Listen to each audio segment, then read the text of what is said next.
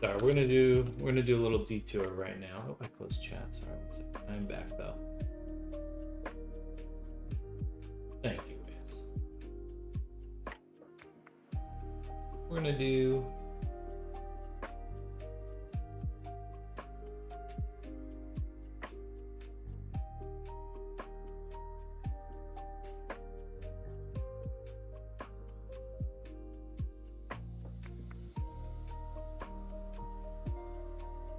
some investigation. How can I download all my event? All event viewer.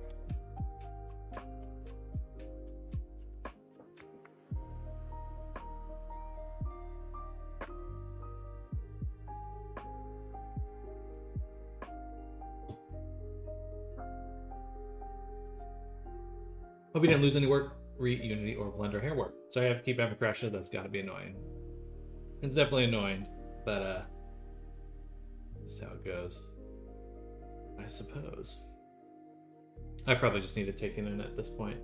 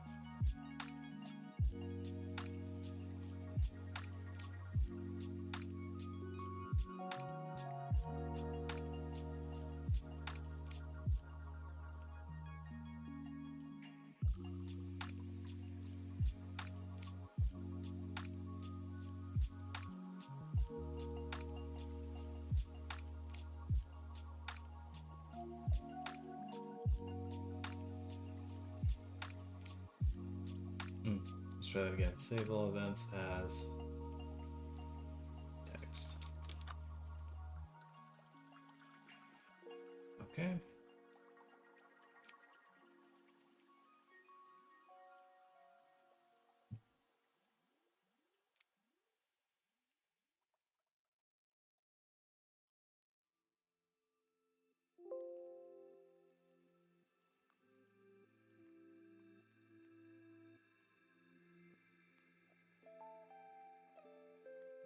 This might be a lot.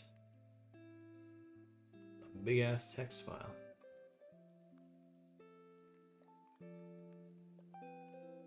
What if I can paste this all in here?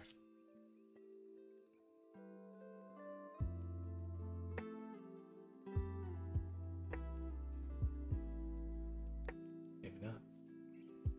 That's a little too much. Okay, so let's go back to event viewer and just do last 24 hours. So Windows logs, system,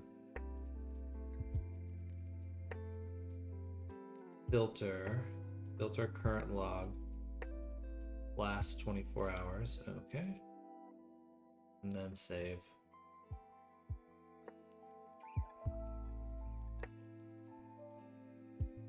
Seems more reasonable. Save selected events or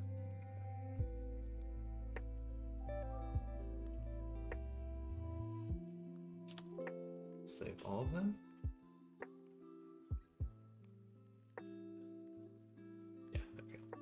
Save filtered text to desktop.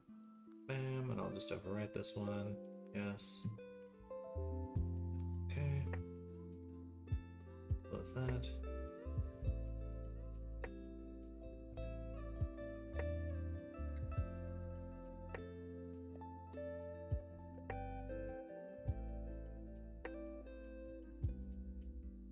Here is my event log. Give me insight into what is happening.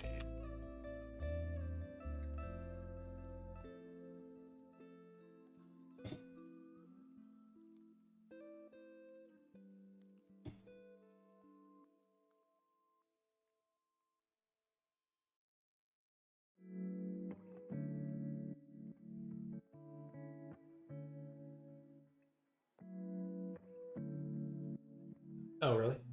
Funny. Okay.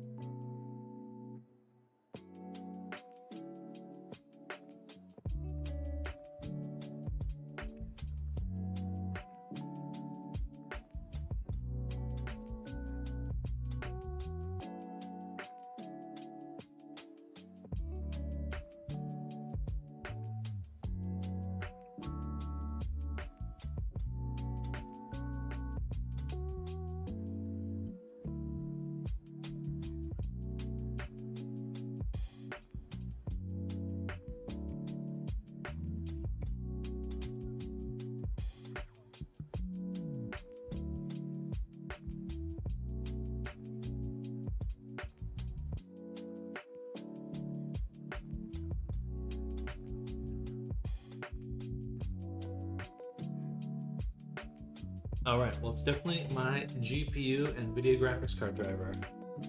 So we'll come back to that because the odd part, the reason I keep thinking it's software is that it's just, it only crashes once during the day and then it's fine the rest of the day.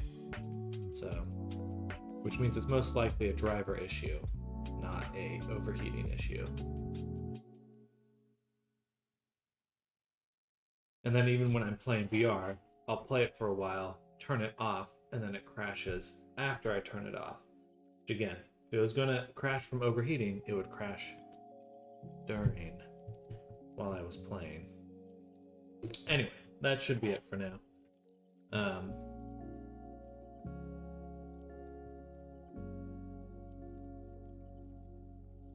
Okay, we'll cross these things off. And this off. Bam. And we go back to Avatar. Let's open up Blender.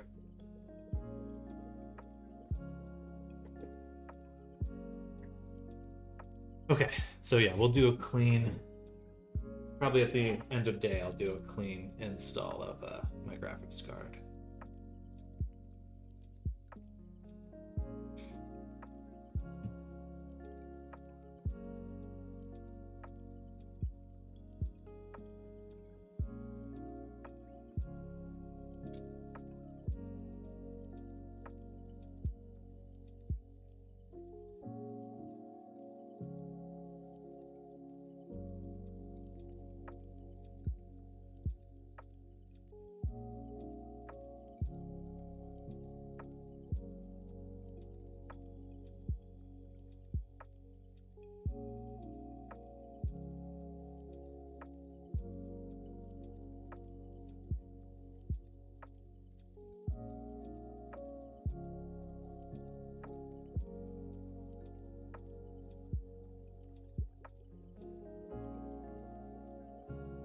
Okay.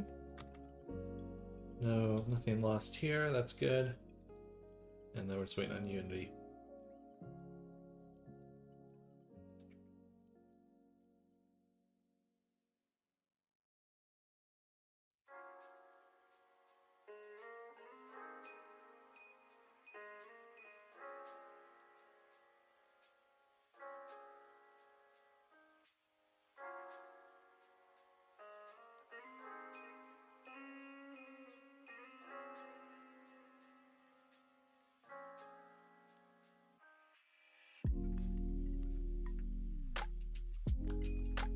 Okay.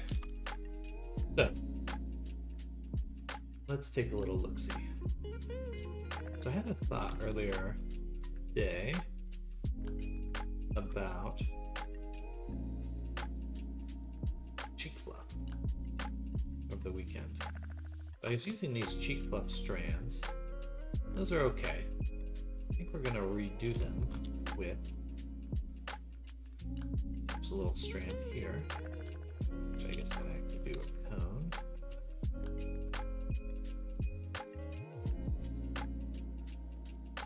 Like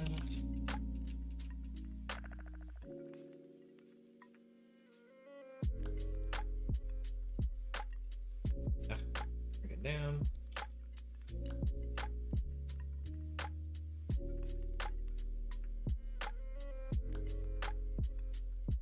Something like this. So we get this little strand. Fade smooth.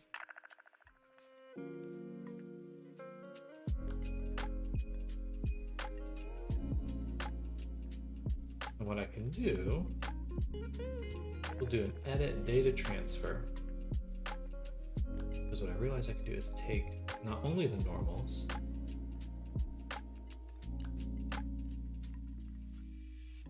but also the UVs.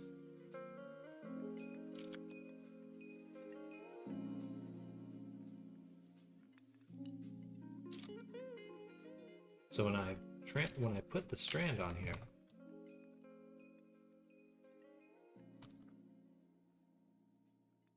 it should not only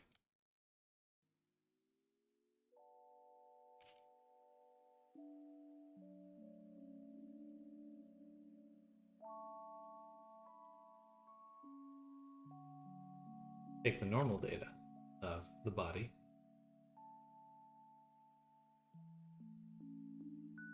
but also the UV map, which means I should just be able to give it the body material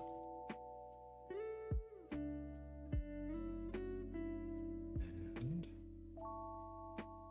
UVs, layer selection, UV map.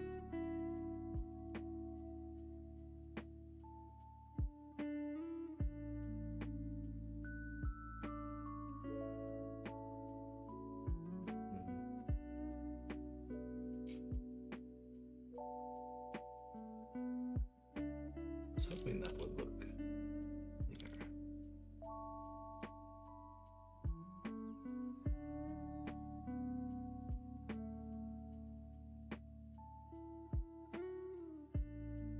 Especially because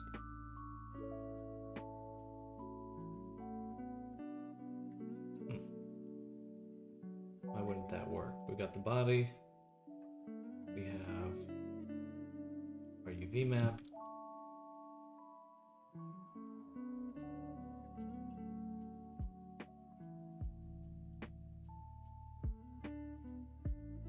Say just UVs.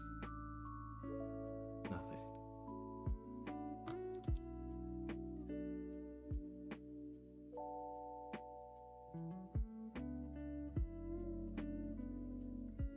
I guess vertex groups too.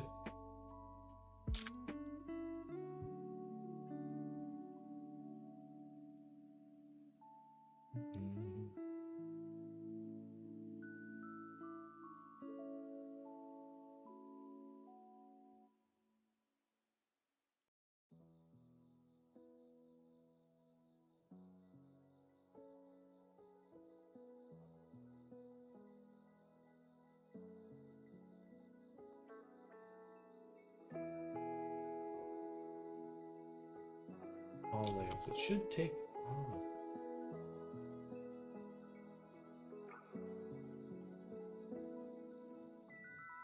them. That should work. Alright, so I'm just gonna mesh it. Look at the UV editing. Okay, so it is moving it, but not in a way I expected. I was hoping to be kind of flattened out. Do I need to unwrap the strand first?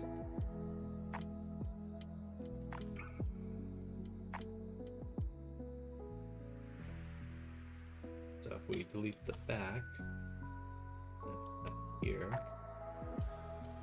how's that do now? wrap it. Really? Scale.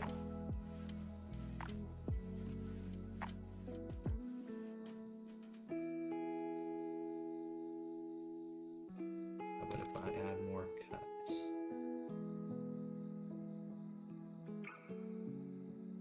Really? And if I mesh it now, that looks pretty good. That, I feel like, should... Can I get the right material on there? Ah, no. There we go. Okay. Let's back up a second. Get that data transfer back on. Alright. And then put the right body material on there. And now, look at that. See? Perfect blending. I don't know why I didn't do that before. Or have never done that. So we do have to ensure that we're only transferring certain things. Actually, we can do a bit better than that. I can take the body. We'll use our data transfer folder to make an instanced selection of the body. And we'll send that to data transfer.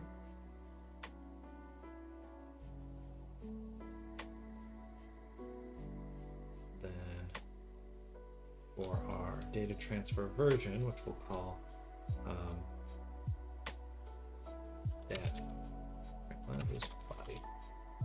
body masked. Okay, so they share the same data. So we'll make a new group, new vertex group, which we'll call data transfer masked. Should be more specific. This is just for the hair strand. So hair strand. There we go. And we'll select the body, side, and then add a mod on here, or I don't need to do anything else. Just add the mask.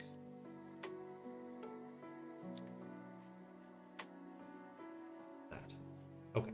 So now the hair strand here, for the cheek fluff, we want to sample the body masked. And that way it's not picking up anything from the ears and all that jazz. This is definitely going to be the method I use moving forward because it's cheap and easy. It gives me perfect blending in a few ways.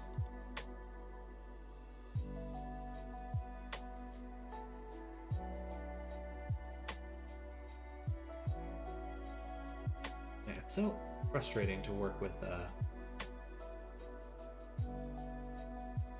Eevee just gives me the wrong look. Let's switch to here and do texture. This will be closer. Okay, but then the very cool part is this allows me to adjust a lot of the vertices so I can get them quite close to the edge.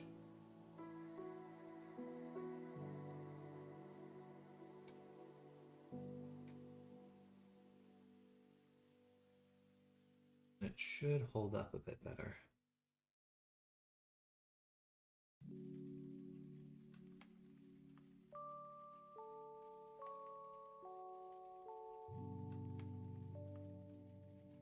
All right, let's reference the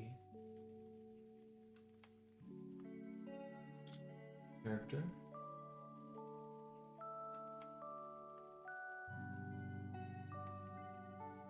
Yeah.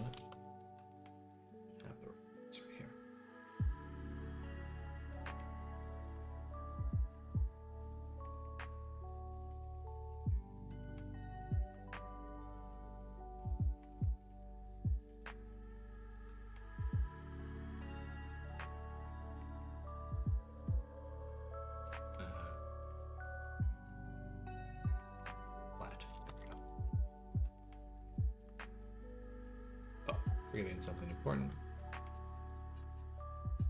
Good morning, Noel. Welcome. Vladimir. for the data transfer and do main. Copy modifiers. Beautiful. Now that makes it simple.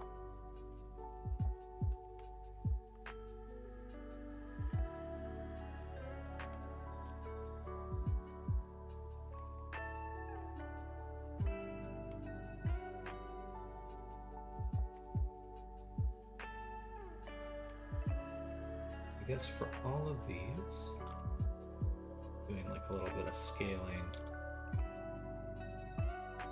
here kind of help, because that way pointed looking.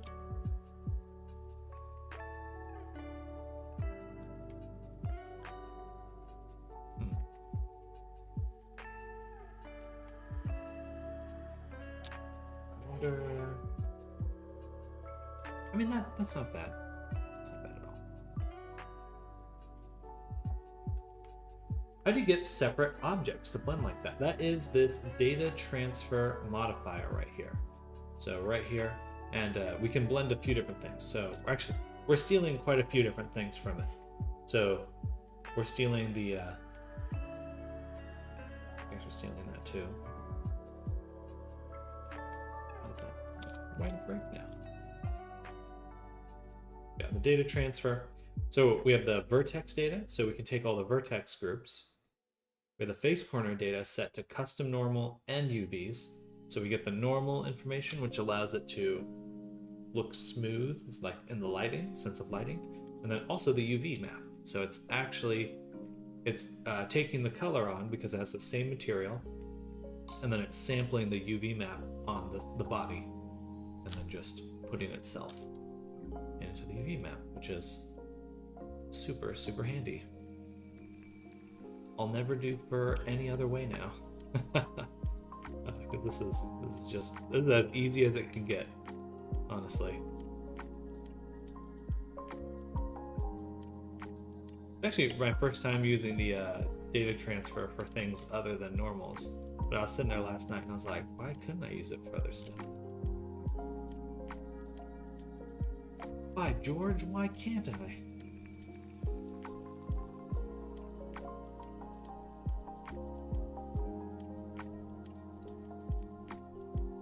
They could use a little bit more blending. Let's get them into their own collection here, which we'll call blue. And we'll just drop it in. Yes, it saved me a ton of time. We'll select all these objects. We'll select the boundary loop.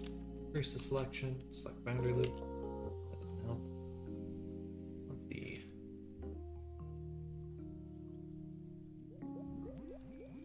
ends.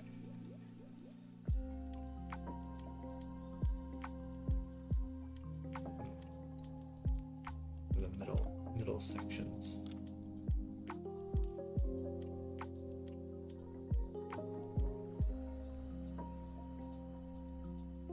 Then use alpha to make fur more furry. I could. For this character, I probably won't.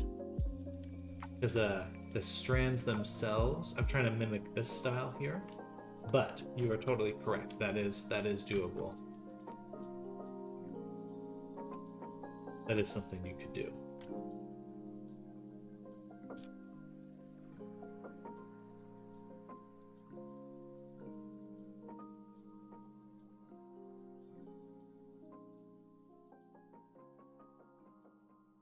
I'm trying to bevel, please.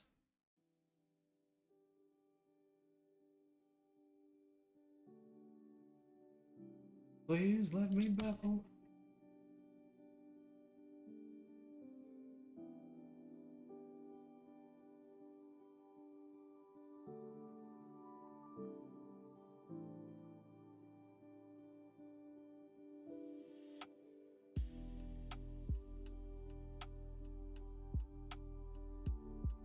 Oh yeah, that came out well. That came out well. So last thing to do is attach it to the rig. And because we're just taking the vertex groups, they should be done. That should be all I need to do. We'll turn off the masked group, turn on the body. Whoa. Why is... Oh, that's the my viewport options. It's like, it should not look like that. Studio. Material, yeah, okay. That should be good.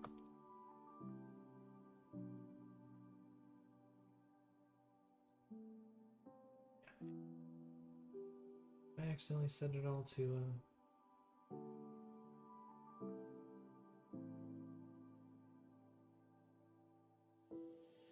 what is the body? Now that I think about it. No, it's fine. This is the same technique you'll use for the ear fluffs. Yes. Any strand or fluff is worth the... This is the technique I'm going to be using forever. It's easy. I'm dumb. I forget. I think that's the meme.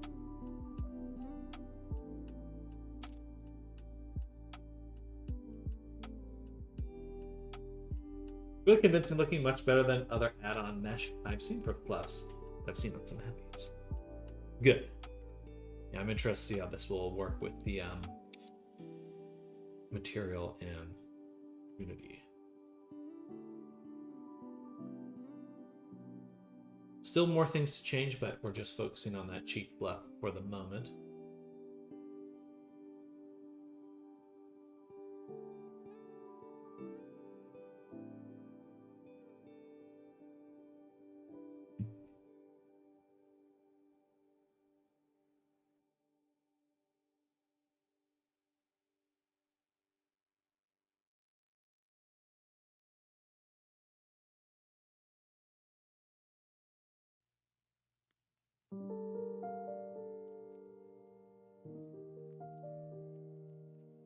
Welcome back.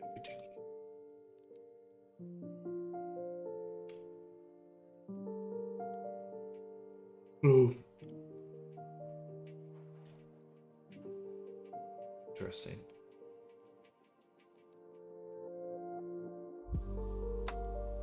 That looks pretty good overall. Yeah, that does look good. Looks a little thicker than I expected. Wonder why. And then thinner. It must be just because they're triangulated. But the glitter blends with it super nice.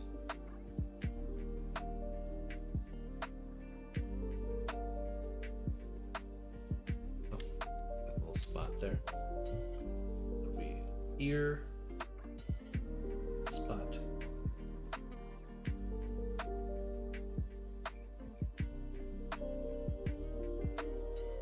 Bottom. Finished your second avatar. Hey, let's go.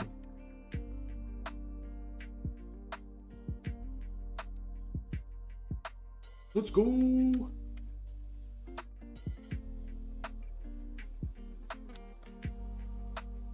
What's your second avatar of?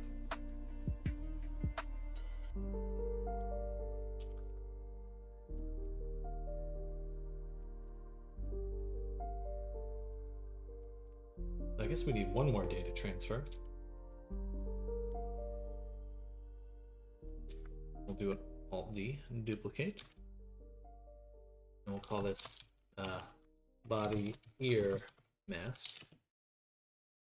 This will be, I guess, just body mask, and that's only for, let's say cheek. And I think the mask is a better term.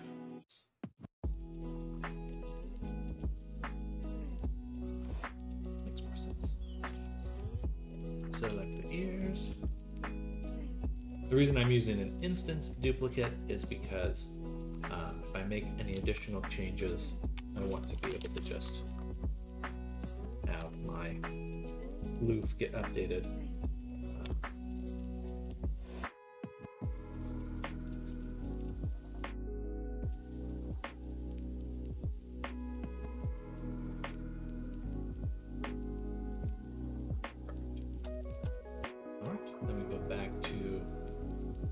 floof in the body. What's the old video on my Discord? Let's take a look. Maybe I should floof the full body. We'll test that. We'll test that. Excuse me.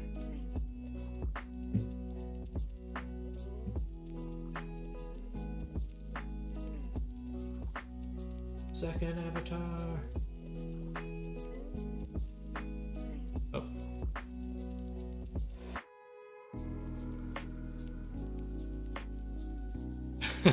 Either the video player is not loading or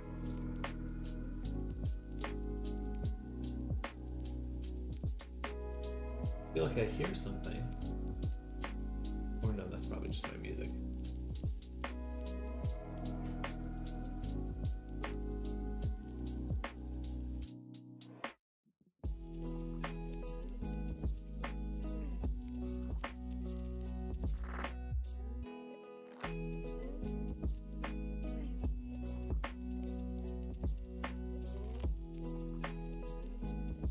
Doesn't seem to be loading for some reason.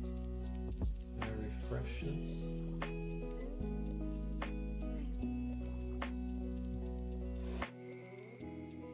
Alright, we're going to duplicate one of the floofs. Make a new folder. We'll call ear floof. And we'll drop that in here.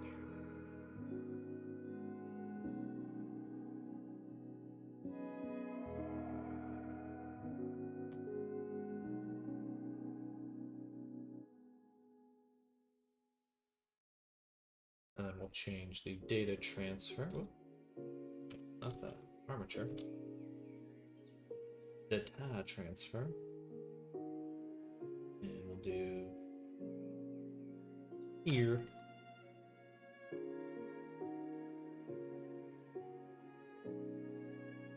That should work. I guess we just have to make sure it's inward enough. I'm just gonna fucking duplicate that shit out of it because I'm lazy. I mean, that's the whole point of this method, so I'm gonna do that.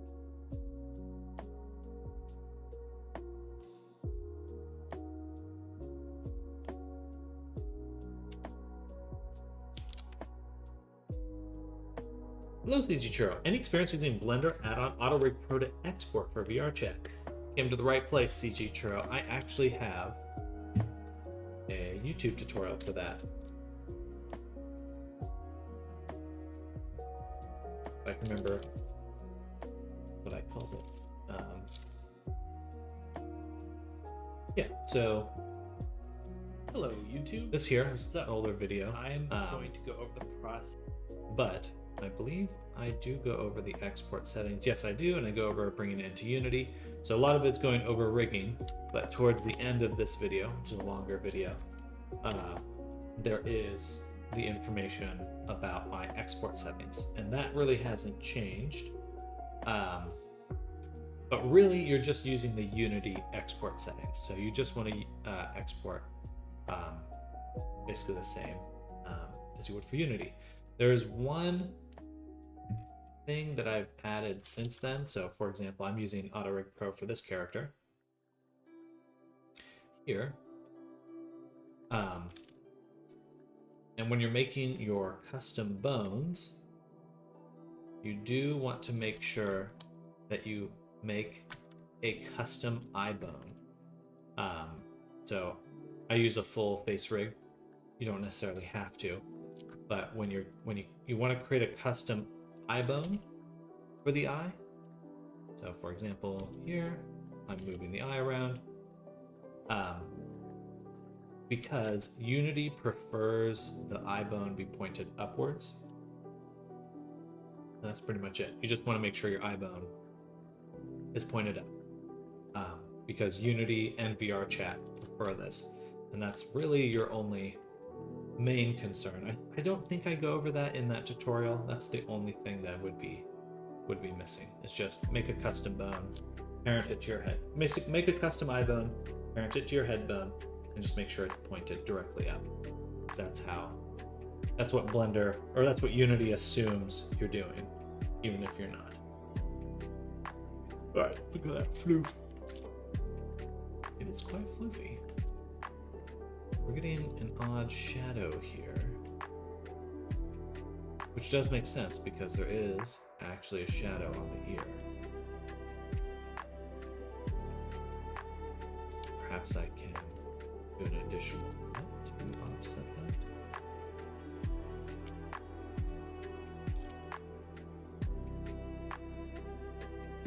Or we could do projected.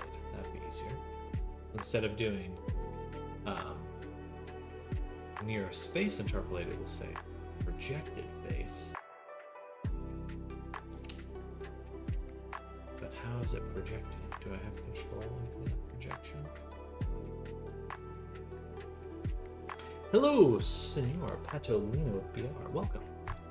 When I went to upload an avatar in game via a Unity package, I did all the steps in the video you made a while ago, but when I launched the game, it didn't show up anywhere. So depends on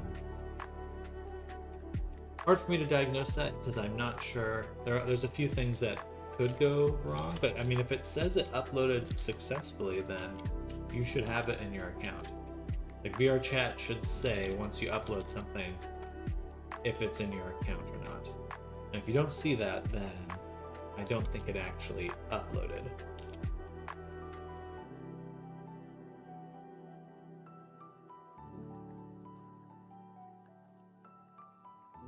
Thank you. I'm only really having trouble exporting it and getting a weird error when exporting. What's the error? What do you think about the 200 megabyte limit on avatars?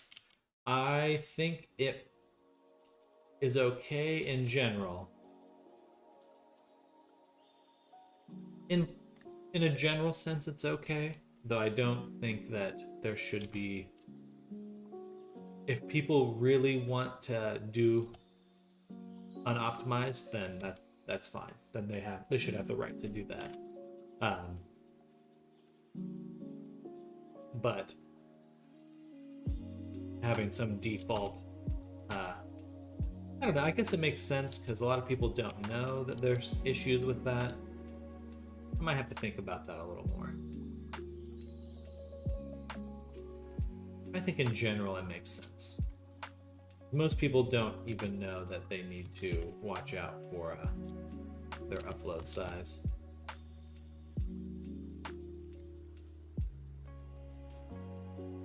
But I'm also kind of against, if people know what they're doing, they should be able to do whatever.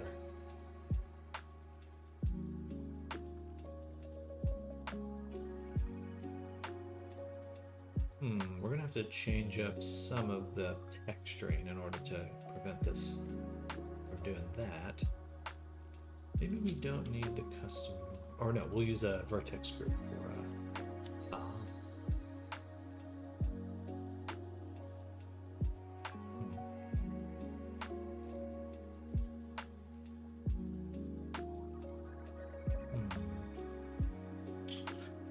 Can we transfer the data via UV map?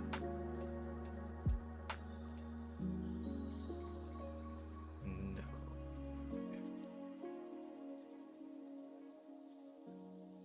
For me, it's a bad idea since they block 9 avatars since I make animations with screen effects, lasers, castles, spheres. My avatars weigh 268, one weighed 467 megabytes. That is gigantic. There's some games that are smaller than that. I mean, it's not so big, but I think that in order to do stuff like that, then there's no limit on worlds. So if you do still want those effects and want to show them off to people, you can still make a world to do those effects. But in order to be a mass market game, they have to appeal to generally what people can actually run. And I would assume most of that stuff, like if you're on Quest or something, that's just like or you have a bad PC, or not a bad PC, but a low end PC that's just like you just basically can't play at that point. What's the problem with the VRChat SDK not loading into Unity? It loaded like normal, but didn't show up in Unity. Tried downloaded another avatar and tried adding the SDK, but still didn't fix it. Hello, Maurice Long Anime. Amy, welcome. I wish that can be a Roblox item. Oh, I appreciate you saying that. I think Roblox's budgets are a little strict, so I don't know if I could get this into Roblox. So for the VRChat SDK, you need to make sure you're using the Creator Companion. Don't download the SDK directly. Use the Creator Companion. If you're not using this Creator Companion to create your projects, then you're definitely going to run into some issues. I would just make sure, download the VRChat Creator Companion and make the project through there.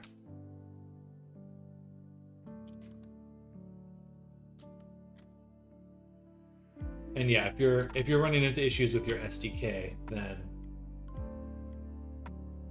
yeah, then there could be a lot more going on there. I'm gonna try. We got this crunchiness here. Let's save. Close Blender. We're gonna open Substance now. Would have preferred that the avatars after X wait people decide whether or not to turn on your avatars, and it's very heavy not to lock the avatar and not to be able to use it. I think that generally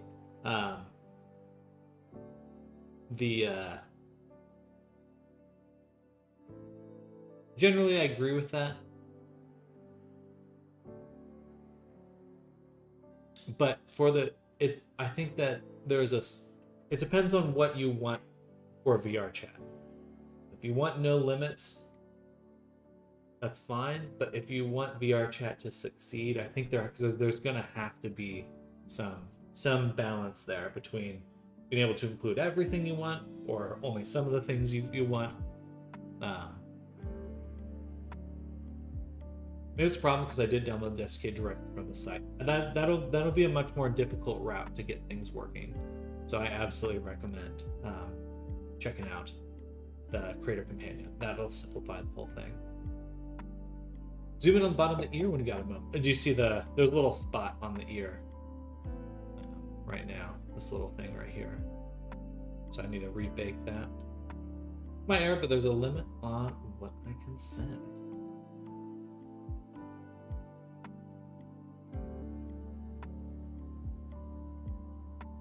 Alright, so let's take a look at the ear here. The ear here. And we basically just want to paint this part in. We may actually just want to bake the ear separately anyway. Yeah, so let's go back to our baking version. We're going to rebake this map here. So I'll want to move the ear out, bake the texture, bring it back in. Something very... Tried to optimize the avatar, upload the update. They didn't remove the app block from the avatar. They even removed the animations. Interesting. Well, that's certainly annoying. That sounds like VRChat. They have a good idea, and then they create these odd corner cases. Yeah, you'd probably have to re-upload that avatar completely. Alright, so for baking, I think I'm gonna have to go back to an older version.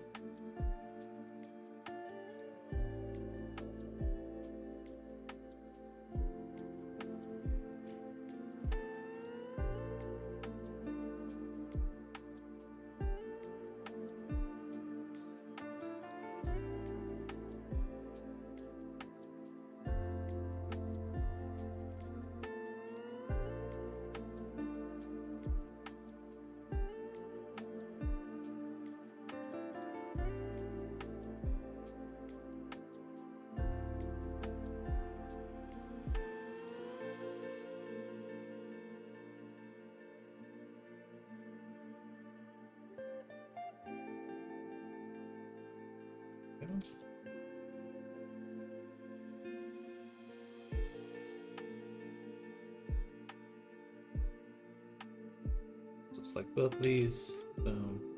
Running 2. Just move them.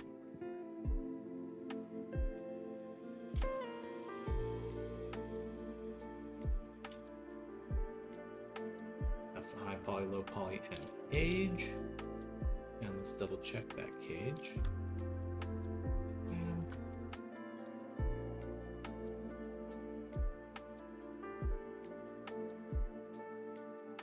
And then export all collections. That did not work because we have to turn on this one. Looks like my last text can't send, but it's a Python runtime error.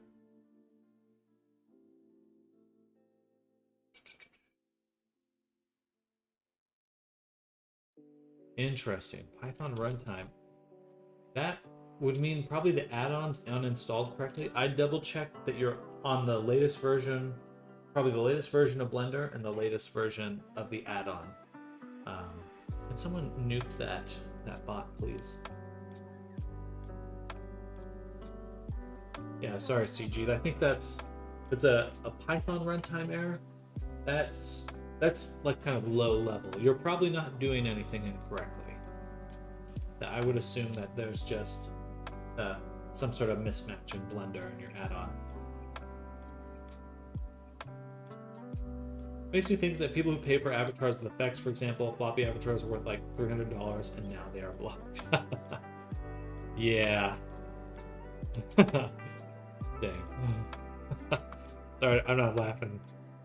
I mean, it's kind of, there's going to be a lot of growing pains like that for every VR platform, I think. You know, it's just one of those things where it's like, VR chat just needs a marketplace. Like, they don't even know what their standards are going to be. Then, yeah.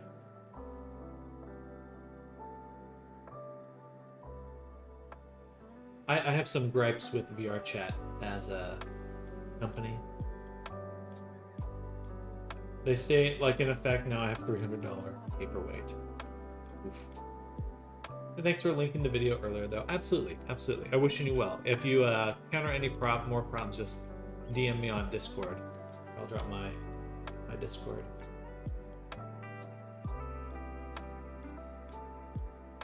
There.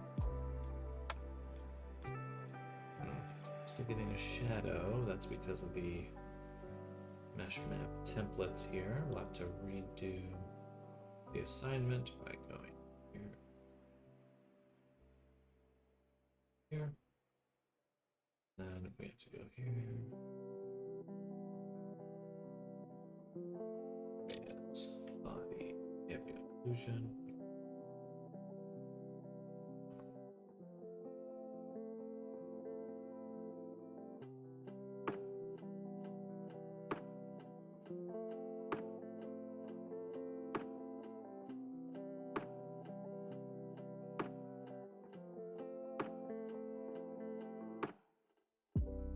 Curvature. Now we have to redo this for all of them. A little annoying, but just how it goes sometimes. Should be the last time I have to do this. Curvature. Curvature. We're looking for any curvature and ambient occlusion map, because they are probably messed up now.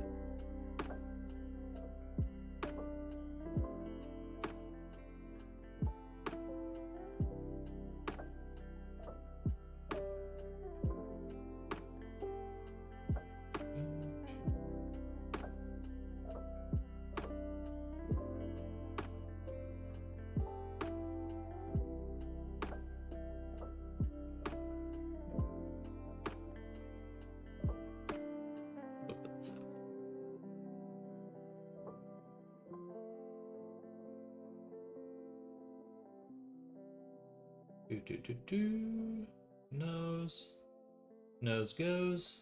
Curve combo. These are the ones I'm looking for.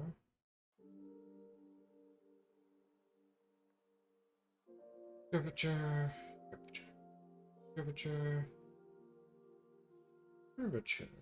Ambient occlusion.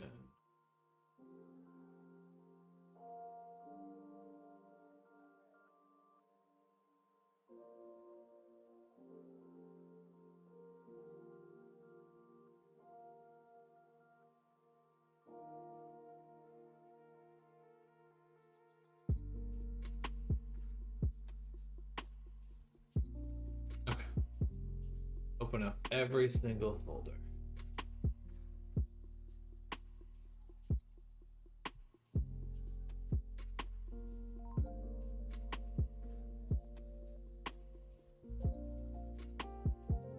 Yeah, I think VRChat put itself in a position where they're kind of a closed platform in a sense. Like they really want to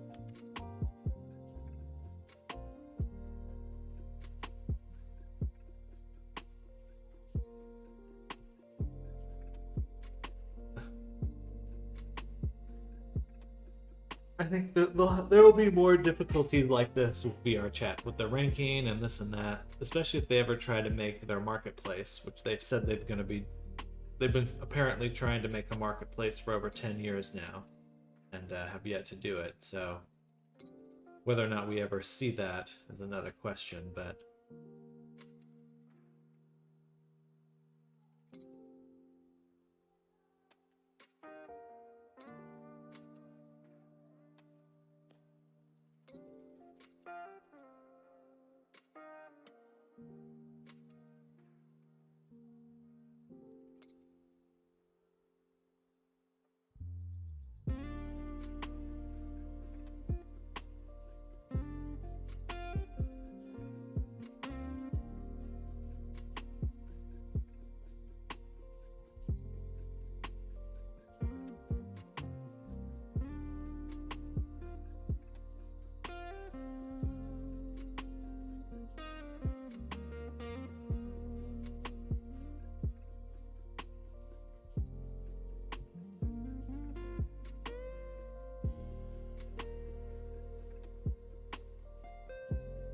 there we go. I hope they figure it out. Well, overall, I like VRChat, but it will certainly take them a little while. Really get things working the right way. It's already taken them quite a while.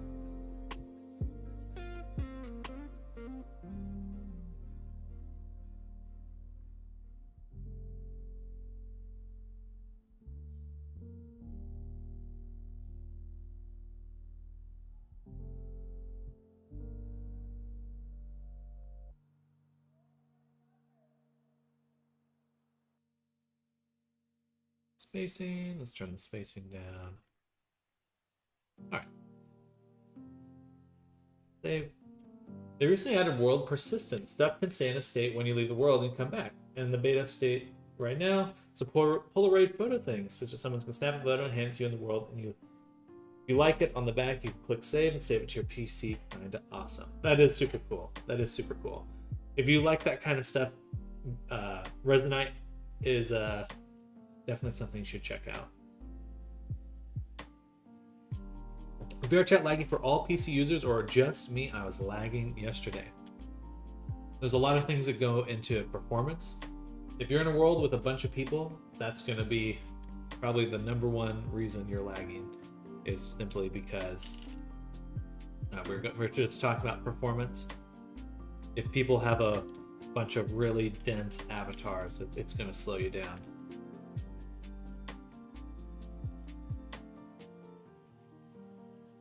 Like, I have a pretty good computer, and even I will start getting lagged out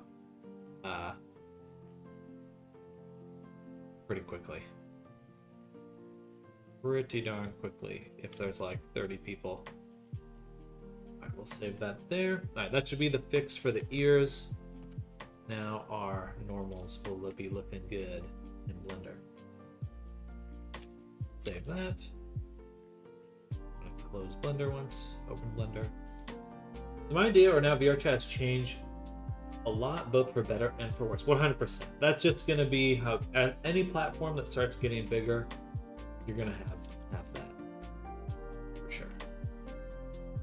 Furries with their heavy avatars.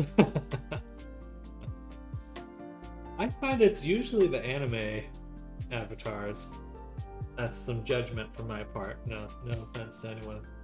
Anime avatars out there.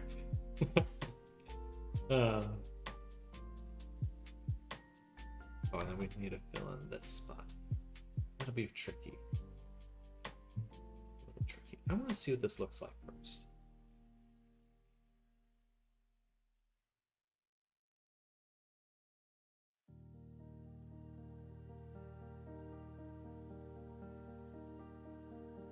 Ooh. Oh, CG, if you're still here, I just ran into this export option right here, or this error.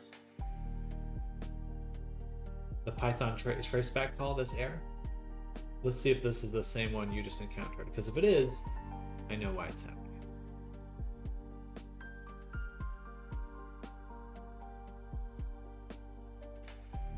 Just need to wait for it to export first.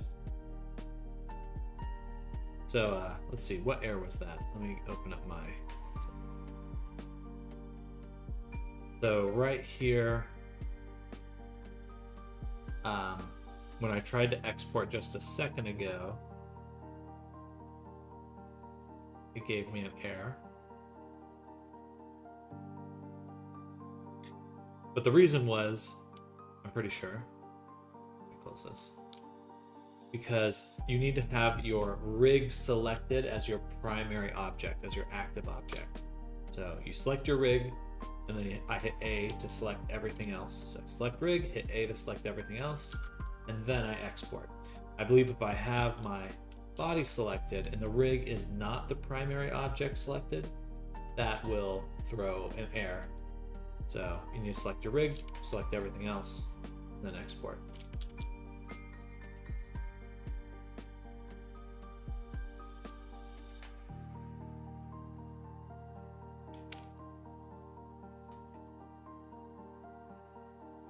I forgot to export the cheek fluff. Do I like this? It's okay. Well, I probably don't need to transfer the normals for this one because they're just kind of floating in there. We'll just do just the texture then on these guys.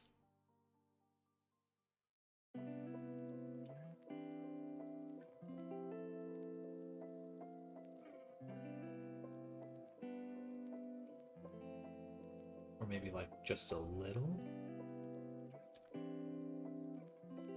Oh, wait, I can only do that. Okay, yep, just the UVs then. And let's turn the cheek floof back on.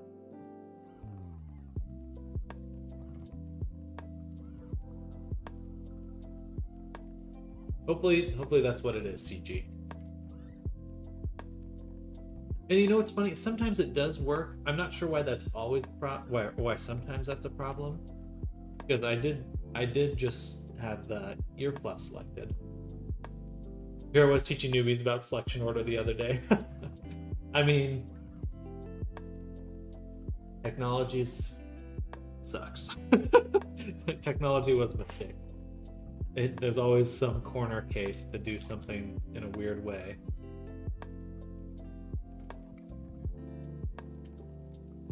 The lighting in this world is rather strong. Go back to the default skybox for a moment.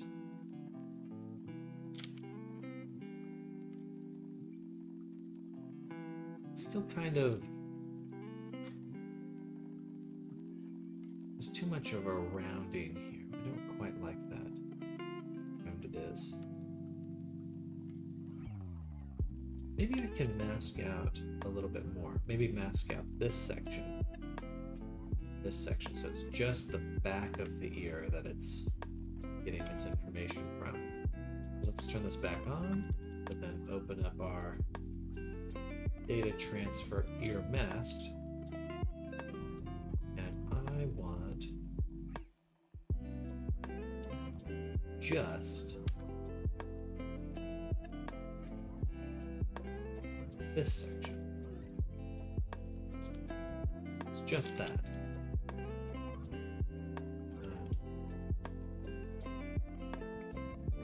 Let me try again. See how this looks. Oh, see, it did it again. Okay, there we go. It doesn't even let me open the menu to export there, so. Not sure what that is, or maybe it did.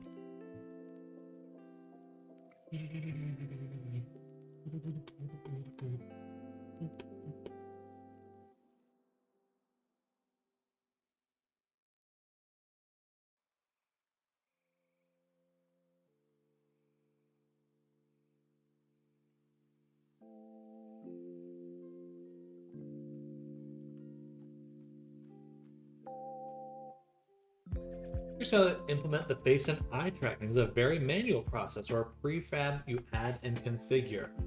On the Unity side of things, it is a prefab. For the the Blender side of things, it's more manual because you have to make sure the face shapes work with the body. Was not it? Okay, gotcha.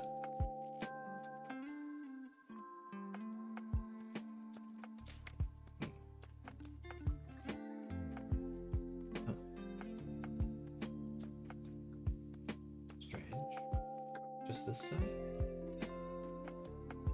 Oh,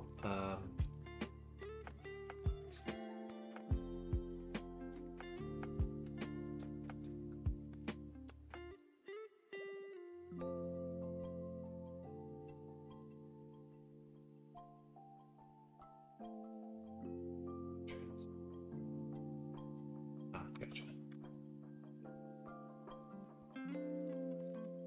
You have to select both sides.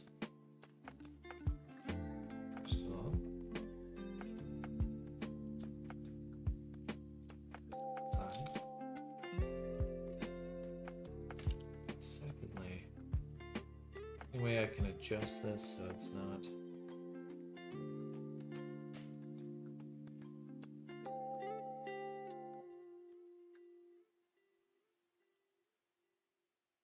No, that's not too bad. Projected face.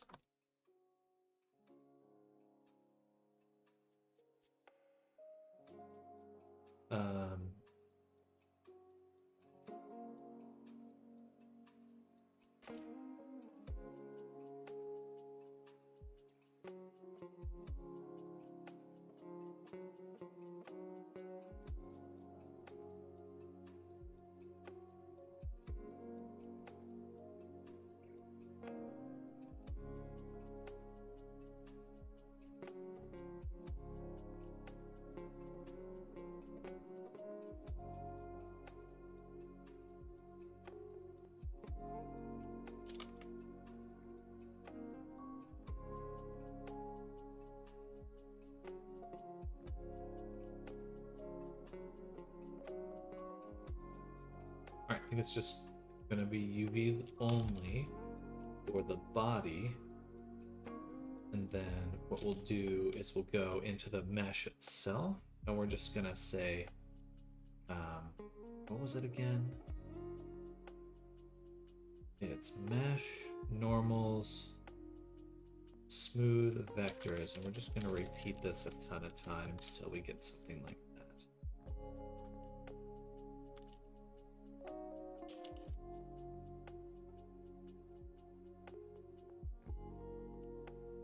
Question: why do you think there are so many discussions between people who use Unity and people who use Blender? They argue to know which is better. It's a very strange discussion to say it's more of a personal opinion of each. I think it really depends on what you're going for. I mean, Blender is not a game engine yet. Some people are working very hard to turn it into a game engine, but I don't know if that's a really like a good comparison. Not quite. So let's go back. It's taking too long to export.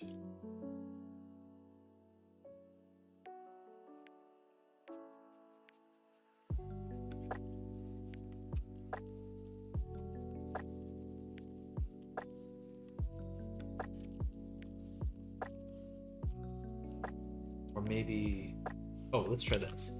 I'll make a plane.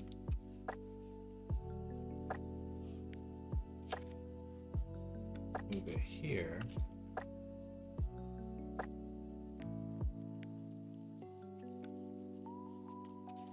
I mean, I might as well just make an object. So we'll put in data transfer, make a plane, rotate it, move it up, move it back. All transforms. All this here, normals. That, this. Like data transfer, or like a new one. Edit, data transfer. Base corner, custom normals. Do you know if there's a way to change how the portals to other worlds look in VR chat, or is that a blocked ability in game? I think those are. You can change the thumbnail of the world, but I'm pretty sure you can't make custom portals. That's just a VR chat thing. In Resonite, can't help but talk about Resonite. Resonite, you could do something like that, but it's complicated. Those fluffs are looking great on the ears and cheeks, Sam. Really great work. Thank you. Absolutely. Absolutely.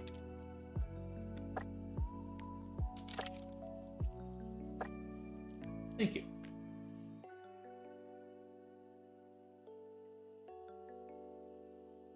And we're gonna do the ear models. Like that. We'll probably do something like this. Okay, that's much closer to what I was hoping for.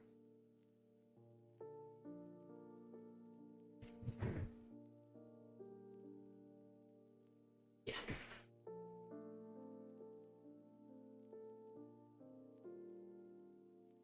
This should give us something quite nice. Yeah, Blender and Unity, I don't think there's as much of a conflict between those compared to people who prefer Unity or Unreal. That definitely seems to be a much stronger disagreement. Maybe disagreement's not even the right word. Yeah, that's good.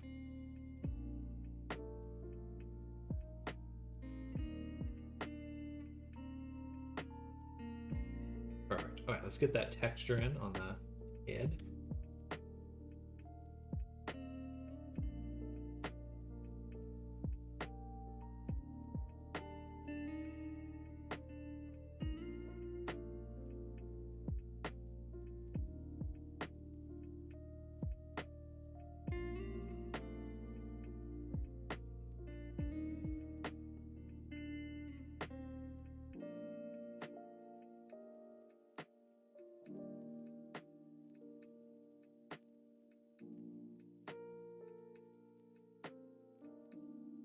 Hopefully that's enough.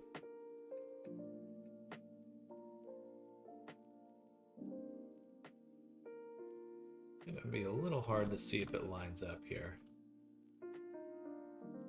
Yeah, before I fill it in, let's just export and then see if it's close, because it should be something like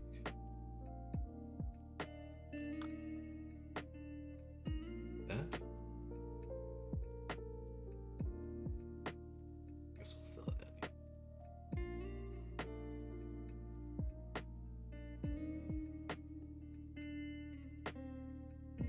So Sam, at the level you see me at, what would be an effective way for me to start monetizing my skills? My goal is to leave my job to be an independent artist. Maybe I can take a studio job, but prefer not to. Oh, did you ever, did that video ever work? I wanted to see your avatar, but it never loaded on Discord for some reason. Well, I mean,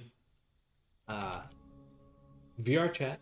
I mean, if you're looking to get into the VR chat area, there's a great Discord called VRC Traders, like that. That's just the name there. That's where I get a decent amount of my personal work, but it's competitive. You know, you're going to be in an area where there's a lot of other people vying for the same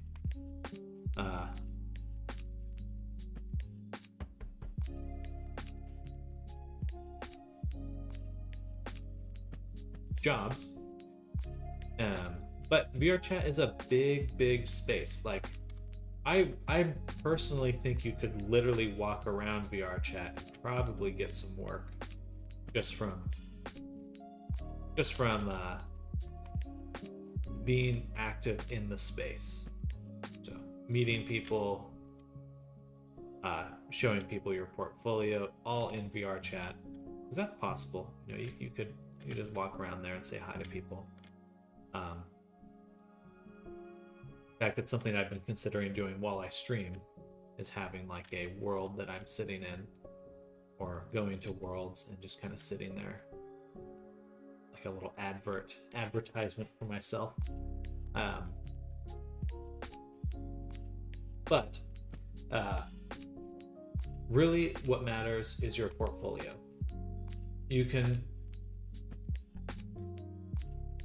be the nicest person, you can have the great social skills or this and that for meeting people, but if you don't have work that people are actively seeking, and I'm not saying this in terms of, this is not a reflection of skill or anything, it's just like, what do people actually want to throw money at? You know, that's really what you have to think of. You know, you're not just a artist, you're kind of a business person, a little bit of an entrepreneur in this space. So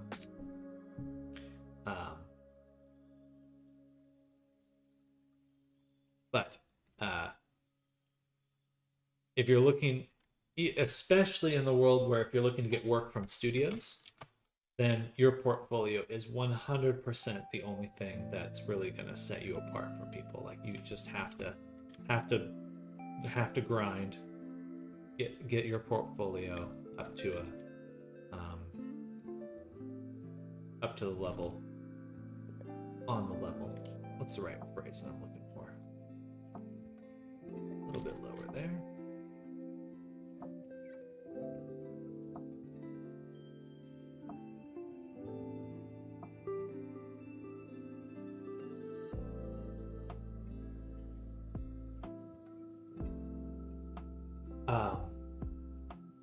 But I mean, realistically, any big platform, Roblox, VR chat, Second Life,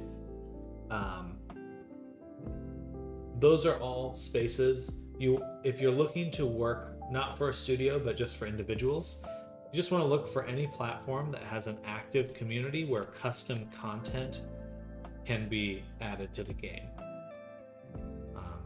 The custom content aspect's really important, because you know, if you can't target a game that you can't target a community that, you know, you can't actually share assets with.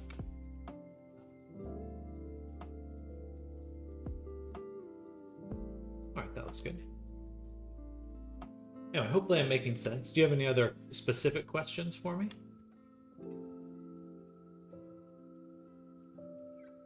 Beautiful. Nice and floofy. Interesting. A little sparkly here. Maybe I'll switch the disk one more time. Absolutely.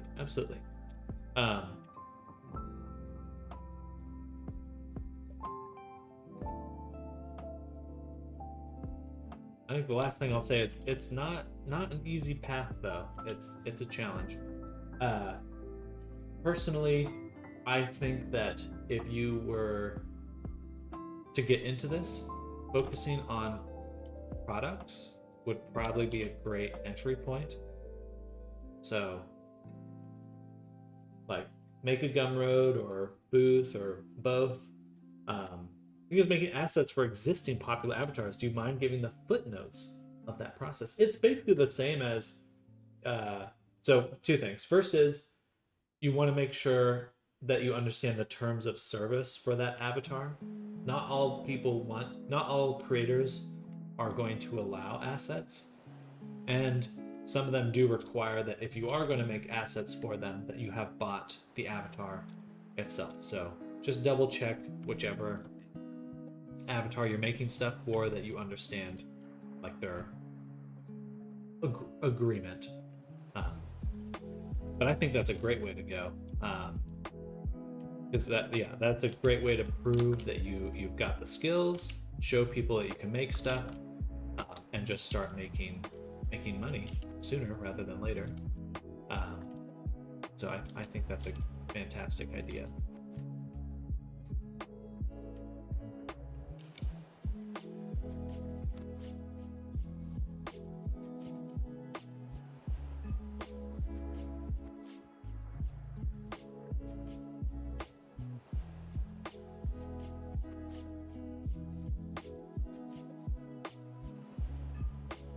That should be pretty good. But generally, you're just once you just make it like you're making stuff for your own avatar, and then when you sell it, you do not include anything from the original package. So like maybe only the bones. Like if you're making shorts, let's say for the avatar, maybe just the bones that you need in order to get those shorts working. But you want to use VRC. Something like VRC Fury. I would recommend VRC Fury because that allows you to armature link. So people can just take your Unity package, link it up with the VRC Fury armature link, and it'll automatically combine and include logic for toggles and things like that. Have you ever done avatar effects like Dukesie's bracers in Troll Hunters? Bracer and Troll Dukesy. Dukesy.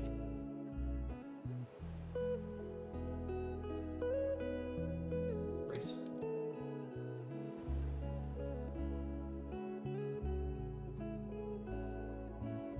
Yeah, that's pretty straightforward if you're looking for something like this. I would say you can just make a shell and then use an emissive texture with a cutout. So pretty straightforward. You could just make like a tube and then make a cutout texture. Hello, Lealgo, welcome. I'll start that now. While looking into VRC trader commissions, I have to finish avatars to show. Exactly.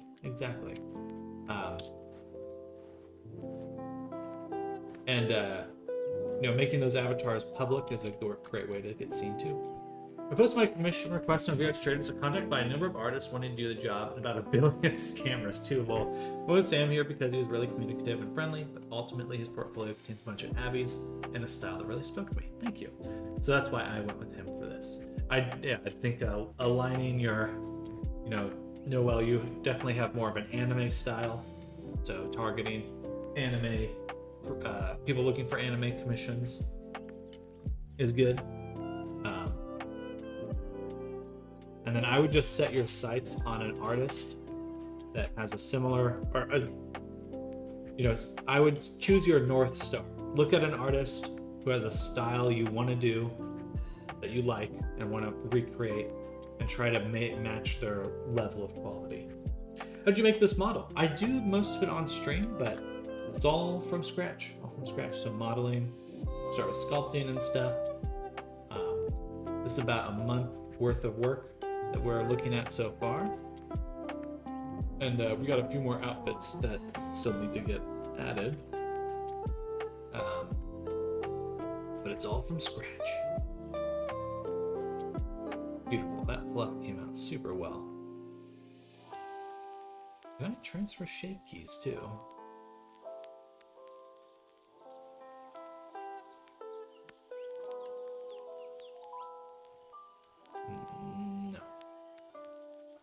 Maybe vertex data, colors.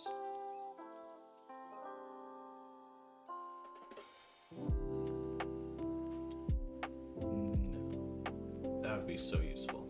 But no, we'll have to combine it in a second. Great work, thank you, Leo. I appreciate that. Anime was what I decided to do when I first, because it's simple, no normals or bacon, all of that, but really I want to do more creative concept. But hey, whatever shows up now. If if you're making interesting things, people will see. And the cool thing about VR chat is, unlike trying to break into the industry, like break into the video game industry, you can just go into VR chat and show your stuff. You're not hoping some art director's gonna see your stuff, or like praying that they pick you up for a project. You can actually just go in and interact with people and show your work super directly. And I think that that's a big advantage in this space. Second, Avatar is a bit more Western than English style with a bit of Hades. Did you get the video to load? Take a little look. I don't think it's loading on my end. It's still just black on my end. Well, sorry. I think the recording might be busted because it says, I think you'll have to re-record because the top left corner just has the logo. There's just nothing. It's just black. It's the fastest way to make models because Blender was made in hell. I'll be doing a avatar creation YouTube series starting this week, so definitely keep an eye out for my YouTube channel if you're interested in that. I wouldn't be able to go over it right now, but I'll be trying to create a recurring series to go over everything. All right, everyone. I have to take a quick break. I have to run to the restroom. I'll be right back. 1 moment. Thumbnail is black, but it should play. For me, it's playing. Interesting. Maybe it's because I'm streaming? Let me check on my phone while I'm going to the restroom. I'll be right back.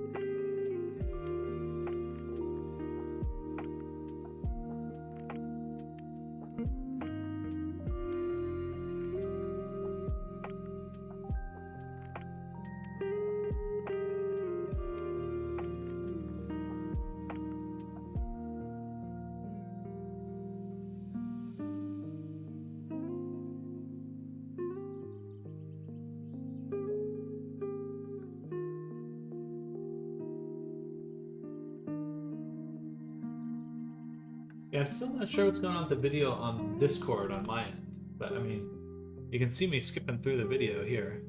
I hit play and I'm clicking through the video, but I did watch it on my iPad, so it looks super good. Let's see, maybe I'll download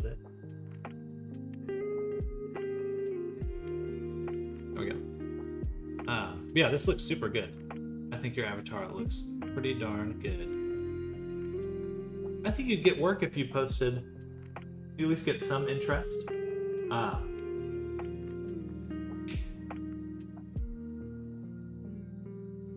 Yeah, look good. I really love the shoes. Yeah, but I don't know what's going on here. I'm not even in streamer mode anymore, so what's up with that? Okay.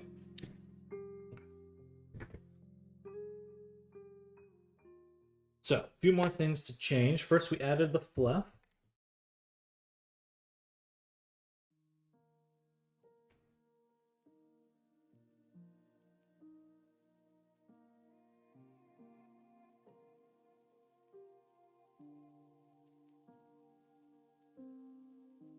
Then we want to get a fizz bone on the necklace.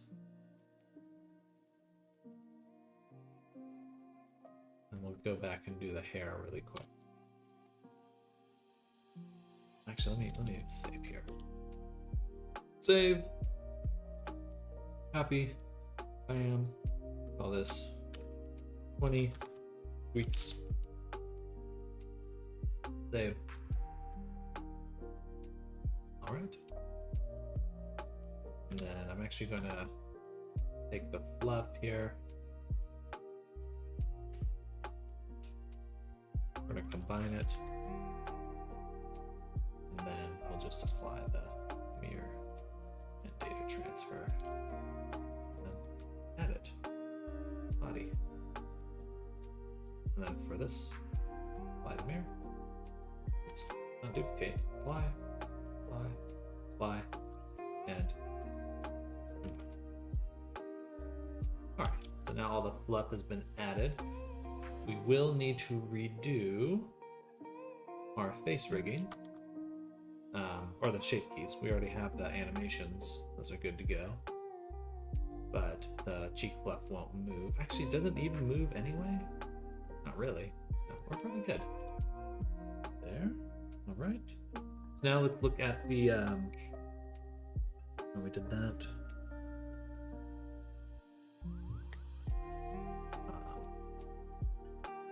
Ear bend.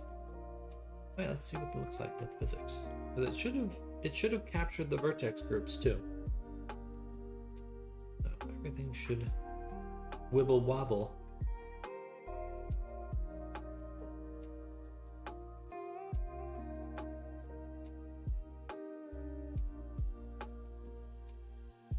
Oh darn.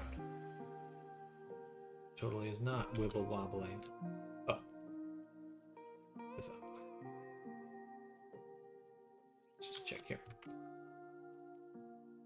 What? Bullshit.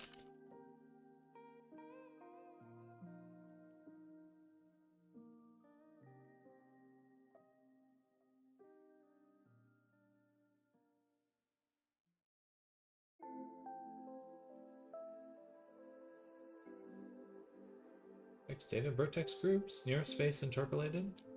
Why wouldn't that include my vertex groups? So when I mesh this, we don't get any vertex groups. Oh, generate data layers. Gotcha. Okay. That's what's missing.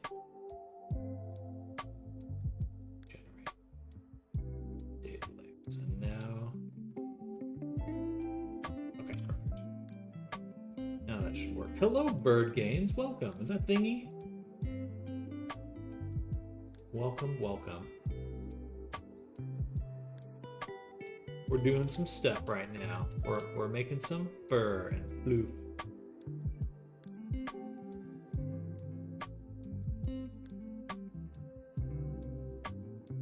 How goes it, Bird Gains? Oh. Let's get that exported.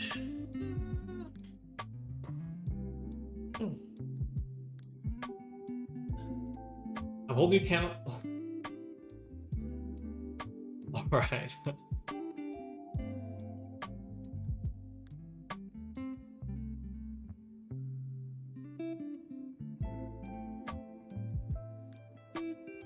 Are you referring to my tutorials?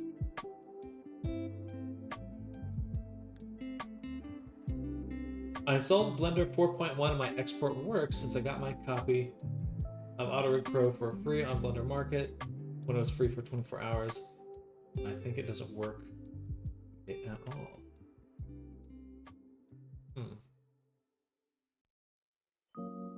I mean, if you got it through Blender Market, they give you access to the full product, so you should have on there your full the full product. So if you want to re-download it there, that would probably work.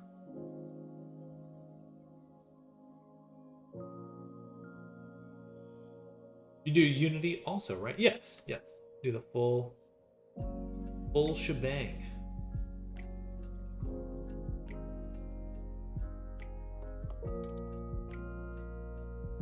Right now we're just testing the fizz bones for the ears. And the cheek loop should be working. And this. Perfect. Okay. Looking super good. Let's adjust the outline for the lips there.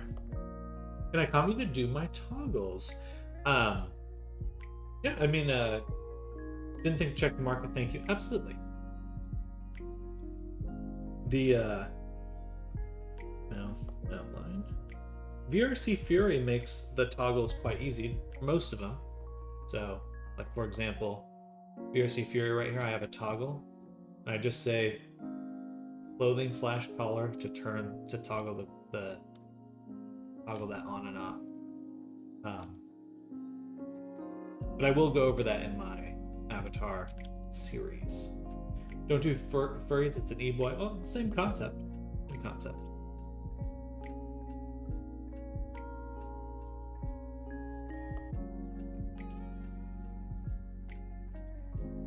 And outline mask we'll do later. Tongue clip, let's go to face rigging. To expressions, I think this one's clipping. How much you charge me to do toggles? Depends on what you're looking for. You're welcome to message me on Discord for the toggles. But yeah, like, you know, if it's just clothing toggles, depends on how many clothing items, stuff like that. So. The only animation aside from face tracking was the addition of a blink blend shape where the low eyelid doesn't come up with the top. Lid comes down for sleeping neutral board. As for now, all the eyes shut states make her look happy because lower eyelid coming up. So you just want the blink itself to just not move the lower eyelid. Let's see.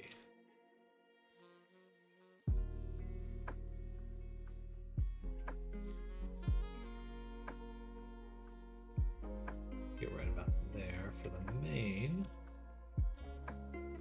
movement. Oh, let me turn on these secondary controllers. Gotta get lower this one. Say right about there. Bring that up. Interesting. We'll still have to bring it up just a little, just to ensure that it closes.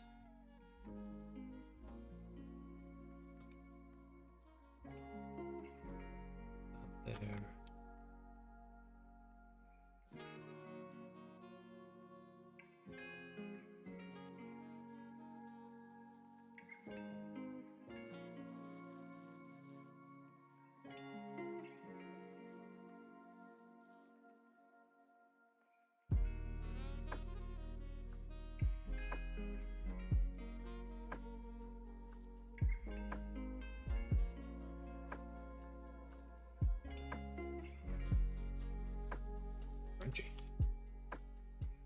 Absolutely. IDMU, perfect. Or only the top comes down. Gotcha. Oh, we'll copy this.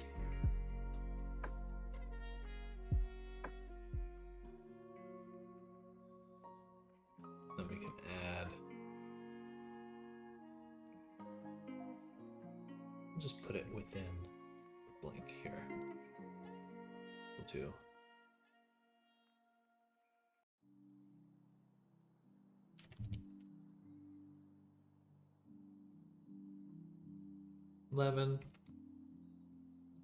All this alt vrc.v underscore blink.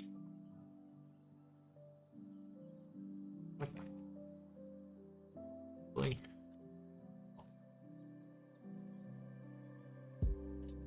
And we'll paste these here.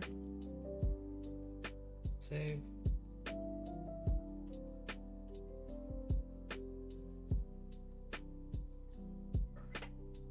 Okay.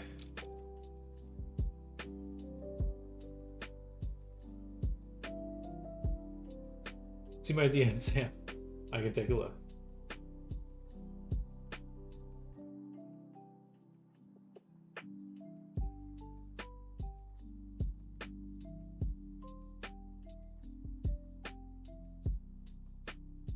Do you have which clothes? So it's just clothing toggles?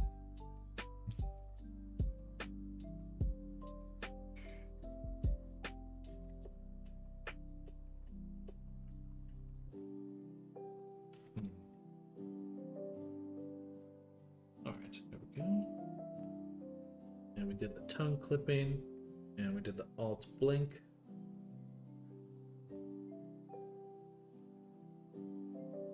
Bam. If you have I would probably need a list of every one that you're looking for. Might take a little bit to list out, but I think I just need to get a little exact. Ear band. We fix that one too.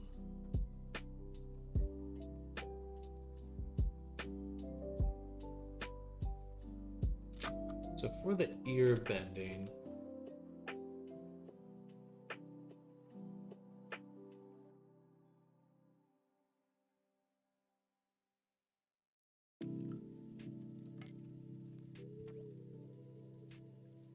so we can switch the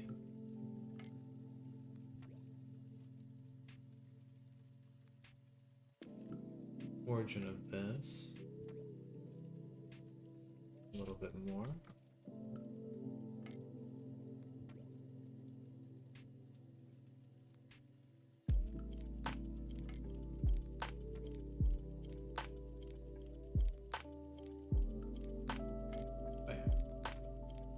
And if I'm not able to do it, I do have someone I could recommend, as long as they have at the time as well.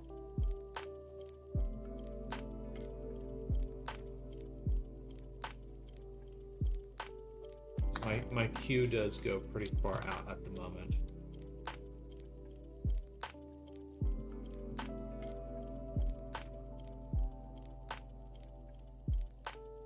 Flappy, flappy, flappy.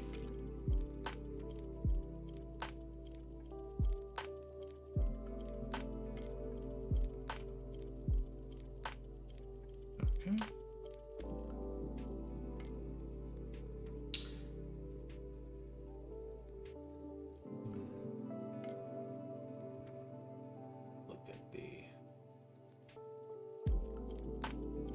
So for the ears bending, the main reason I have them bending the way they are right now is to ensure that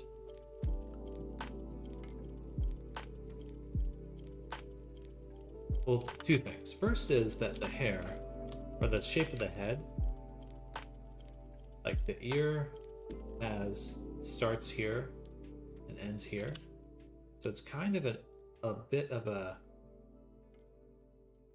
interesting question on where does the ear bend. Like this is right in the middle here. But if it was able to rotate all the way out, we'd either have a gap here. So it kind of needs to attach on some level.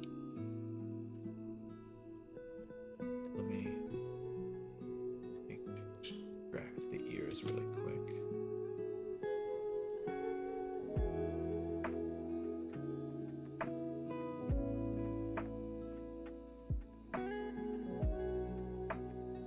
Pop that off. Delete that. And we'll add a mirror.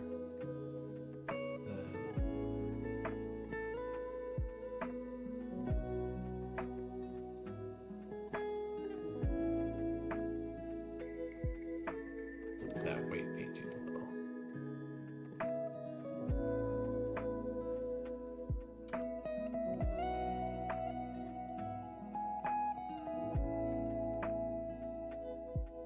What we gotta do is actually just add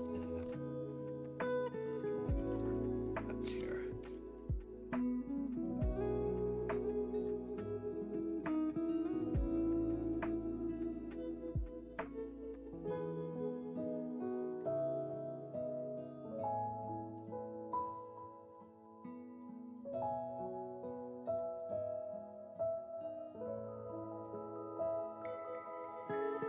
There's not too much more to do.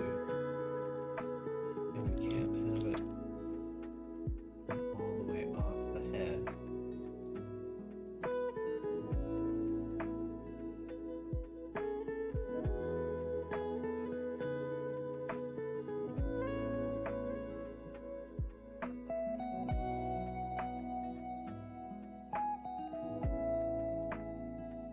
They'll probably have to limit the rotation as well.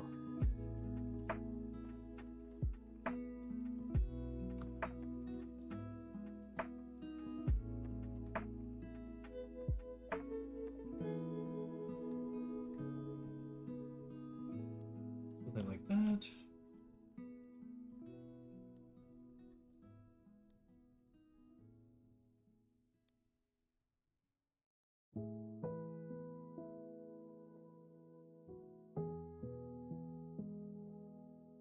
Gee. That must be the head bone.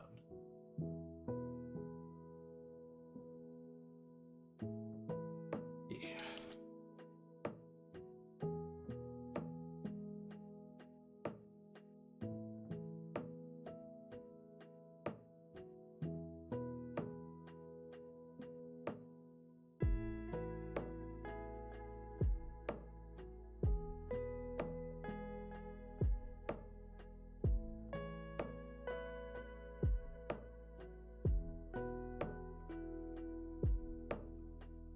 Okay, that looks pretty good. And then we'll add just some more hair strands to fill that in. Counteract that, so fill here. Bam. Alt Q between different meshes when not in object mode. I'm just switching between the rig right here and the other one. And I Alt Q in the rig. Yeah.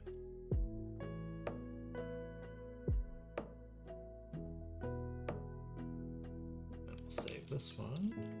Okay. So that'll help a decent amount.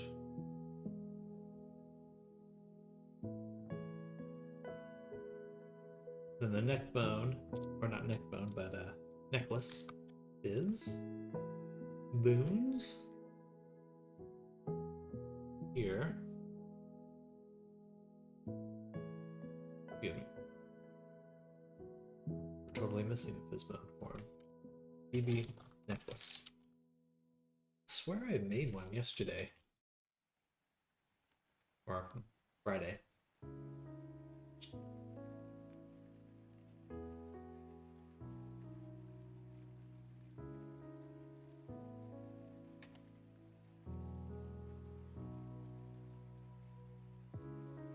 Definitely did. Interesting. Go to play mode to finalize this.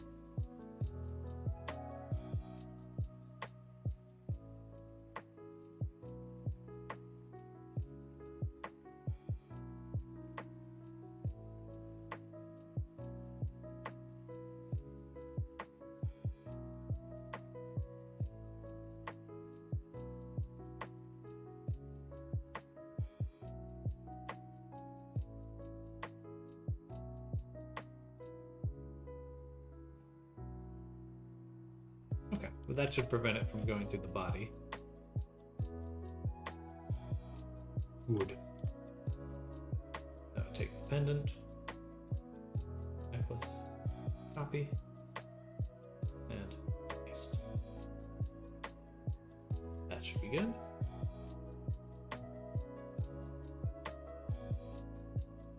Another one down.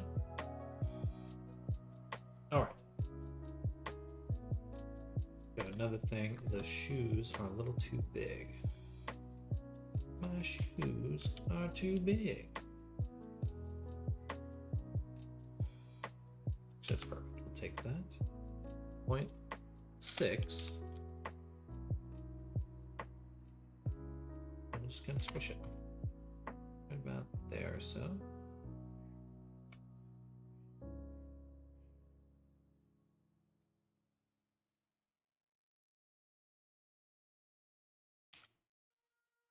Say that looks a little nicer. Maybe a little bit thinner too. Thanks for all your help. See ya next time. Sounds good, CG. Good luck with your work. Definitely let me know if you need any more assistance with that Autorig Pro. We'll catch you later. Thank you, Reyes. Okay, there's no shape keys, so that should be it for that one. That was the shoe.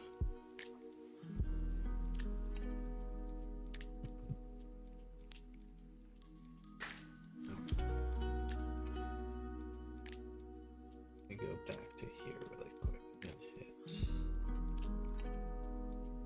the hair. We kind of did a redux on. Let me duplicate. Send to hair low poly. And mesh these, combine these, go to attributes, and convert head to vertex group.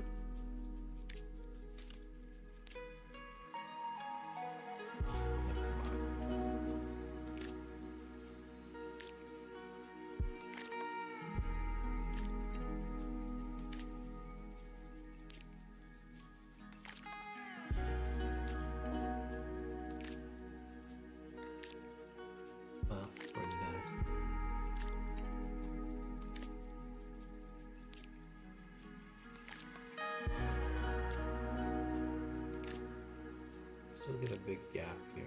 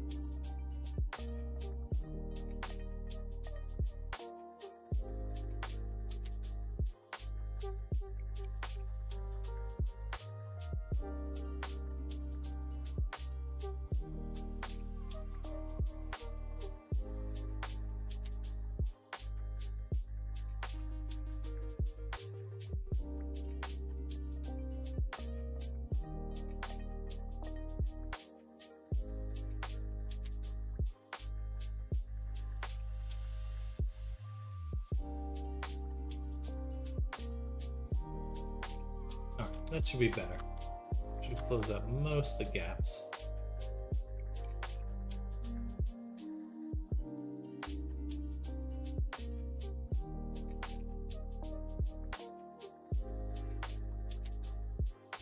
And get rid of the sharper bend.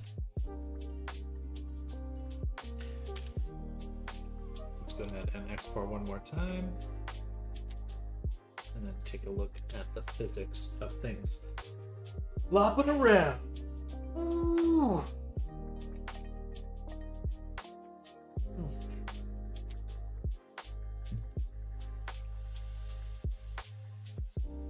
Any chance we get face tracking / eye tracking in today so I can start to test with that tonight? I know we've got other projects to work on and I want to be respectful of your time. Thank you. I appreciate that.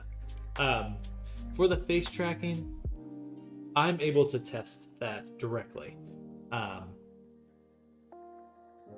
Actually, can you tell me you are an AVS that did I in Discord? Let me double check what hardware you have.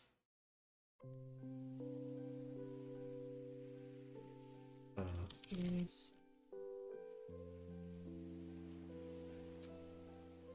Quest Pro. Okay.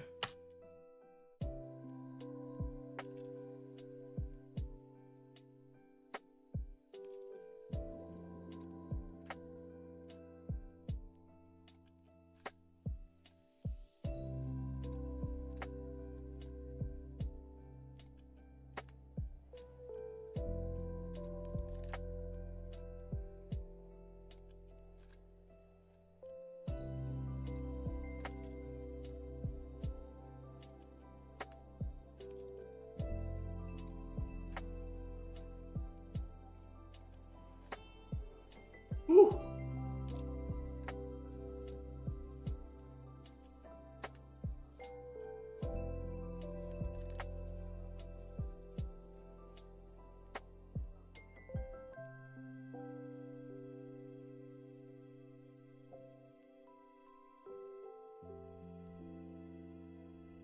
And how do you link your Quest Pro to your desktop?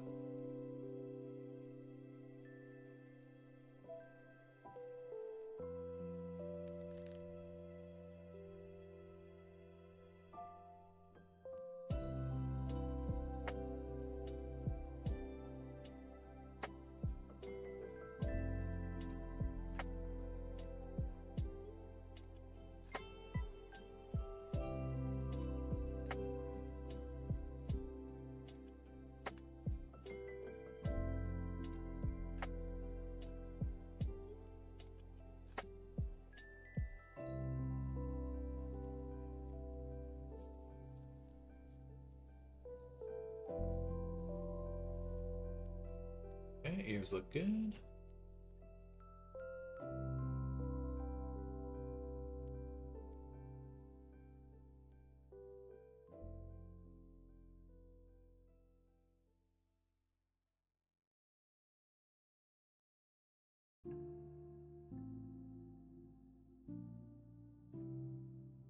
Perfect.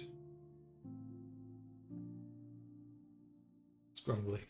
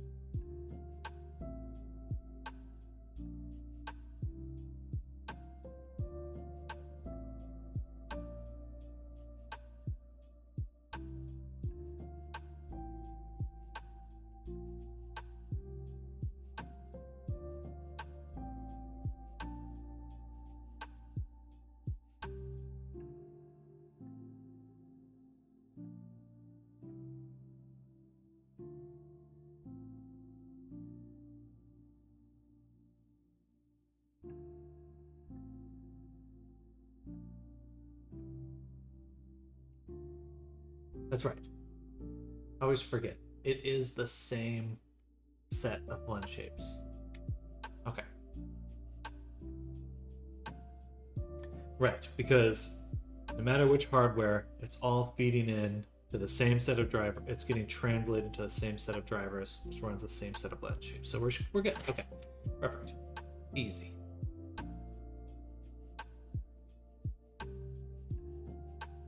So we'll do our unified blend shapes. We'll add that. Excuse me.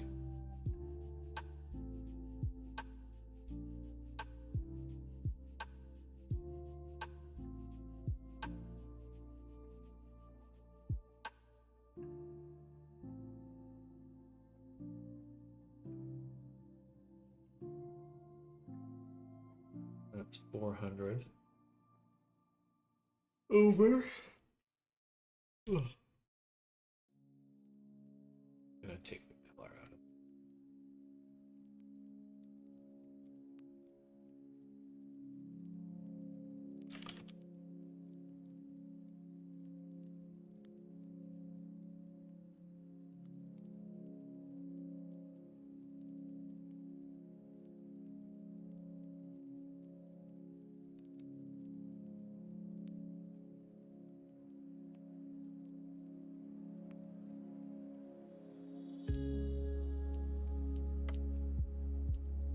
Adjust the base shape before I do anything else.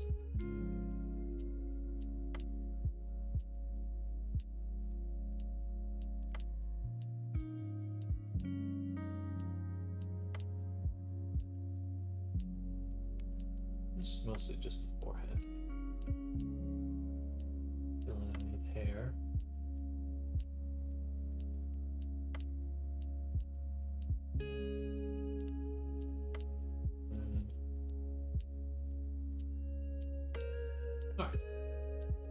Substance.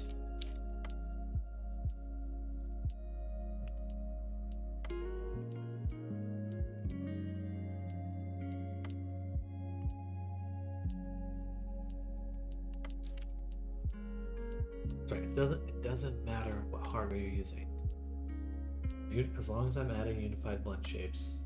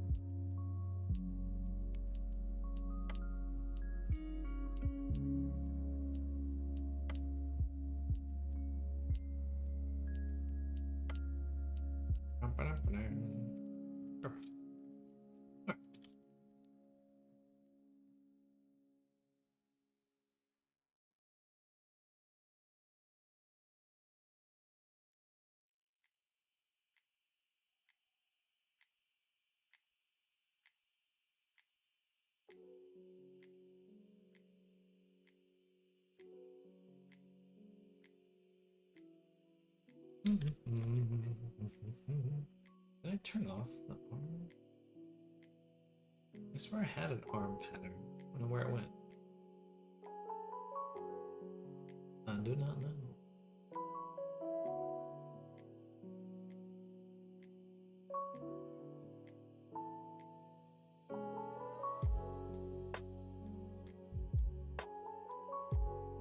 Yeah. It's gone.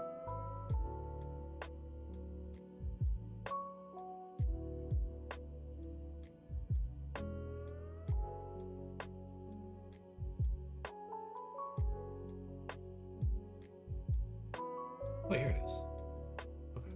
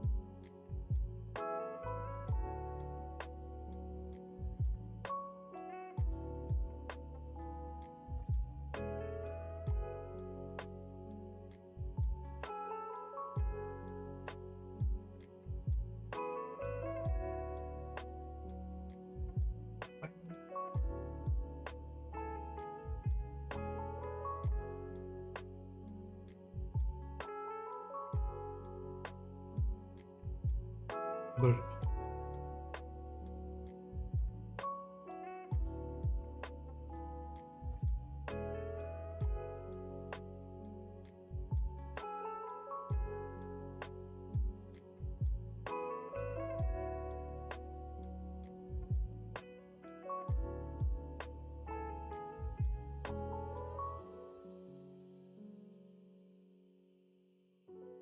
That's the arm pattern rounded.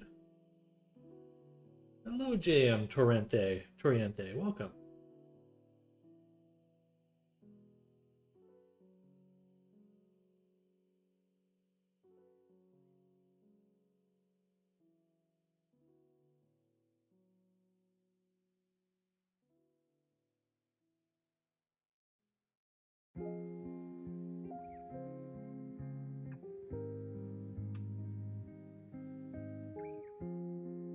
How's your day going?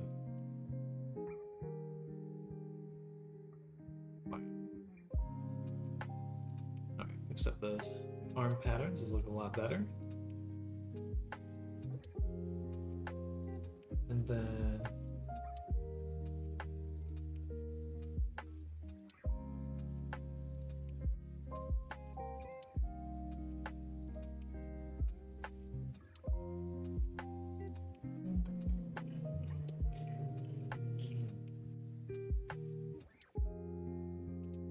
we've gone through almost all of these.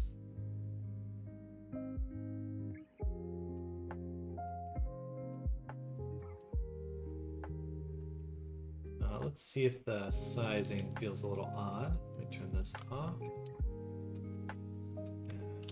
And I turn off ray tracing. If I can. I click. I am clicking. I'm clicking.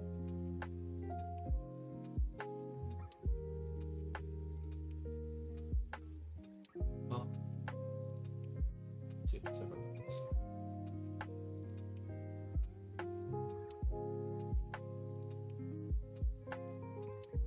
Turned ray tracing off.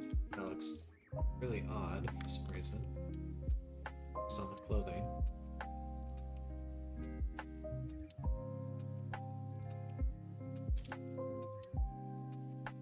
All right.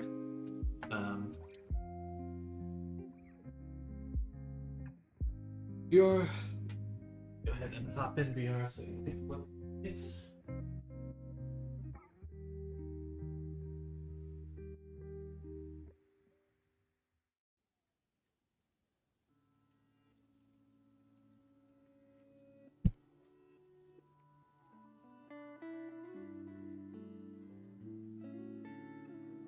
There's our music.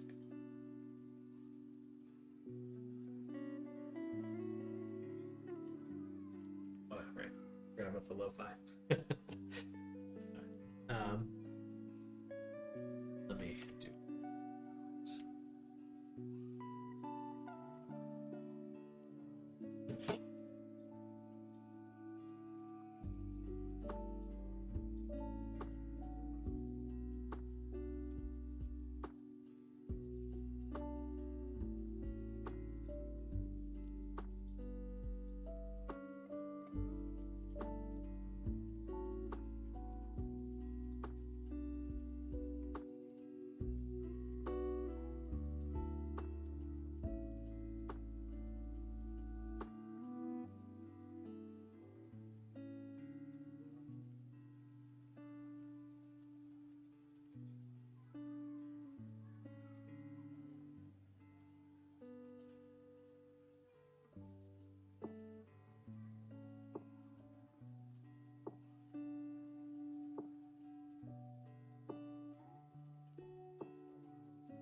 Very, very. Instead.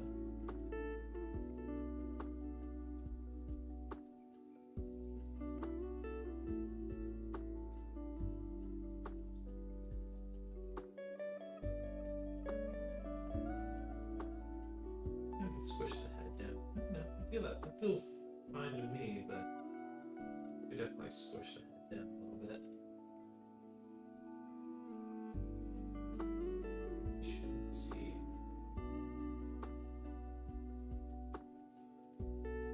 Why are the bones still missing?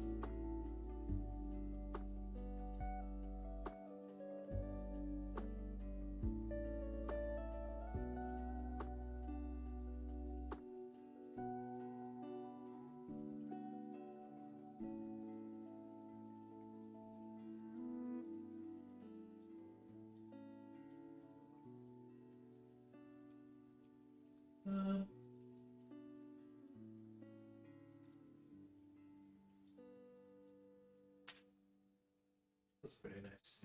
We can switch it down.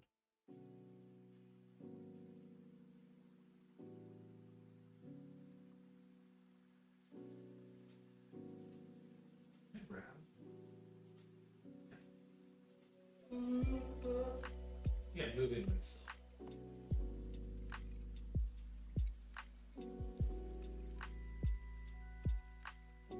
The strand's broken. Alright.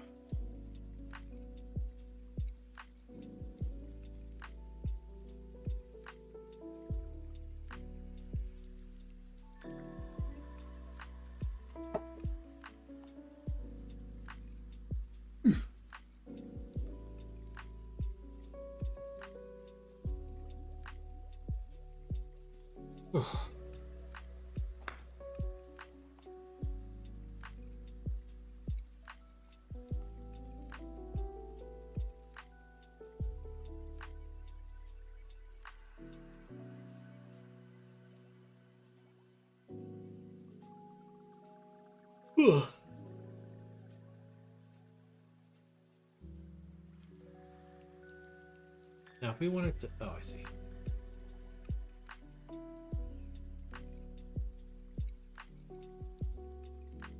There we go, much better.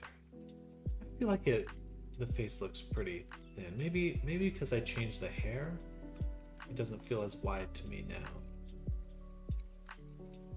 Wow, the heck, VR in Blender? Heck yeah!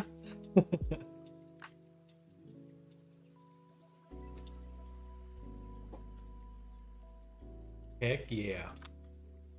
Quite useful.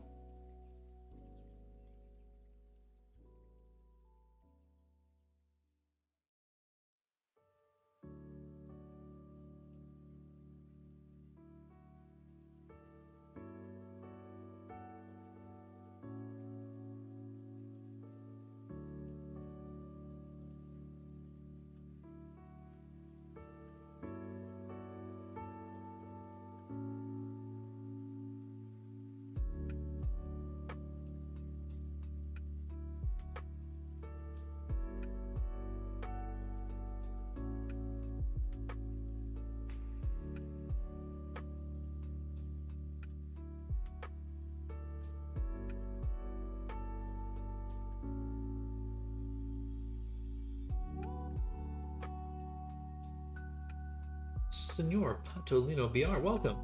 Right now I'm in classes at the university. Instead of paying attention to the class, I'm watching how to make the avatar. Well, good. Hopefully the classes get a little more interesting then. Excuse me.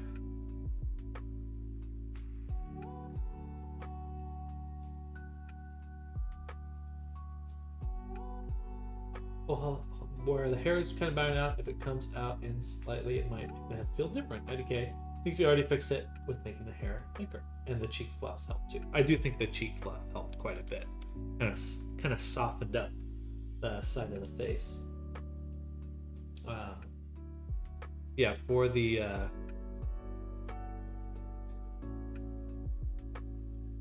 hair, definitely still need to tweak it a little bit.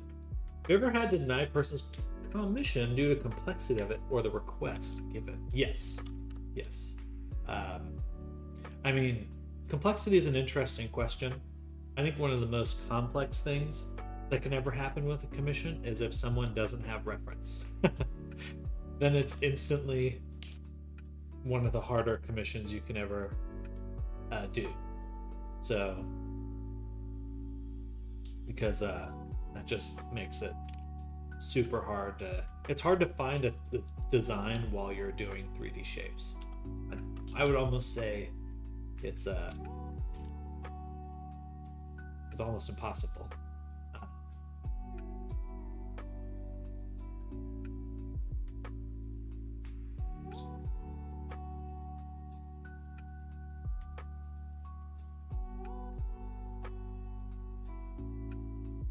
Do you make asset commissions? Rarely. I make a lot of assets to put on my Gumroad, which is linked below. But unless they're part of the avatar. I usually don't do asset commissions by themselves, but I'd be open to it. I just that's not something I do very often. But I am open to it. It just has worked out that I don't do it very often.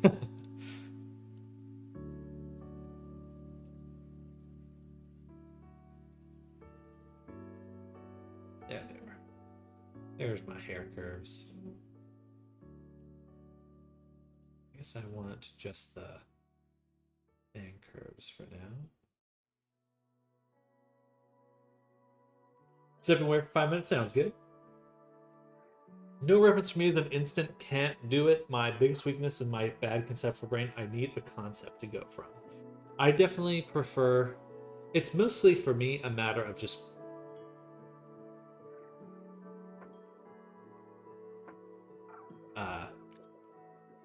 you can work on things and still be on a very different, you can, like, if you discuss a concept with someone, you can still walk away with two very different internal ideas of what you meant or what each other meant. You're like, oh, they must mean this, and then it just turns out that no, they didn't mean that at all, or this, or vice versa, you know, or they think you implied something, and anyway, it just becomes messy because you're having to rely on literally the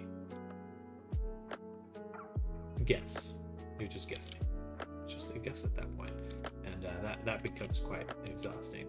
Like, I don't mind concepting in some sense, but when you're doing it, 3D work is not really about concepting. It's much more about engineering. 2D work is best suited for concepting, in my opinion. My issue is that always the guidelines is why I don't do comps. How much would they charge me to improve an FBX that I have to do it again from scratch? If I was going to do a avatar from scratch, that would most likely be in my $1,000 range. If you're asking for my commission prices, it's about $1,000 for a from scratch avatar. We want to close up these little gaps here. These little gaps.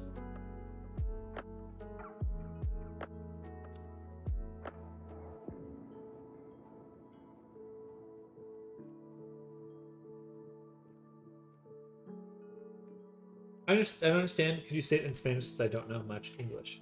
I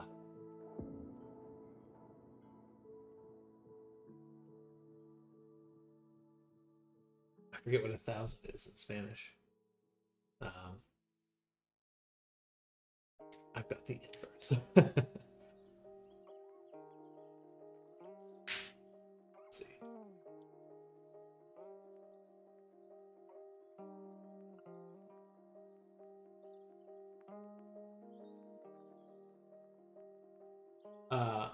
Alrededor de $1,000. Alrededor. Hello, Neko. What? Welcome. How's your day going?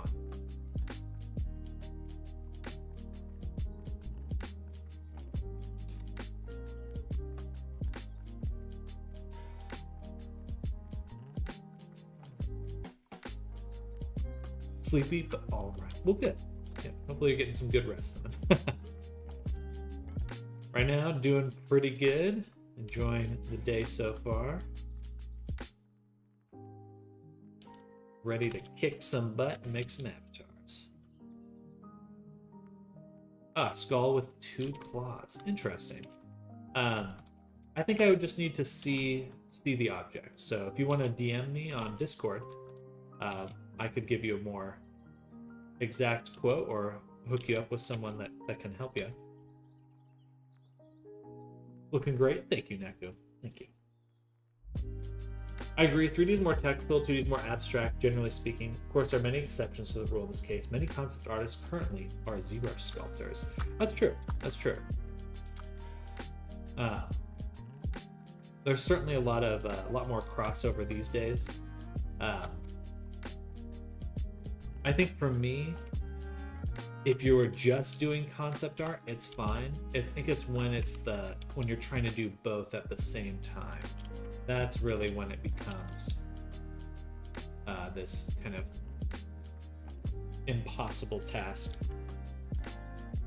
where you're trying to come up with the concept and make a 3D model at the same time, like a game ready 3D model, not just a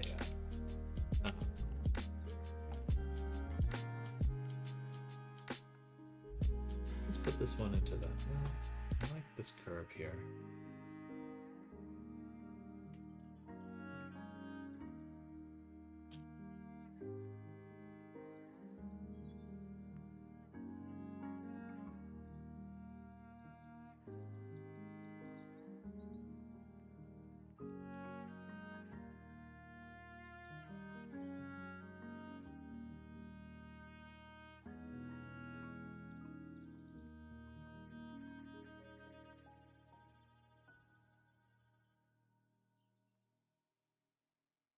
Start with nothing.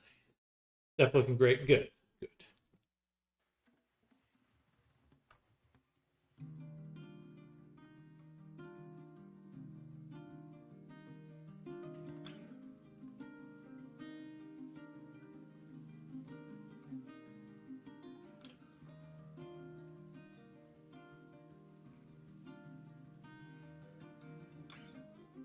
Gotta find that balance. There's still a big gap here. Big old gap.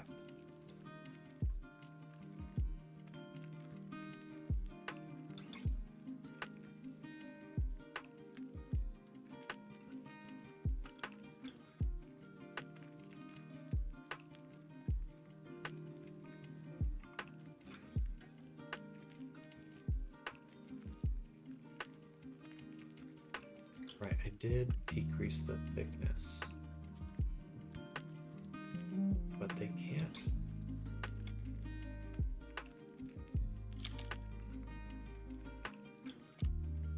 This is a challenge. But I need to decrease the thickness because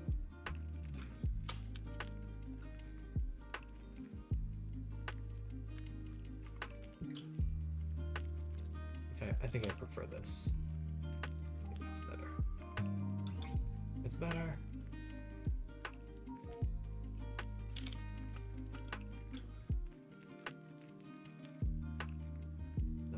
Still a decent gap.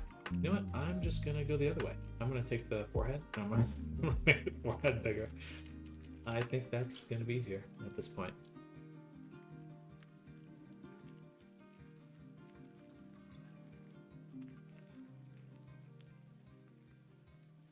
If we're not gonna change the hair at all, then it's why not?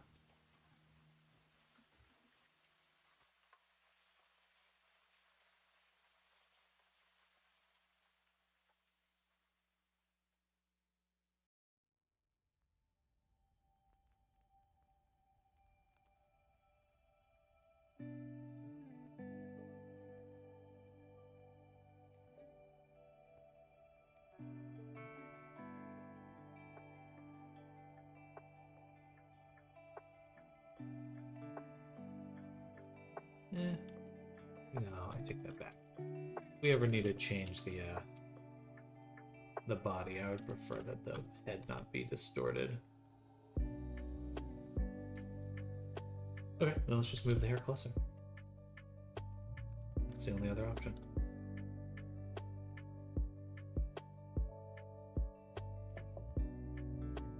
Already sent you a message on Discord. Perfect.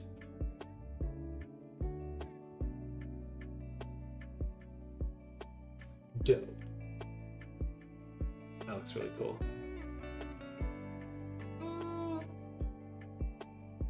An intro on my way towards my product really helps me think of the shape. Try to build my characters out as if they're really fleshy things you can hold, as gross as that sounds. I like that. I like that. For me, concept art is extremely hard. I tried doing 2D for over a decade, concept art being the first dream. Running into many walls. I did the donut tutorial about 2 years ago.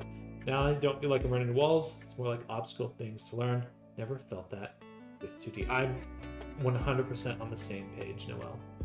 Well, I never had issues coming up with concepts for myself, but I did have issues coming up with concepts for clients. or for a job or something like that. That's where I really struggled.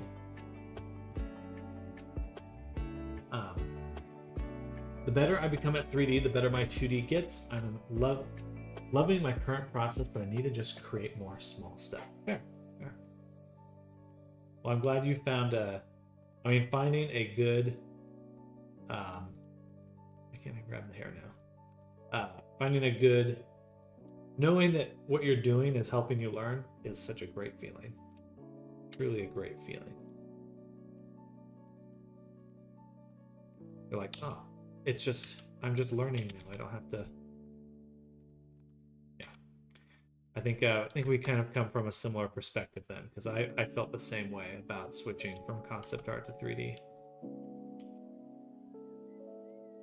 That was what I was trying to do. Or not, well, that's what I was doing for a while. And then I just realized, I don't like this anymore. I am not having fun.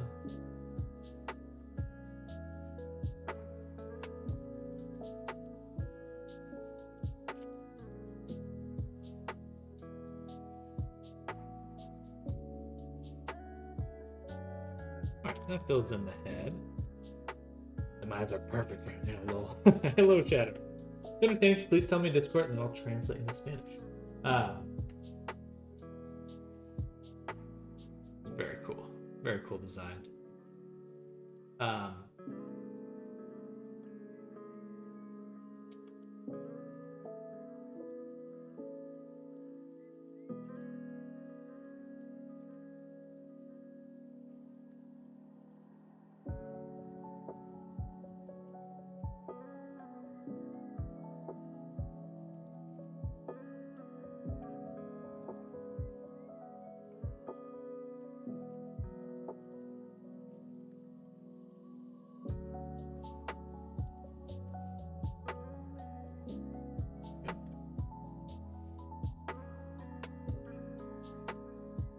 I think the hair fits the face a little bit better, at least vertically.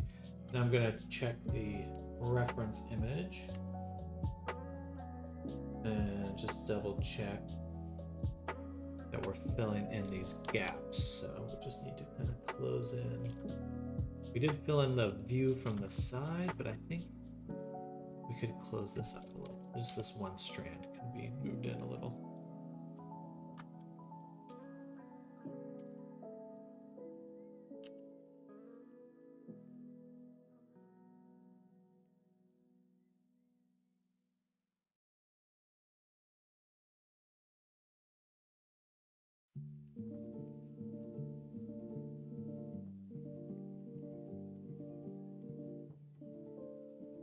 And hello, Shatter. How's your day going? Good to see you. School treating you well? Ish? As well as it can?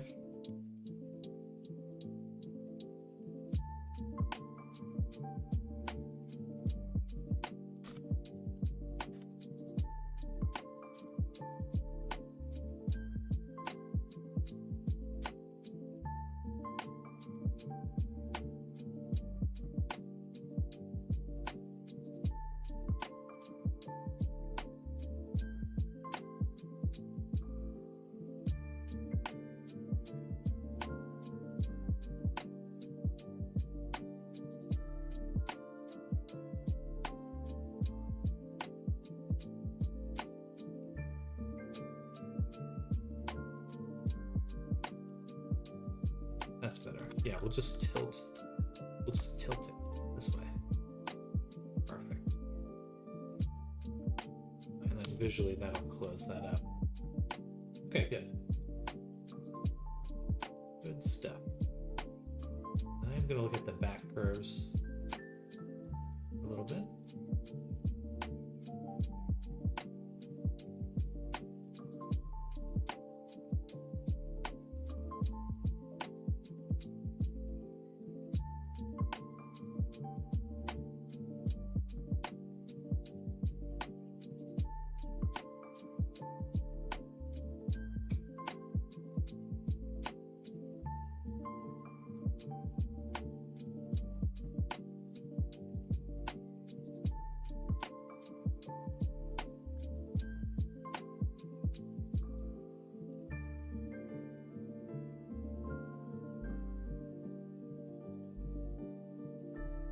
Let's switch the geo to low poly because this is very slow to move.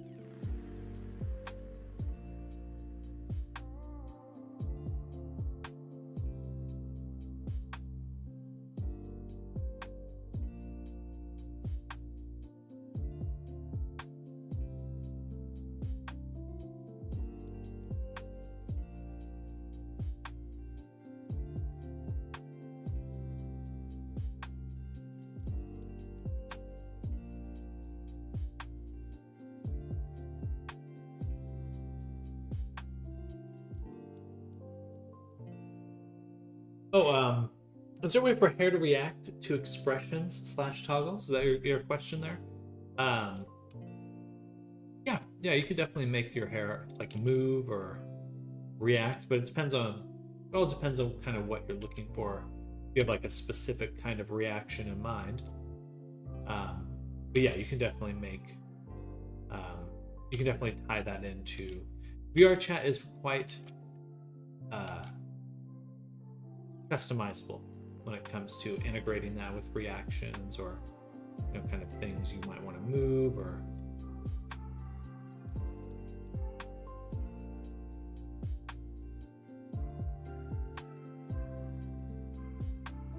okay, that looks a lot better. Aardwolves, when they're angry or scared, their hair goes up into full mohawks. Yeah, that should be doable. I think there's a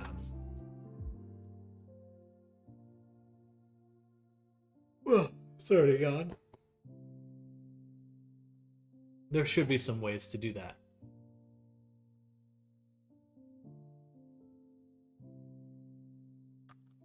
I'm hoping this did not break the hair. That's my hope right now. That we can just duplicate this. Put this out here. Mesh the hair.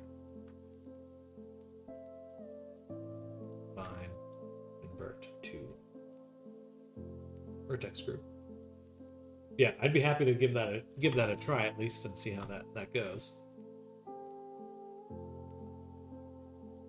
Body.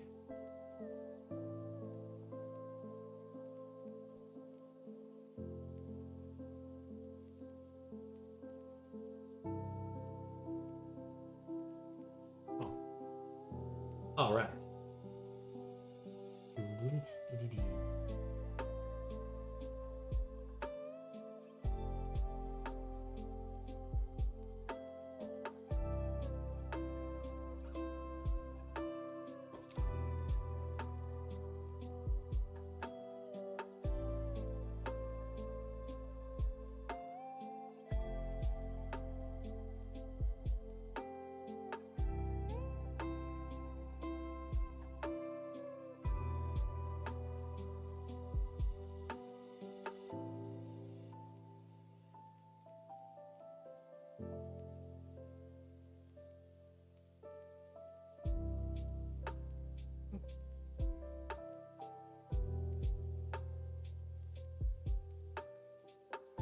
Definitely feels like a smaller face now.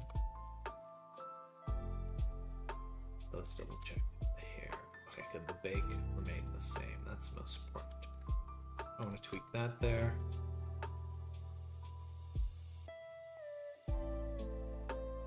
eyes look terrifying right now.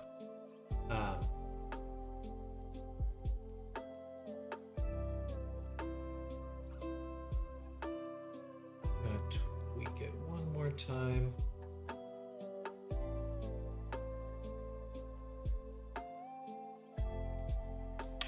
Actually, let me just look at the reference.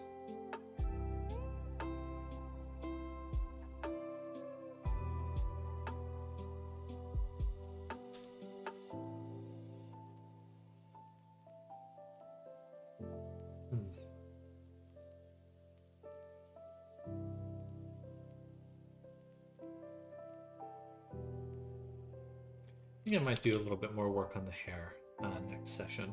For now, we're gonna do the face rigging, get that tested, and then gonna move on.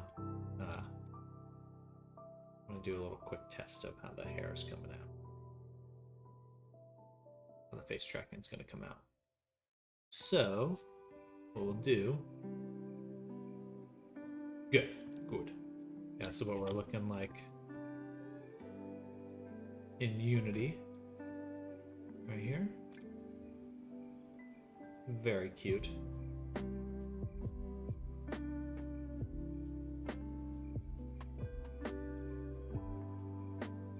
So, what we do is anything else I need to do? No, that's good. So we delete all our shape keys again. We have the character selected. We're now baking in the unified shape key blend shapes, unified blend shapes. Save that, run it. We have a big old list of shape keys now.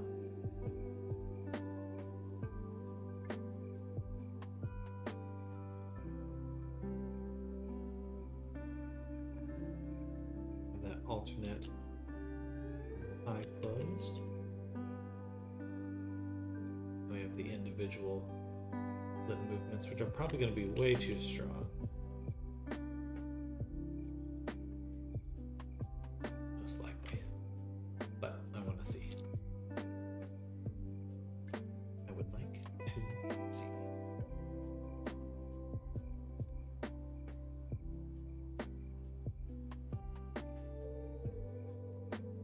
I'm going to open up Creator Companion.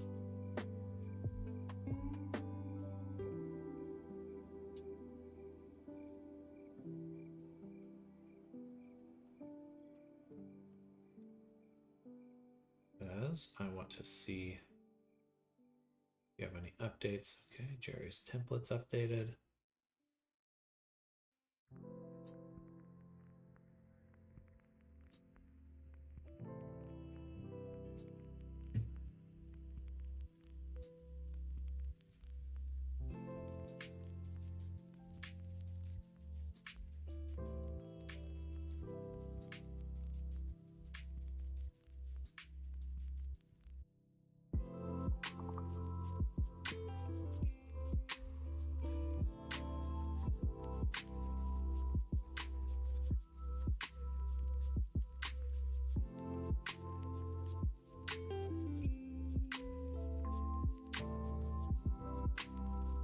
Take it so long. Well, we're just chilling right now then.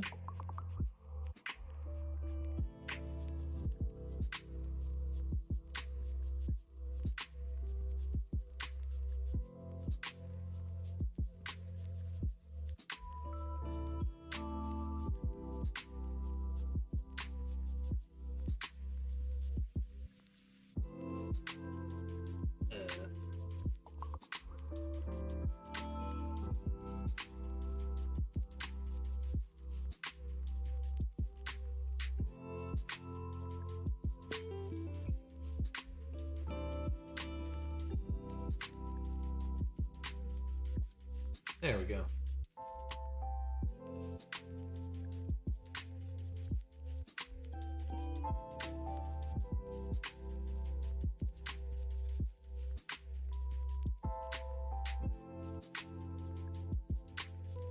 And then we'll also update the SDK.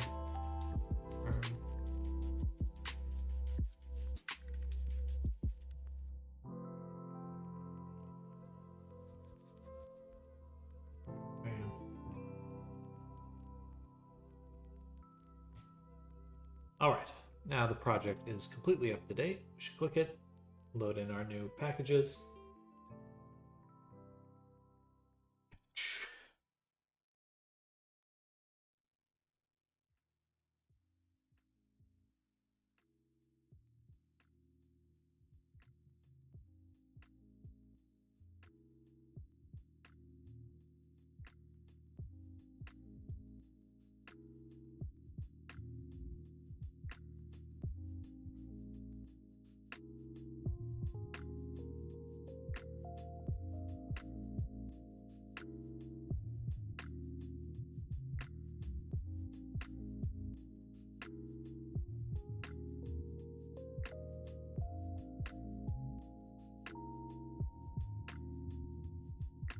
Loading.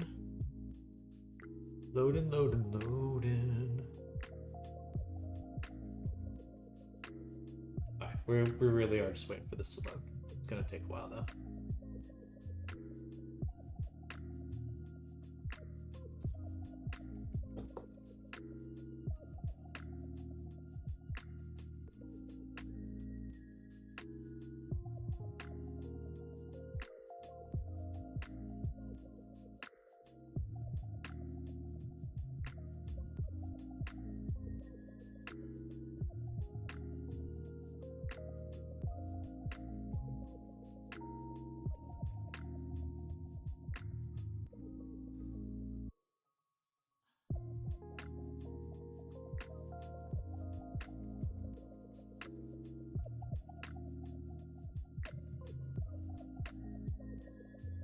There we go. Okay, so now everything's added. We have the latest version of VRChat Jerry's prefabs, specifically for the UE blend shapes. Does the Quest Pro track?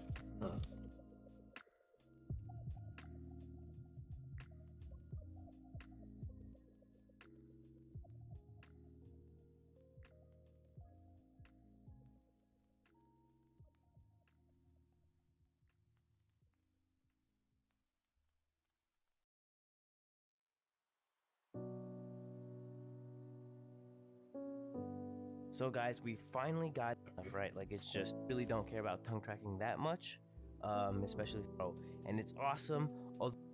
Sorry for the sound.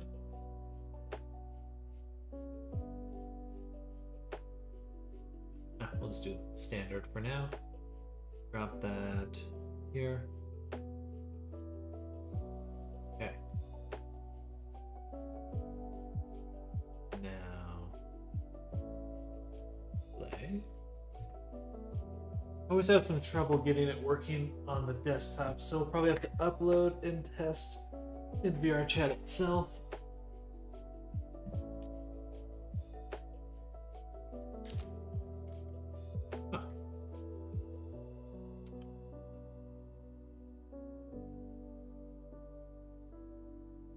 Window. So.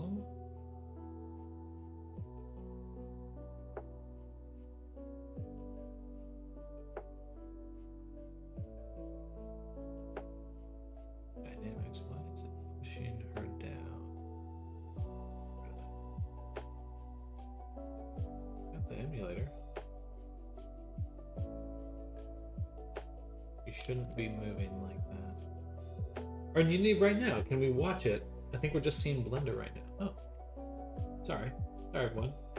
Didn't realize it was stuck. Oh, that's deceptive because I can see my taskbar down here. Sorry about that.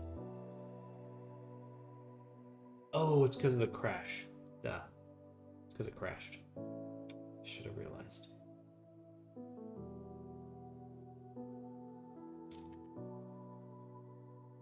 She's blinking.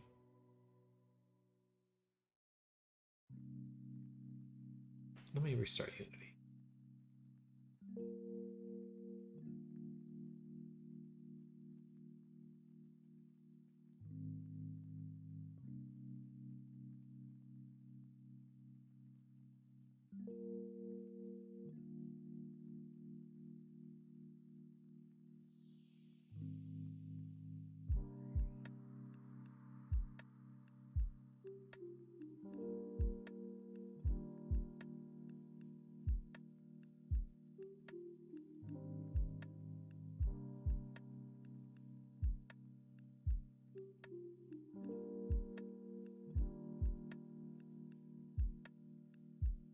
With my other FT avatars, there are toggles to turn on and off eye tracking and hand tracking. What if you need to do that with Gesture Manager? So most likely the prefab I'm using is the exact same one in the avatars you're seeing. There we go.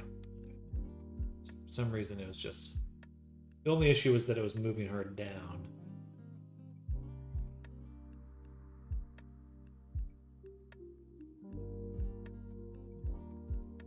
There we go. Alright, so now set up my phone.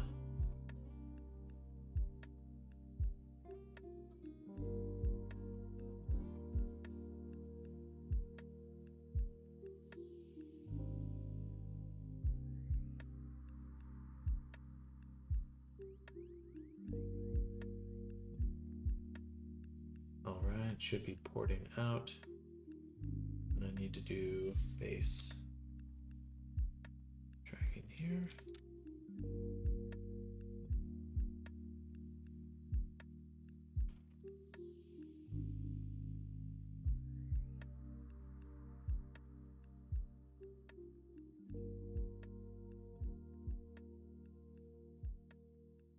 You see that it's connecting there.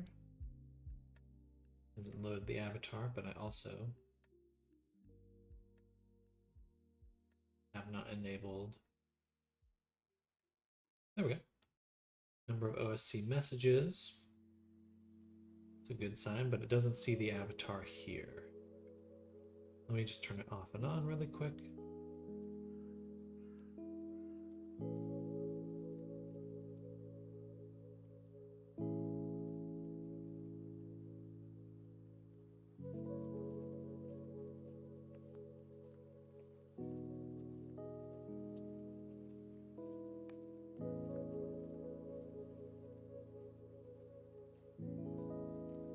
If it doesn't see it, then we'll upload, because I know that will work.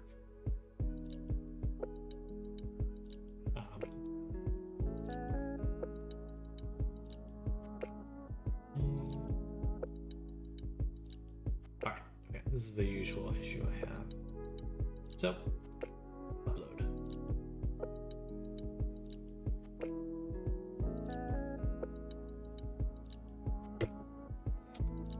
Res. Mission.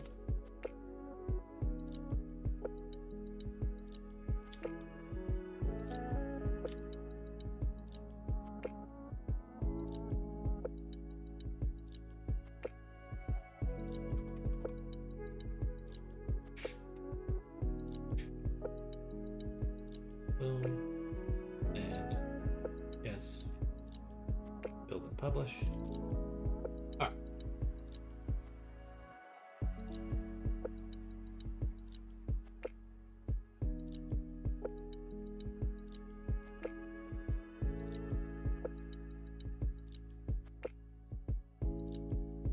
Now we're uploading. What's Kaiser Mipmap filter?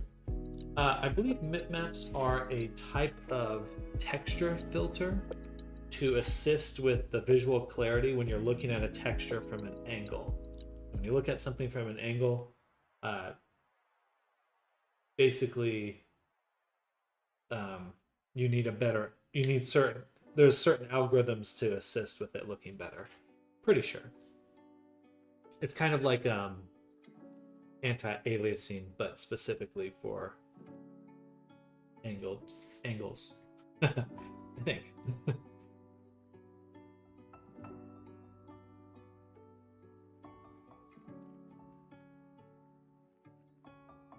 Unity seems to feel you should use that instead of Box with autofix button. Interesting. And specifically VR chat wants you to use it. Unity gives you the option, but VR chat's telling you on upload, we want it this way.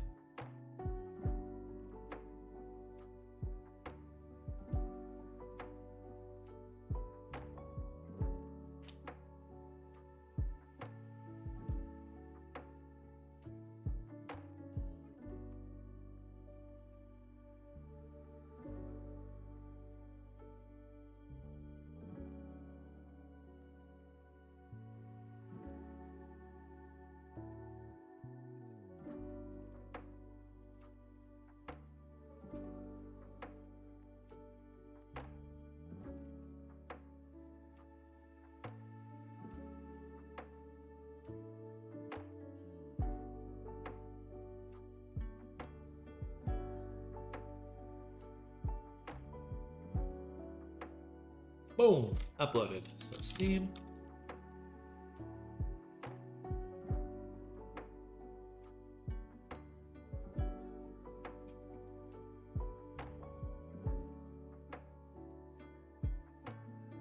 Library.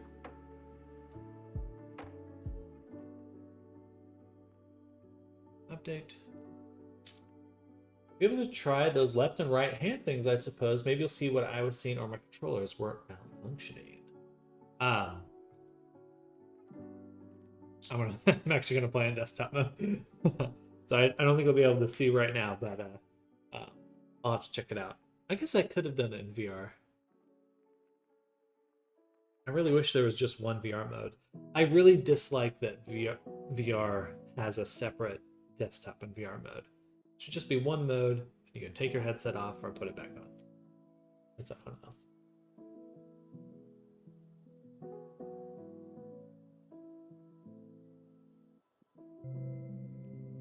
Yes. I agree. Continue. Boom, boom. Totally read that.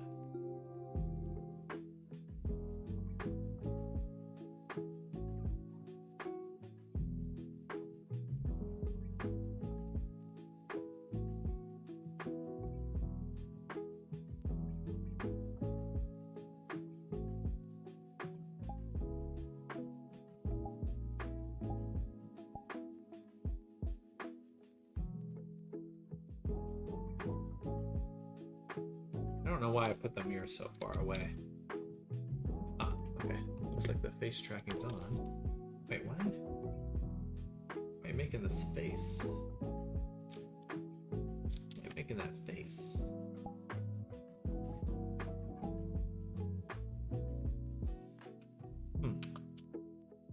Interesting.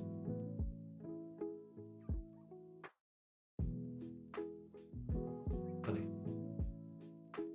Okay. Okay, it does see her, so yeah, there we go. Wow.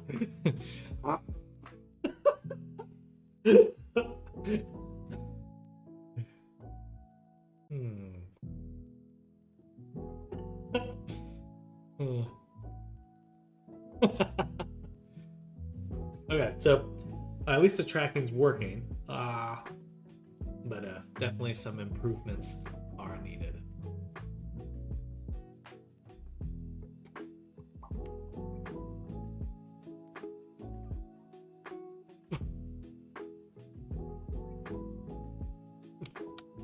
That's funny.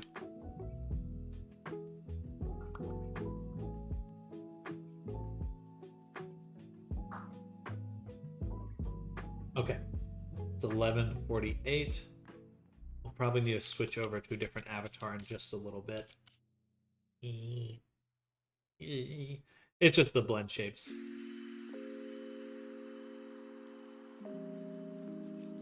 As long as the face is moving, you know the tracking's working. But I just have to...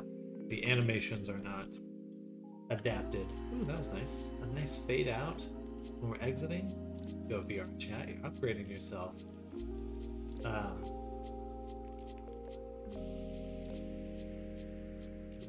But it's tricky.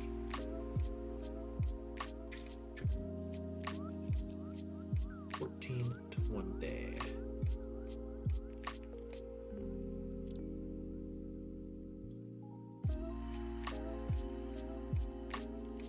That's good. It's not good. 14:30.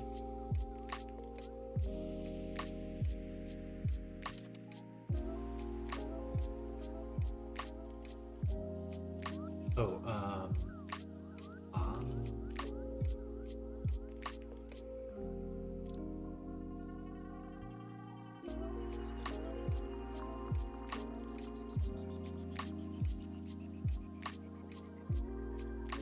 that's interesting.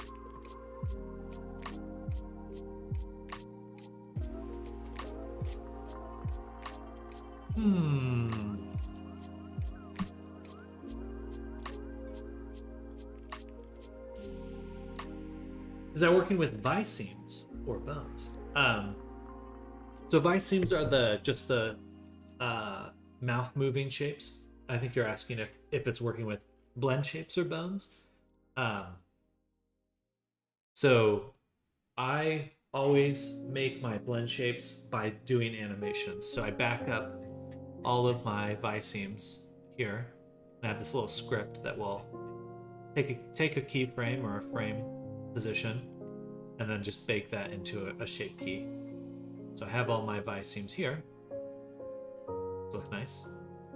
And it saves me a bunch of time, because if I ever need to redo my blend shapes, it's an animation and it's not a shape key. Because shape keys are super fragile and honestly a pain to work with. But what we're encountering right now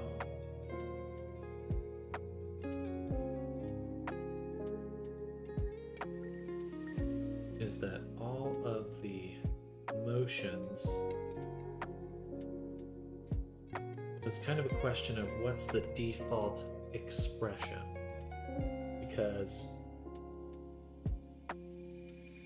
I made it so that the avatar has an open mouth by default. Let me look at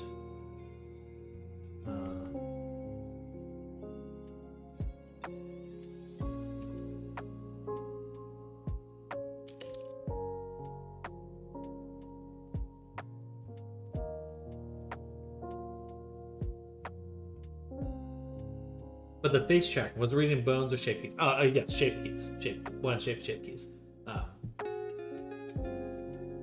Doesn't have to though. You could create a bone version, but most facial expressions in VR chat and most games in general are through shape keys and blend shapes.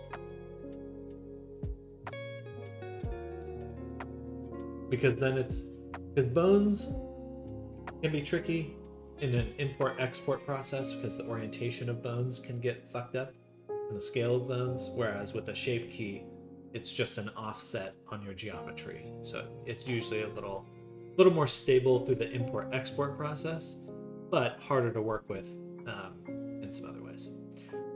Look at our references.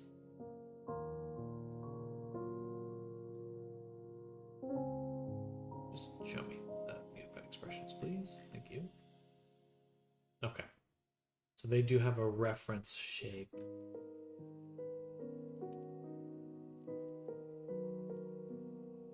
But we can cheat. We can cheat. We can cheat by when the face tracking for the mouth is enabled, what we could do is turn on the sill expression. Mouth closed expression. And that way, that would help. Or we go back, close the mouth permanently. No, I prefer. That's a little tricky.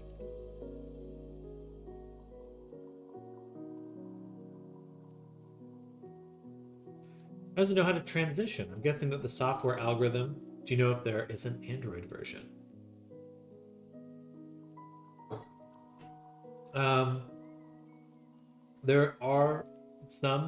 There is some sort of face tracker out there, but I don't think it's as good based on what I've heard. Just because the iPhone has specialized hardware for face tracking. But you can also use like VC Face or VTubing software to do pretty much the same thing. I would say you'd probably just want to use VTubing software if you're going to test anything similar. It would be on par with whatever Android's offering, or if you have an iPhone.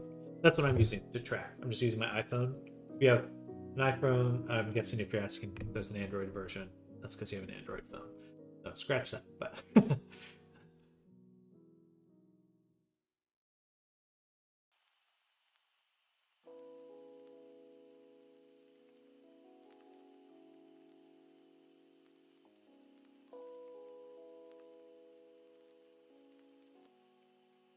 this parameter here, lip tracking active, is a Boolean.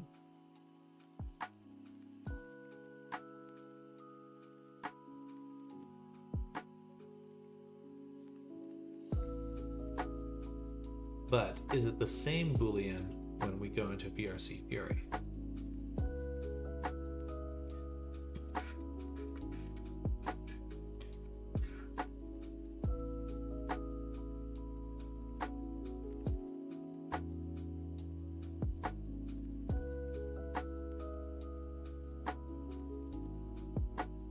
The VTubing software would link to VRC. Sorry. For some reason, I was assuming to test. You can do that. It is possible to link that up. So you would have both the face tracking, all face tracking, whichever way you go, relies on OSC. So OSC is like a way to expose parameters in VRChat to any third-party application. So you could use like a MIDI keyboard, you can use whatever type of interface. As long as you send data through the OSC protocol, you can influence things in VRChat, as long as it's built for it. And I believe VSF OSC. So in VC Face, they do have some sort of OSC thing.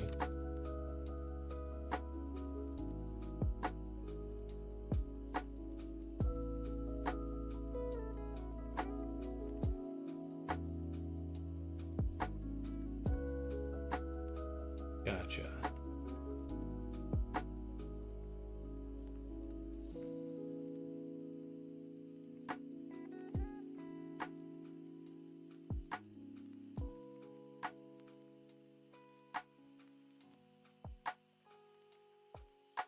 Okay, so it is possible, but I guess I would recommend VNeon. Actually, yeah. Why am I even thinking of VC Face? VNeon OSC. So VNeon is a great VTubing software. It's free. And I'm pretty sure you can use it to link, but that would be you being on desktop. Yeah, you'd still have to be on desktop, so.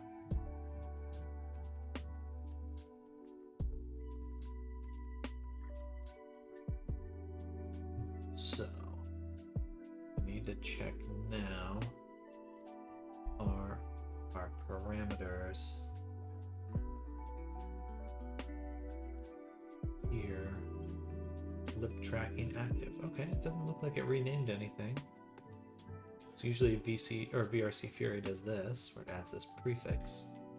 But for the face tracking, it's the same. Nice. Which means that we can add a toggle. I will put it on its own thing because I don't want it to be included. VRC Fury, face tracking, enable SIL. Toggle.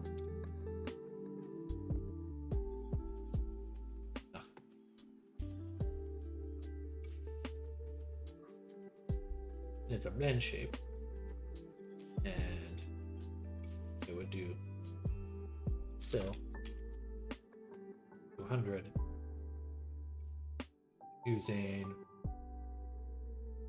use a global parameter, and that parameter is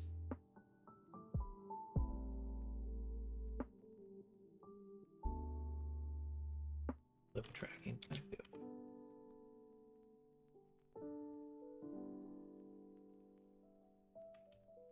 So when lip tracking is active, it sets that to 100. I think that should work. I see the trade-off, but in the VR version of Steam, wouldn't it be possible to connect it? Yes, possible. Just logistically hard to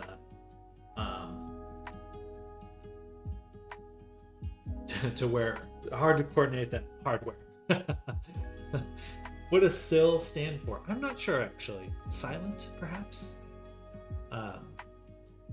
That'd be my best guess. But it's the neutral, closed expression. When you're not making a sound, I'm assuming it means silent. All right, y'all. I'm not going to lunch. But I am going to take probably just a 20-minute break, and I'm going to switch over to other projects after this. Put some time into Grim, and a few other ones, and then at 2 we're going to switch over to our D&D project. So I'll be probably grab some food and come sit back down for a little bit, but I'm going to be eating for about 20 minutes, and but I'm not ending the stream today. We're doing a different schedule now. No more midday lunch, or at least no big break. We're just going to keep the stream going. So, but I'm going to grab some food for just a second. If FT isn't working now, can you disable the module and send over the Unity packages as is so I can play with it a bit tonight? I can. But yeah, there's no reason to remove it. It doesn't do anything unless you enable it. So there's not much to do. I think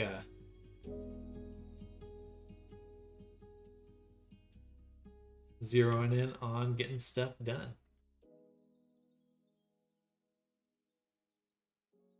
Gotcha, man. Isn't VRC making enough money to implement something like their own face tracking app?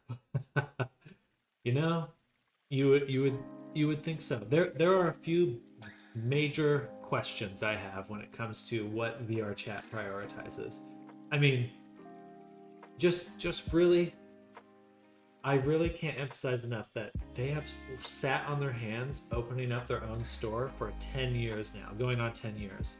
They would be making, like no exaggeration, probably millions of dollars in revenue if they had opened up a store that you could buy stuff. I'll be here. I'm coming back. I'm just gonna I'm not ending the stream, so I'll be back in just a second. But gonna go grab some food and sit back down. All right, I'll be right back.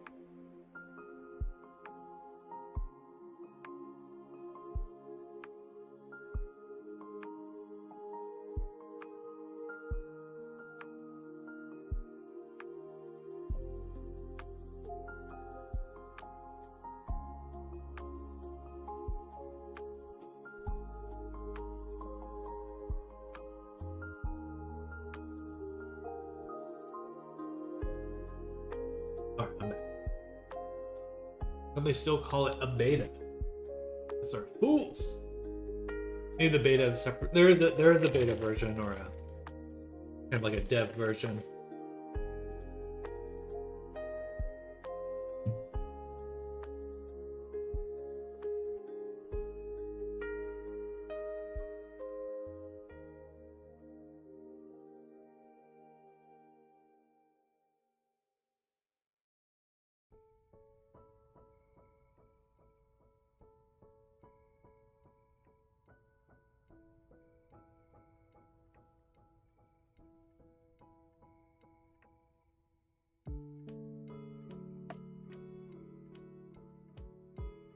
I just sat down, but I actually have to go to the restroom. I'll be right back.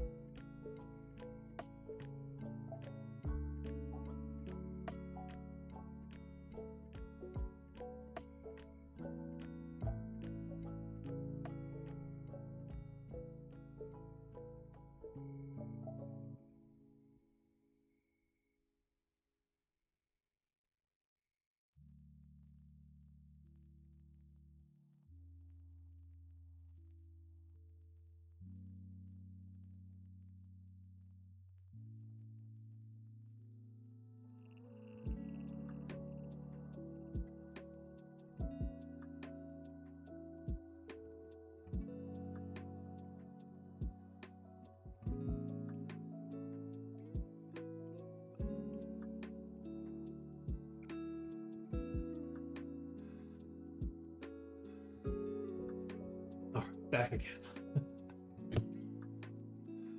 Needle right on.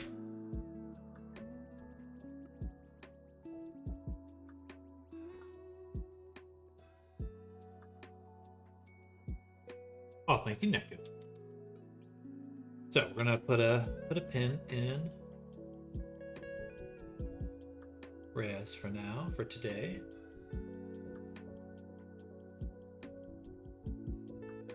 Oh, let me actually get that Unity package over. Not too much has changed, but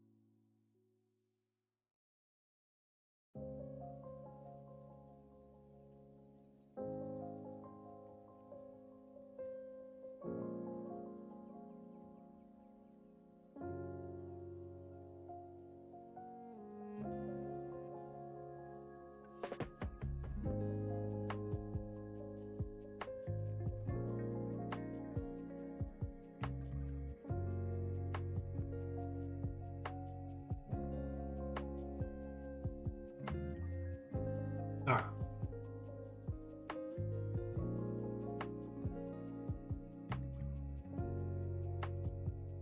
No, I take it back. We're gonna work on Nektu a little bit for an hour, and then we'll switch over to Grim for an hour. That should be good.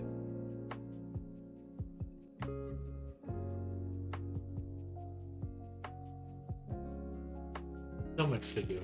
So much to do, y'all.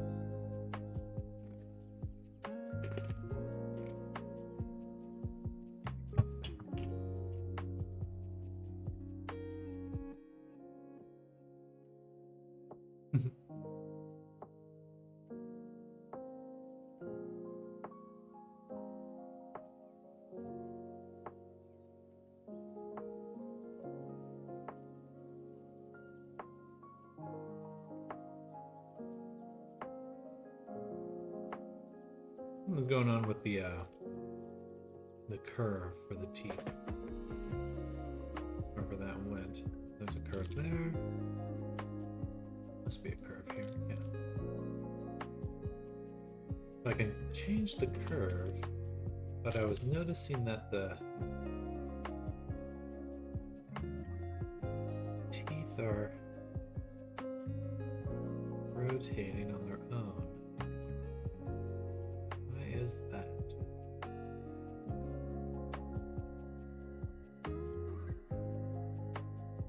I guess it doesn't matter.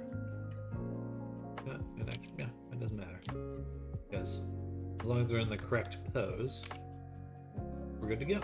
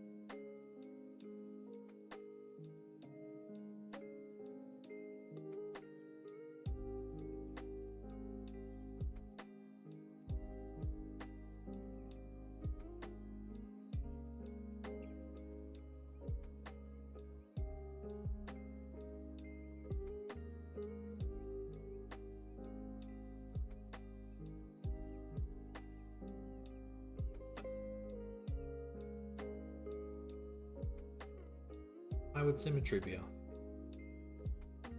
Bullshit. Absolutely, Rez.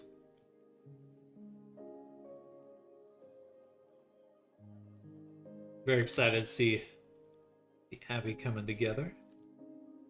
We'll be very close to done by the end of the week. Probably done. Because it's really just, once we're done with the face tracking, the body will pretty much be done, and it's just those outfits. Really just those outfits after that.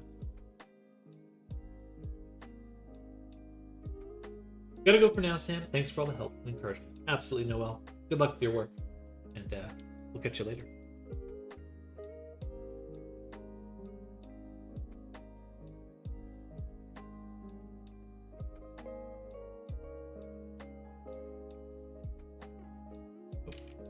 Looks like I have face sets on.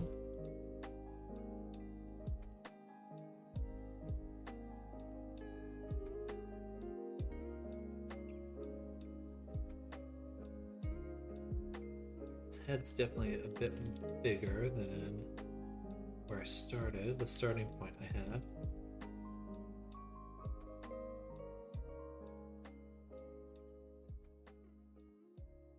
Turn on wireframe really quick. Turn down.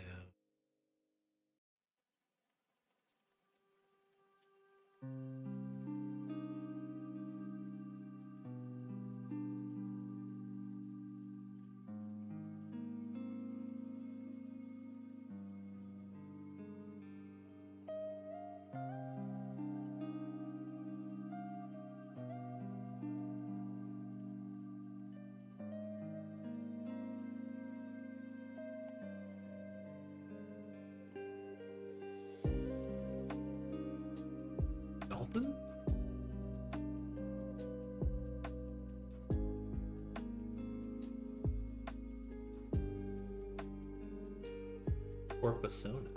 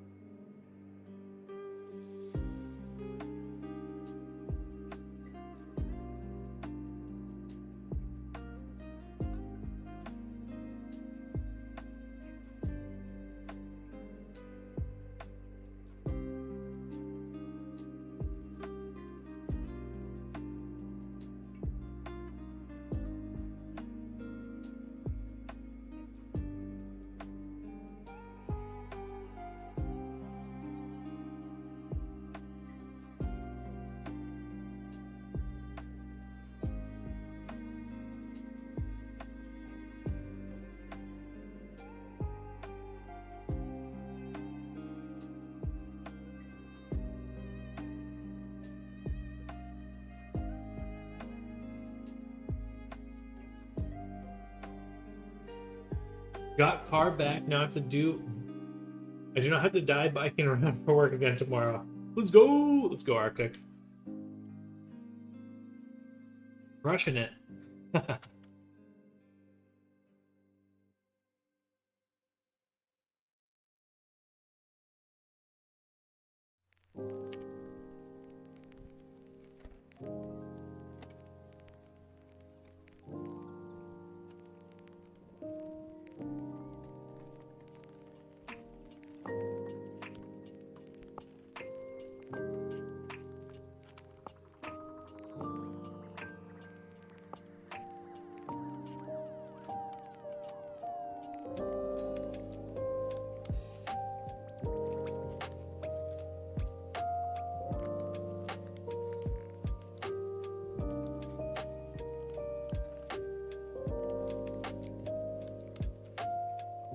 Munching at the same time, so excuse me.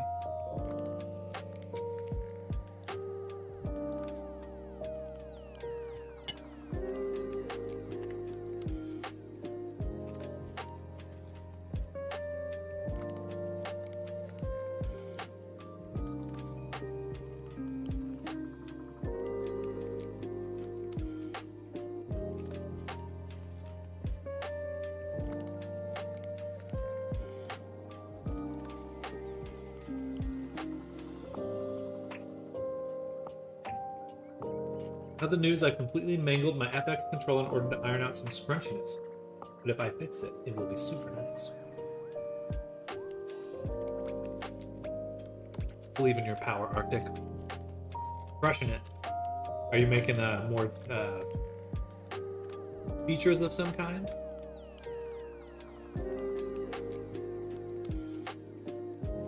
Creature feature?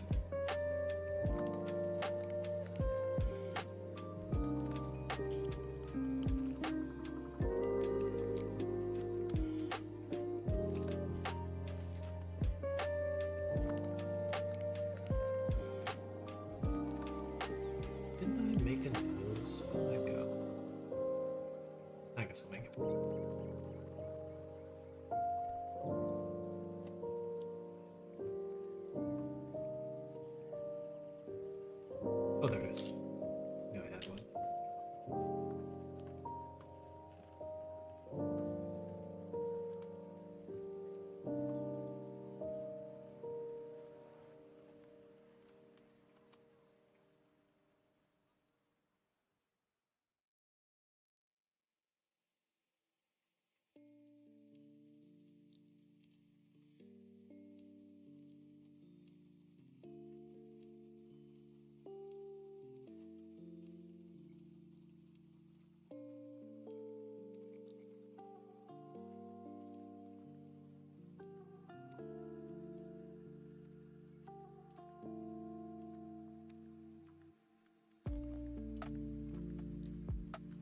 disabling blinks for certain facial expressions and silencing layers when others are active, etc. Okay.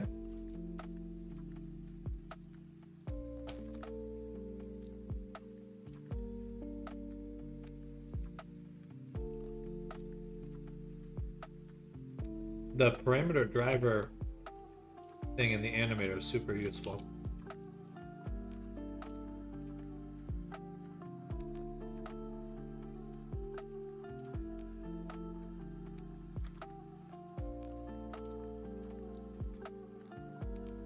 Ooh, spicy. Need some ginger. Ginger.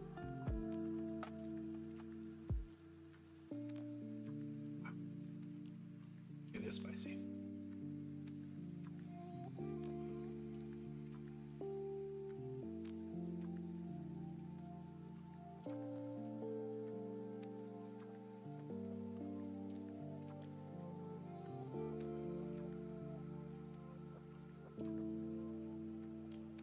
These should be longer. Basically closer together.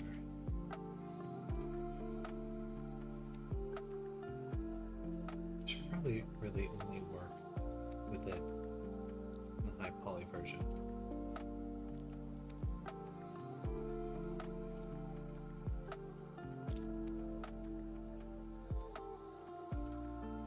Still super slow.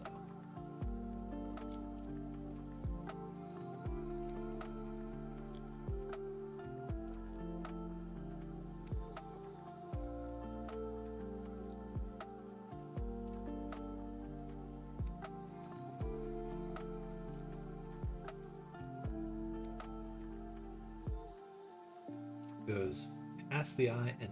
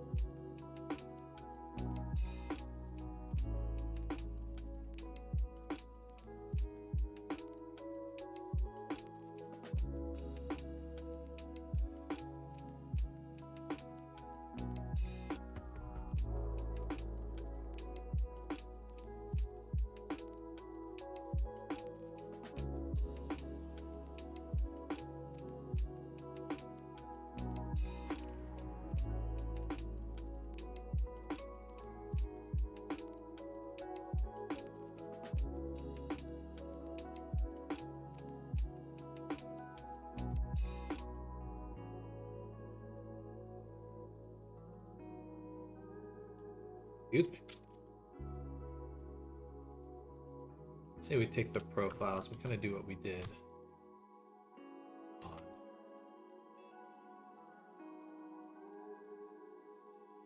the hair, which is push, make it a little thicker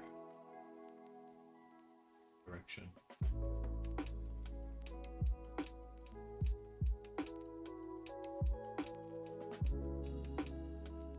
Just helps us fill up the volume.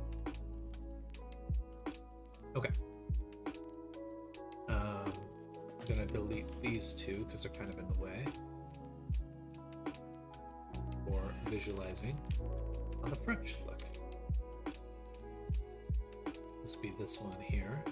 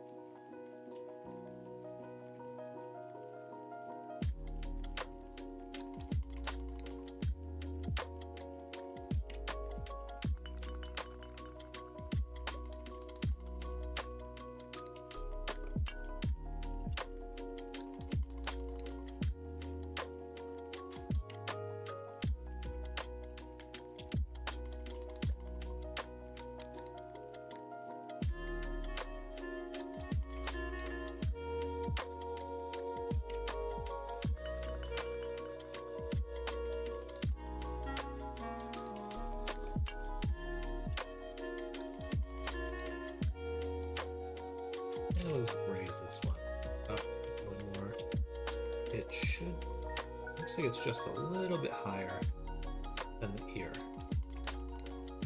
Alright, so we're just a bit. So many little wires. Alright, need another bite. Food in my tummy.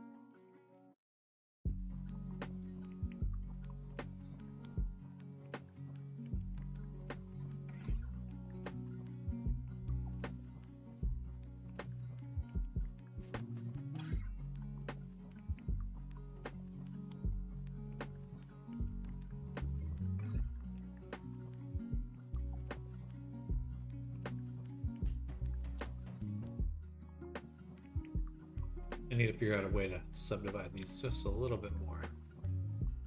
It looks very stoned right now.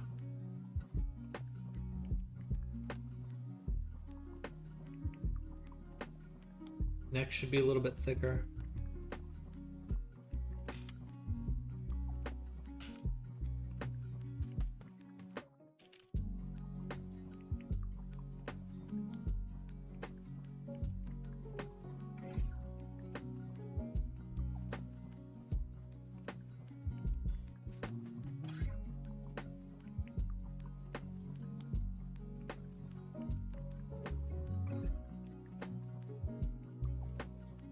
Too thick.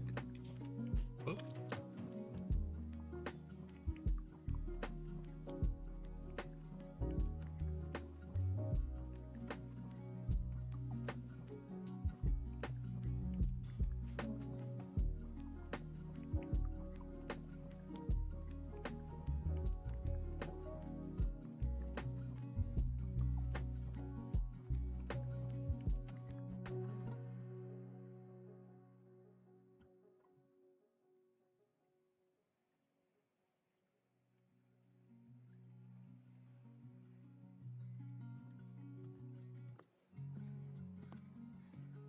Perfect. Definitely a lot of open space on the forehead right now.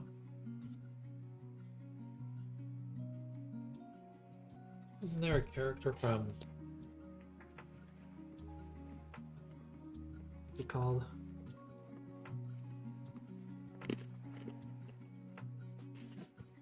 That high school superhero anime?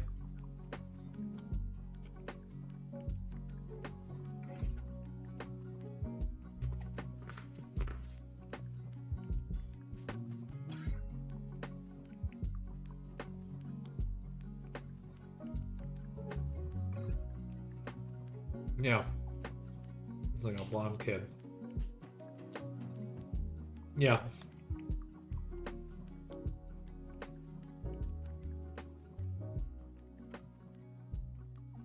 Bakugo.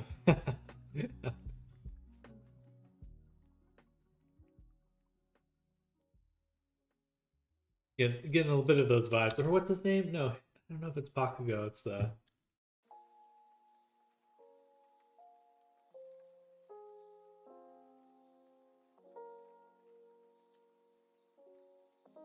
He's got like blonde hair, but is that little like antenna?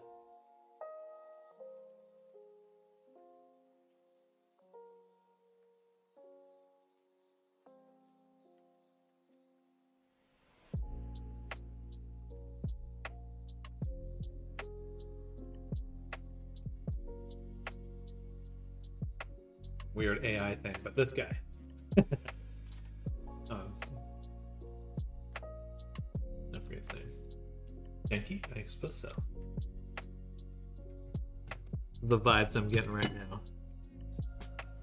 Work in progress vibes.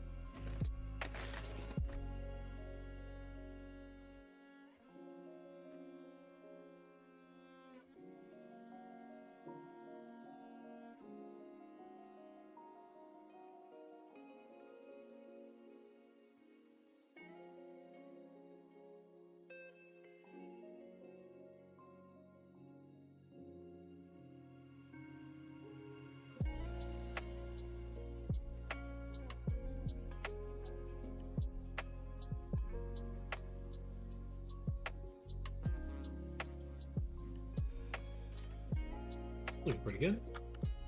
Need to fix these kind of side ones a little too full right now. Excuse me.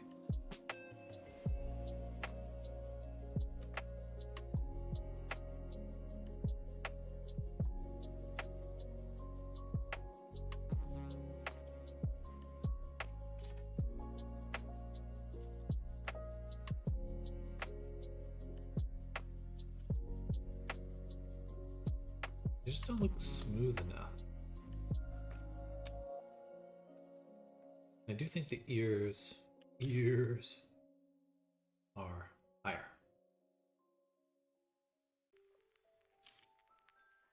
Why can't I click them right? Higher, a little bit more in. This.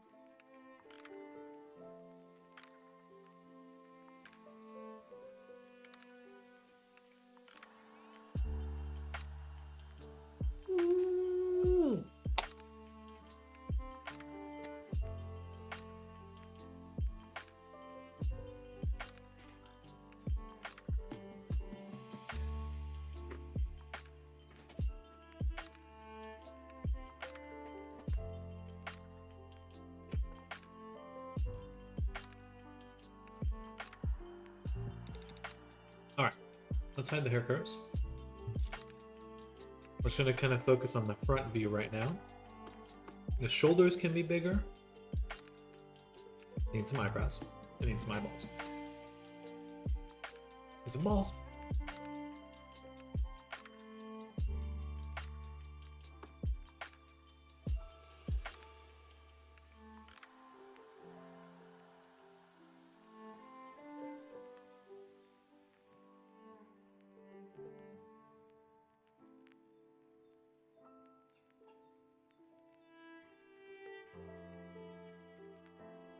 Shoulders are pretty developed, so I'll take that to heart.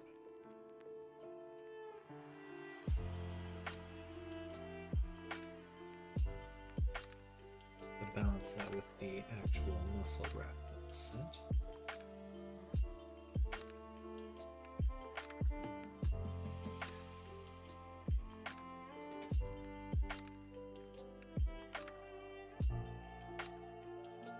not super toned. Toned-ish.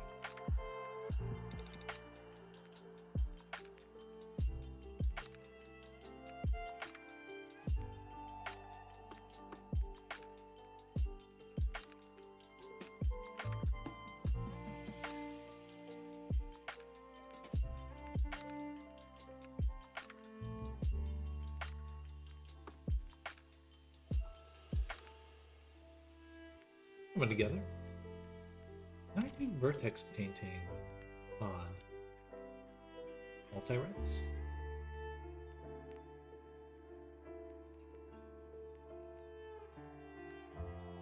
Guess so.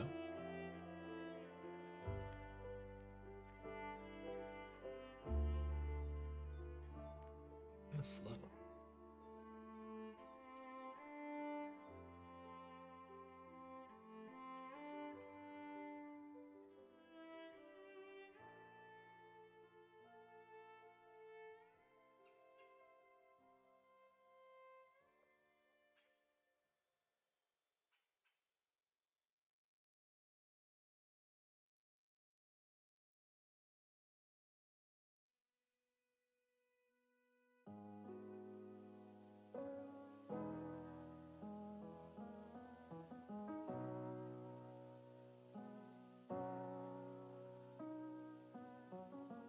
I think it's going with the...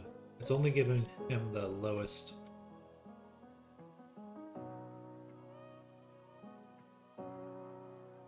Yeah, it's only doing the vertex colors for his lowest level in the multi-res stack. That's why it's so slow, because it's propagating all the way down into the stack.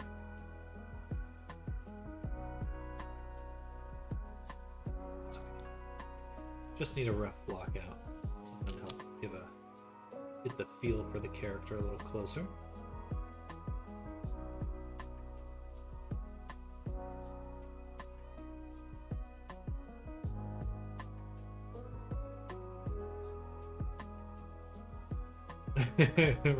Mention MHA around Neku. It's true. If I open Pandora's box. Hello, keyboard Kalani. Welcome. Welcome, welcome.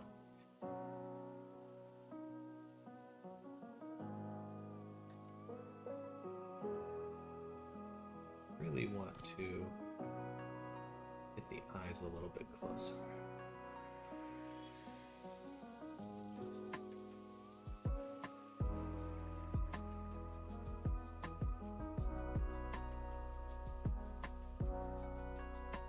Why this one point's way up there.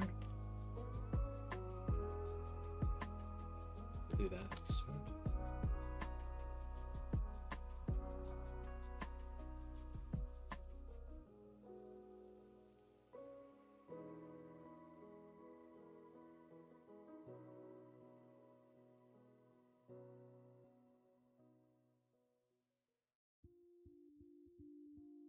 Up a little bit. Sorry, still munching in the background. Still munching and eating.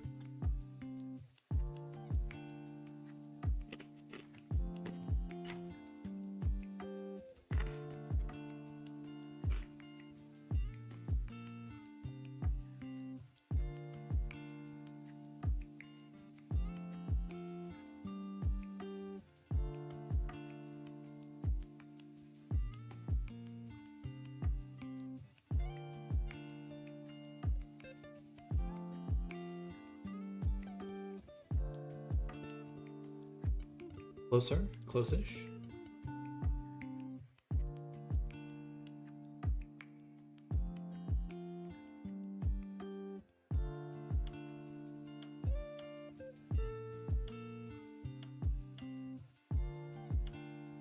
Chest could be a bit bigger.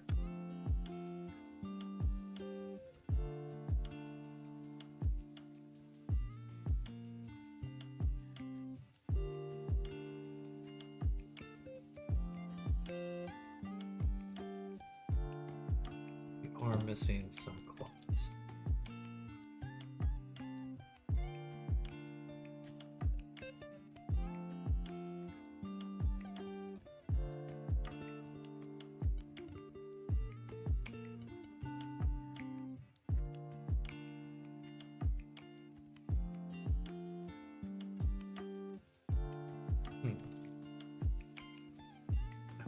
from scratch anyway, so.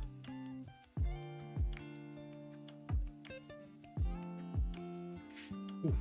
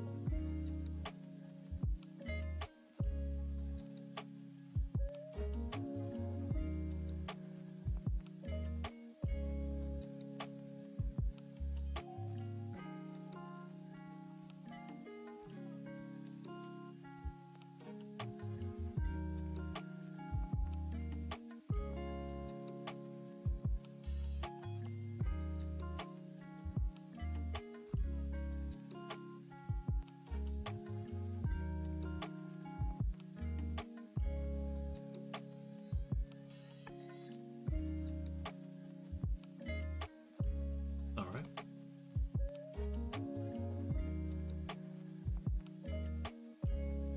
Something to that effect.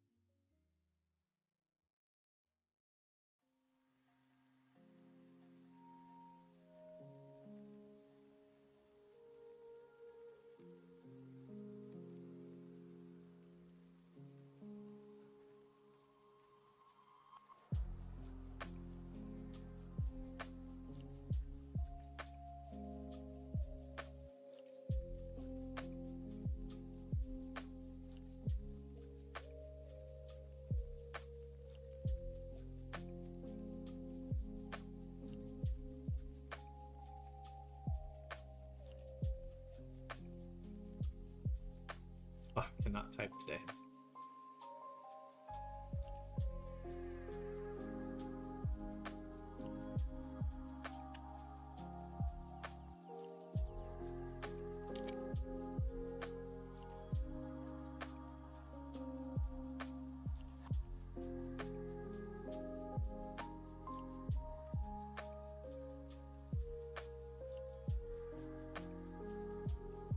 I can probably make these a bit more accurate.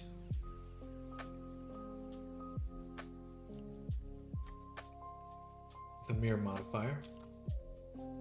Oh, we'll get to that in a little. Ah.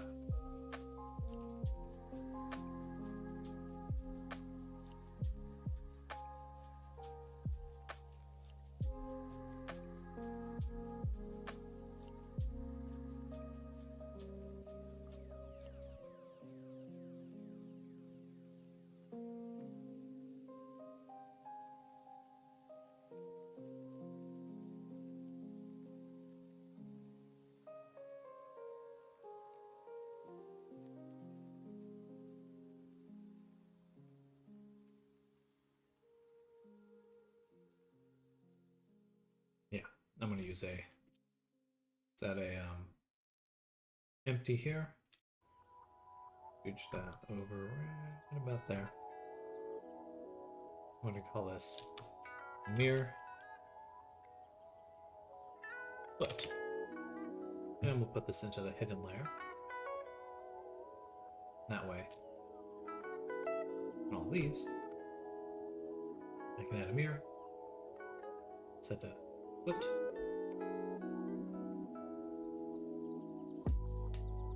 There we go.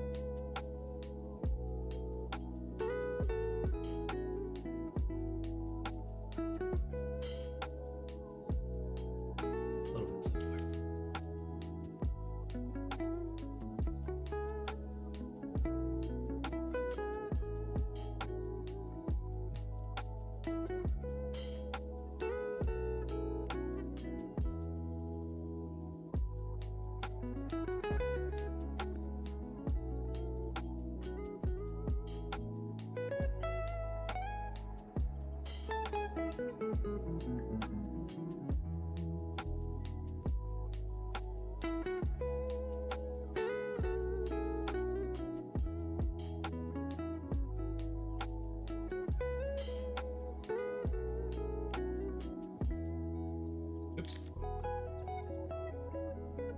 This one's doing 3 levels, so it's 4 to 8 to 16 to 32. This one we just need 2. 2 levels. Match.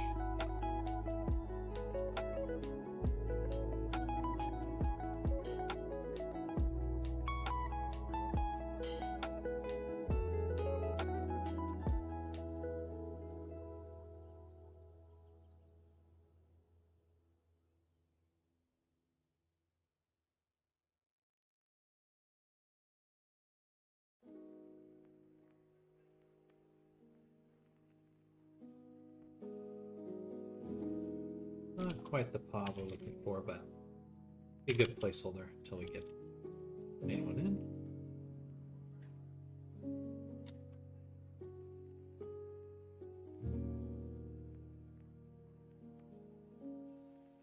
Okay.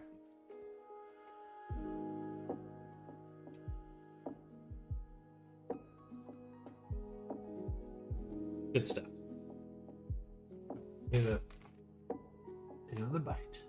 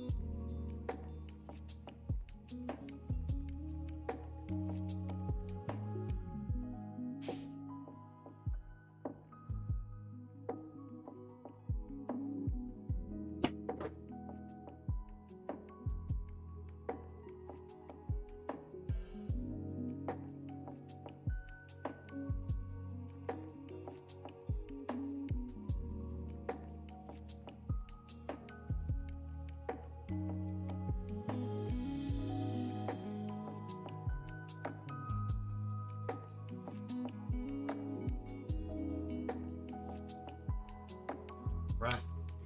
Red Bull round 2.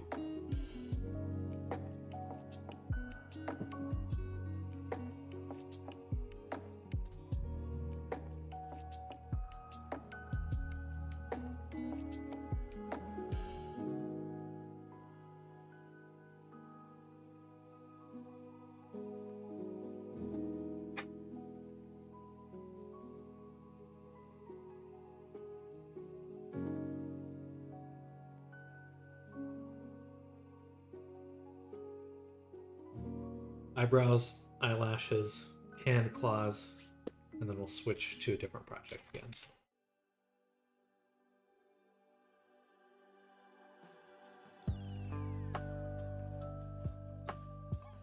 There we go.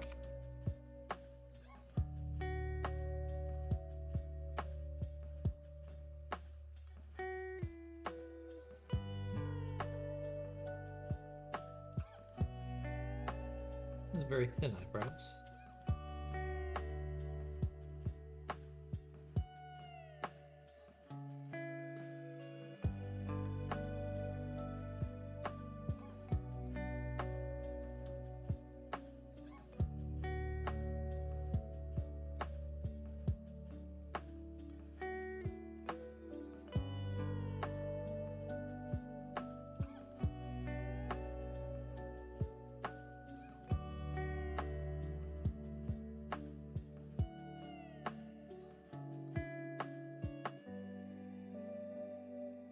Solidify. Something like that. 0.003. Shade smooth.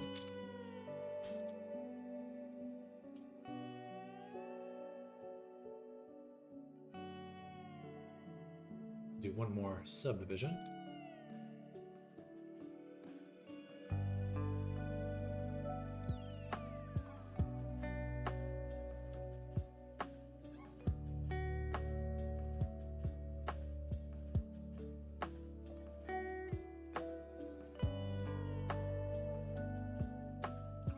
And then, of course, add that mirror. Maybe one more subdivision too.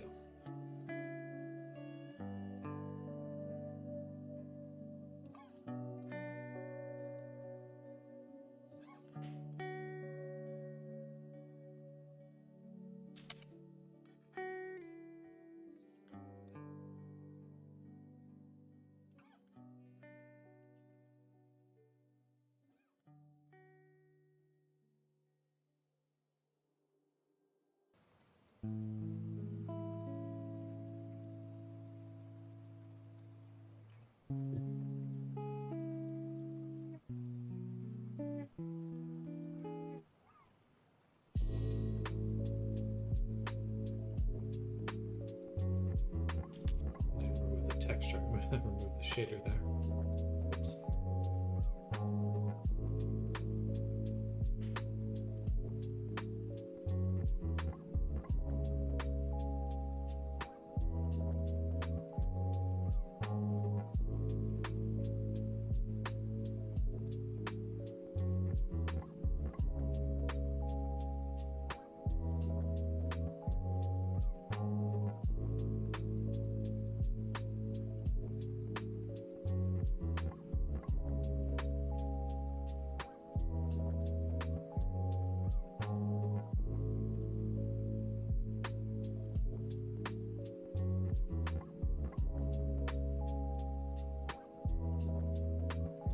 Very cool.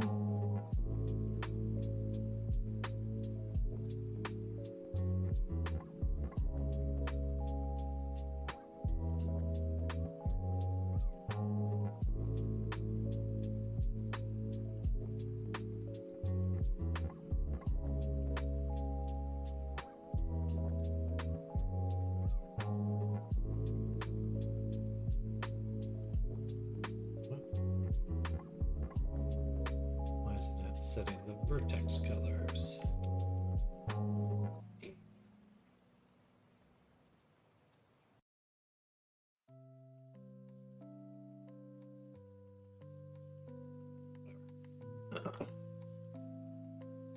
Oh. Gotcha. On this one, called attribute,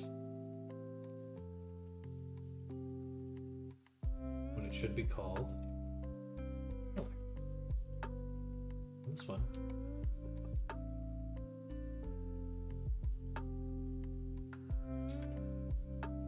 there we go.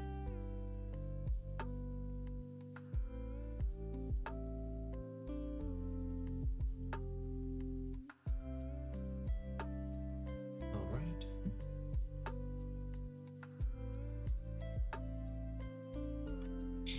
Eyelashes. Then the claws for the hands.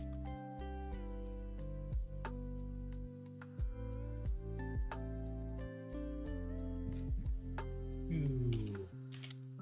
Pull that forward.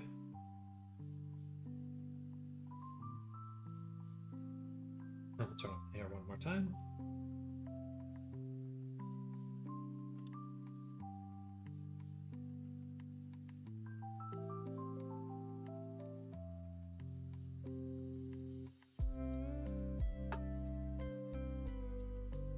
Maybe a little trim here, and then a main band around the eye.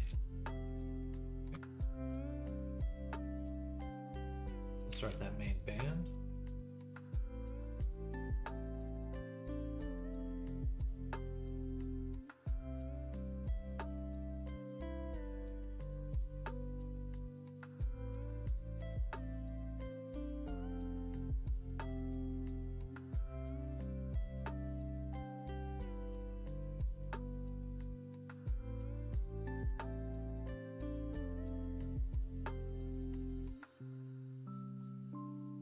Switch to edge.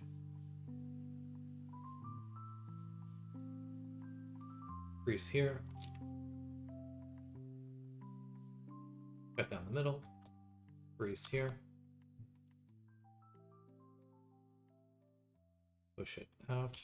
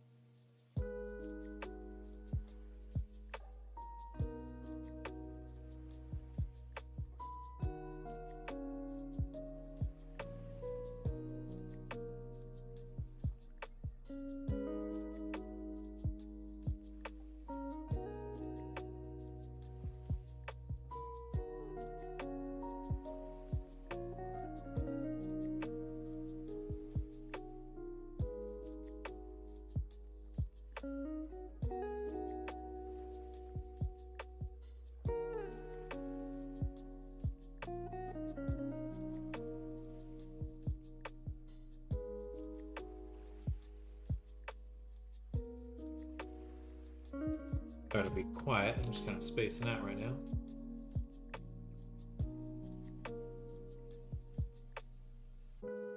My body's digesting.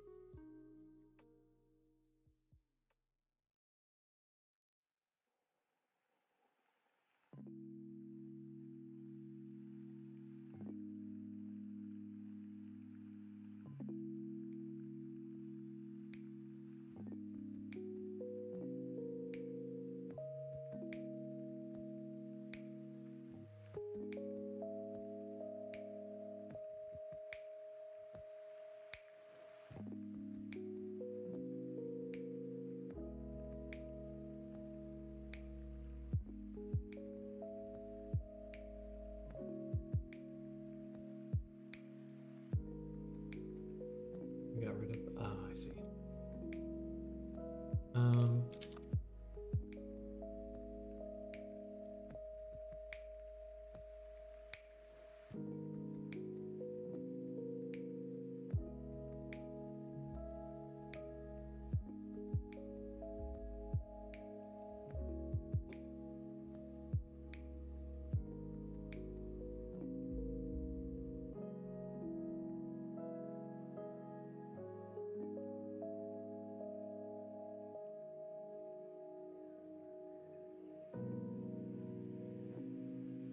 Yeah, so.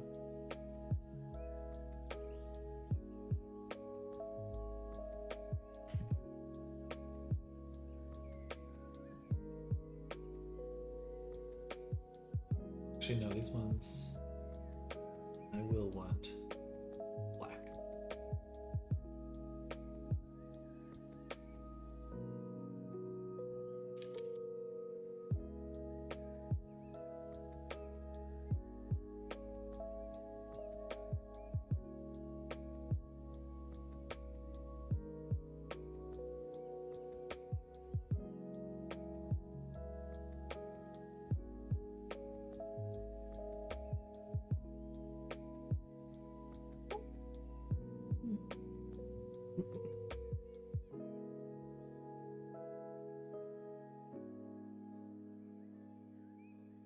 Okay.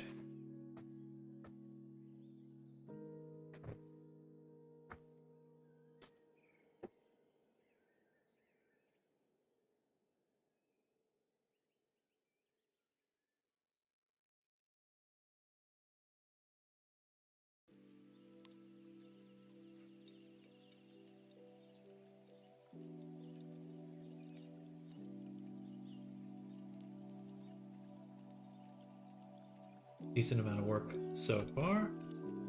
Still a lot more to do, but it's just blocking it out till we can finish some of the other avatars I'm working on right now.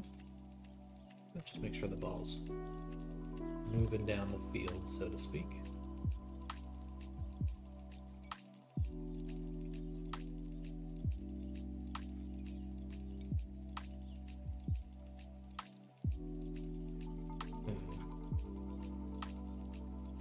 Now we'll do breath.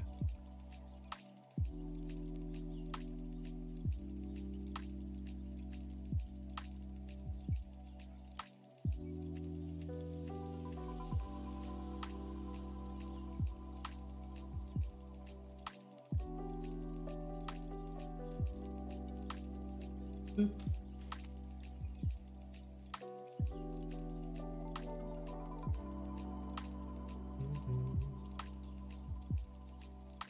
Absolutely, Neko.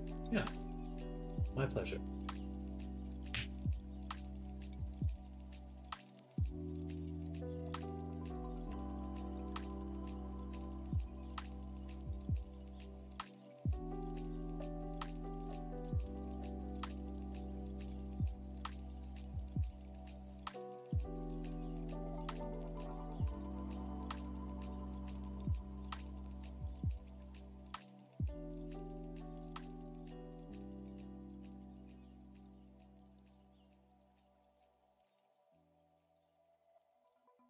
Ooh, spicy.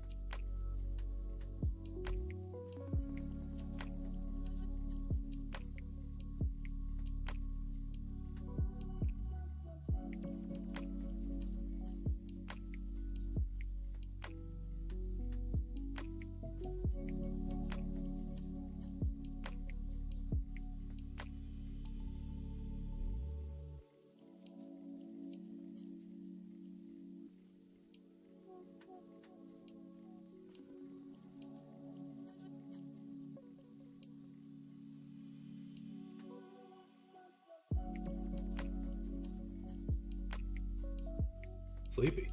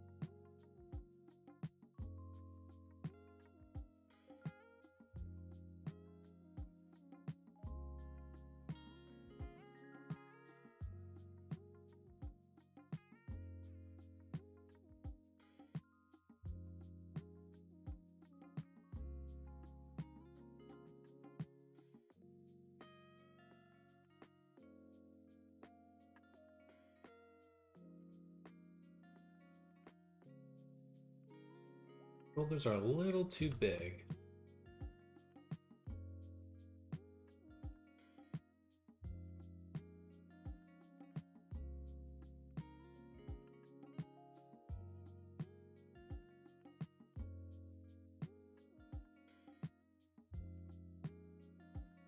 All right.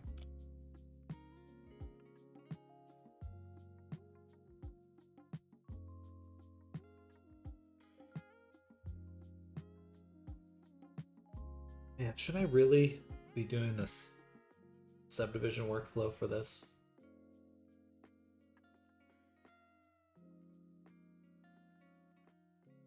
Honestly, just kind of slow. I feel like I could have just been done by sculpting. And then I still have to remodel it anyway with the retopo.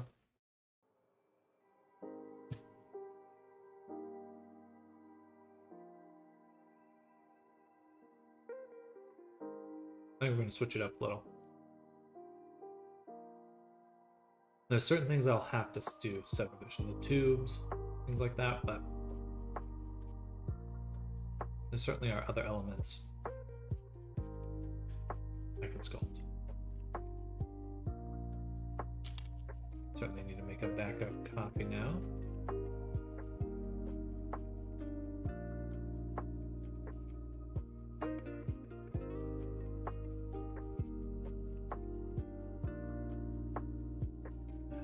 This one.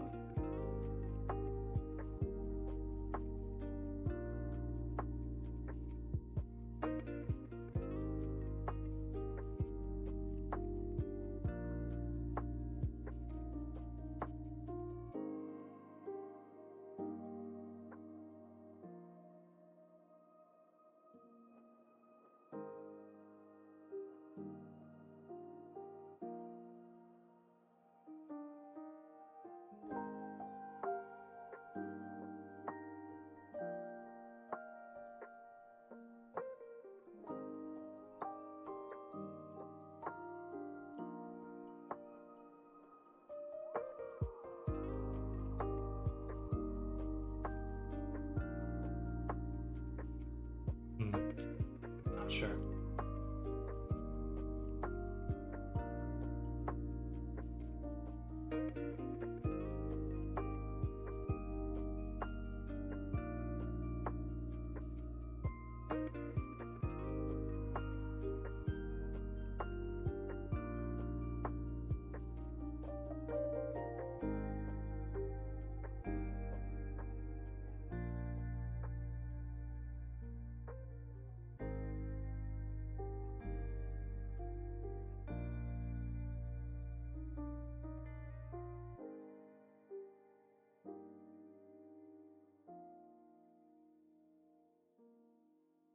Yeah, you know what? I am like this.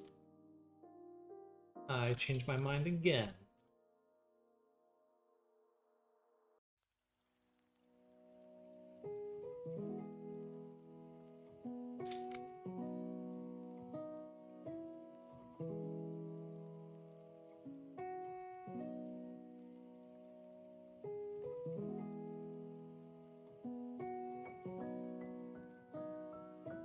Yeah, this looks good.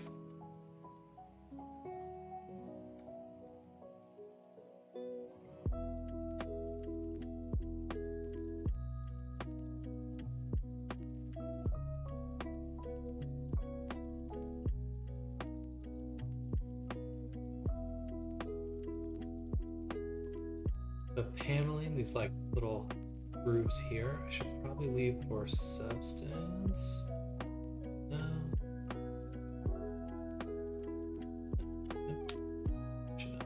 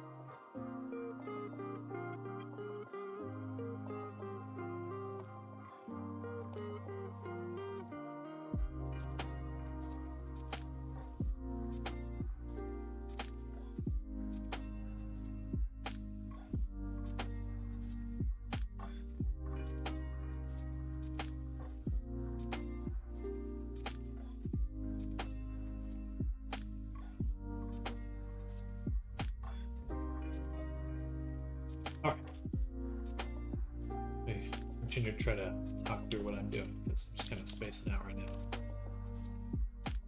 So we're gonna try to subdivide this nice and thin. Push this little shape down. I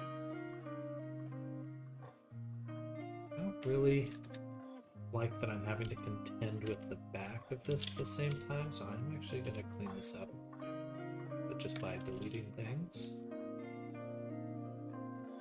I don't know what else to do in order to really see what's going on.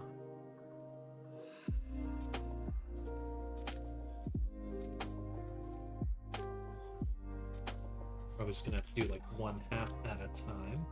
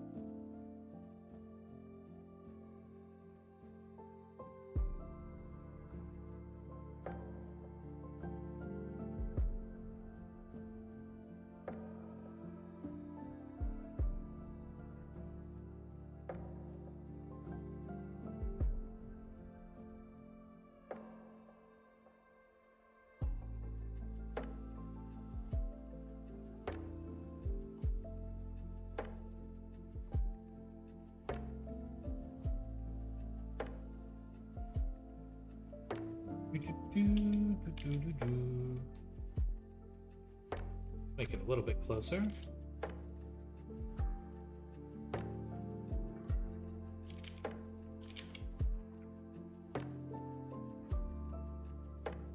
All right, we're getting there. We're getting there. Bring in the thigh.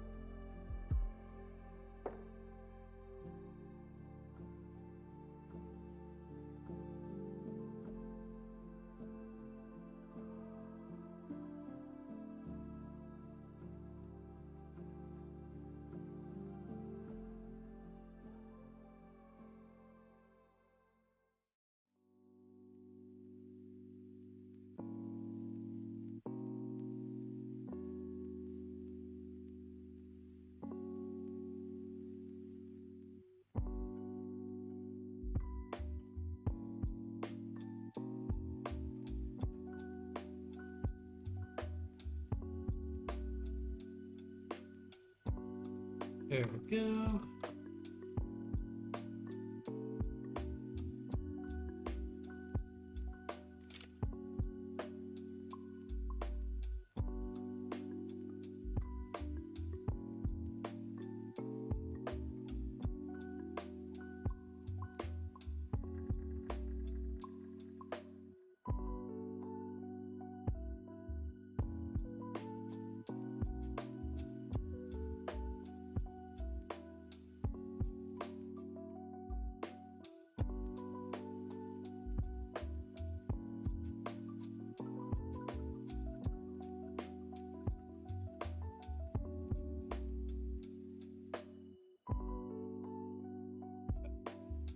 Bits.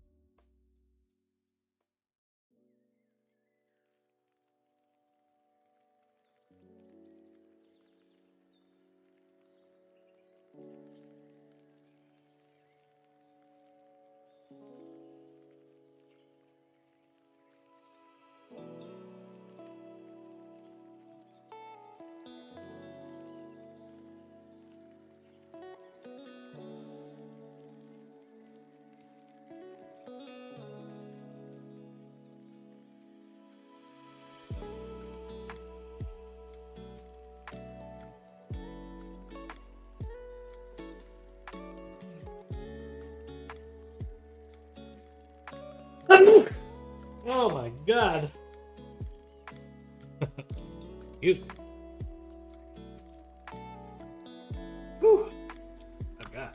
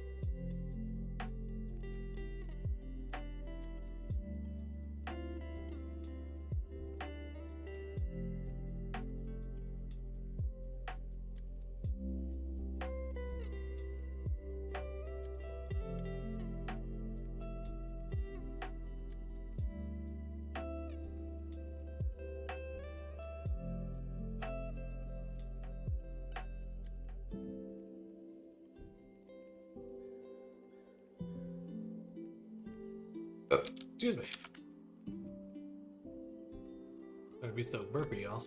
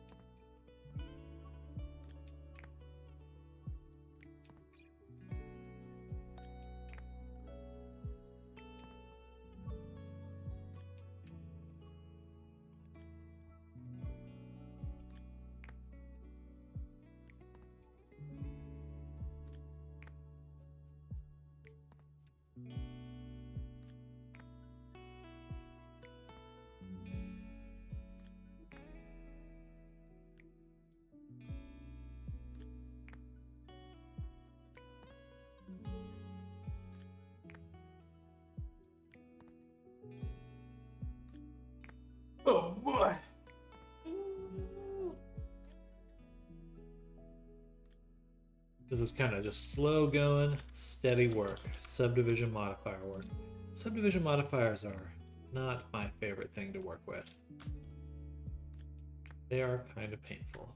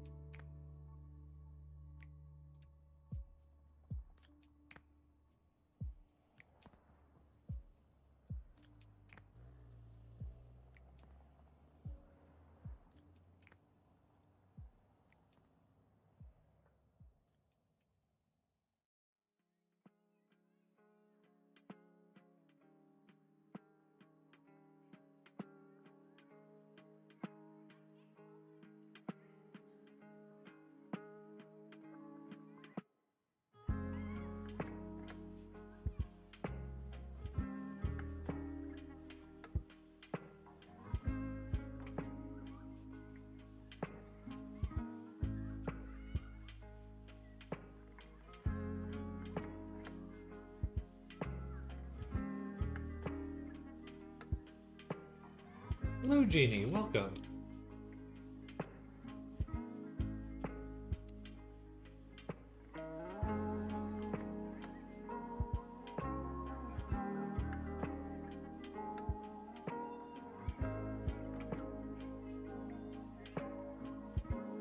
Welcome, welcome. How's your day going?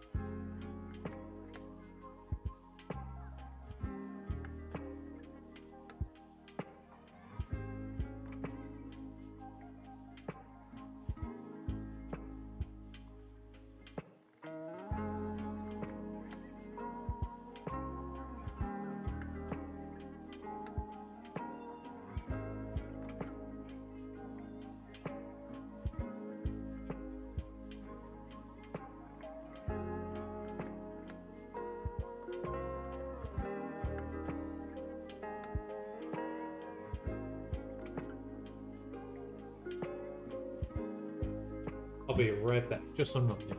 Run to the restroom.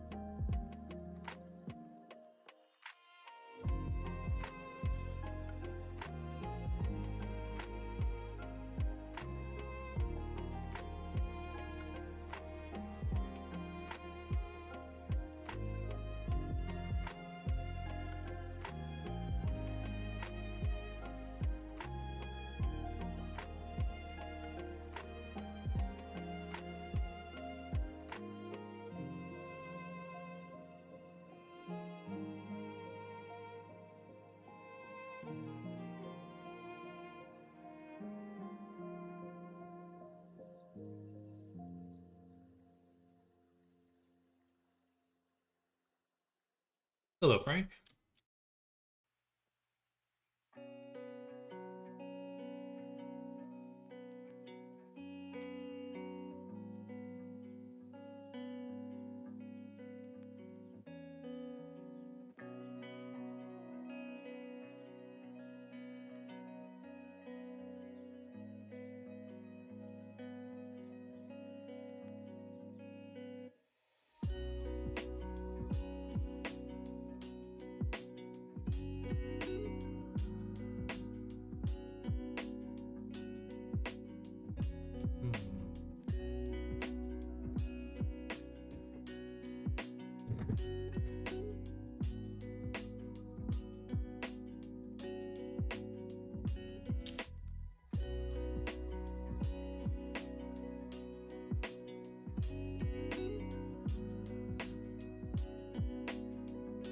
Ugh, a little nauseous. Sick. Not sick, but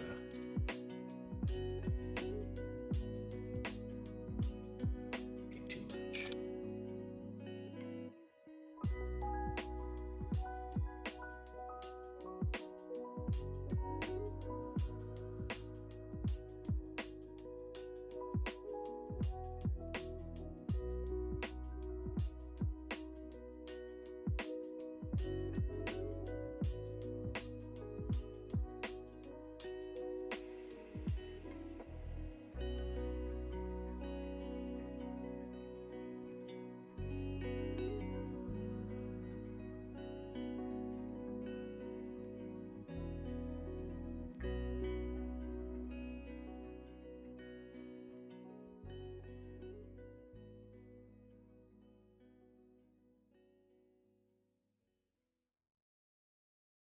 Oh, I'm so sleepy right now.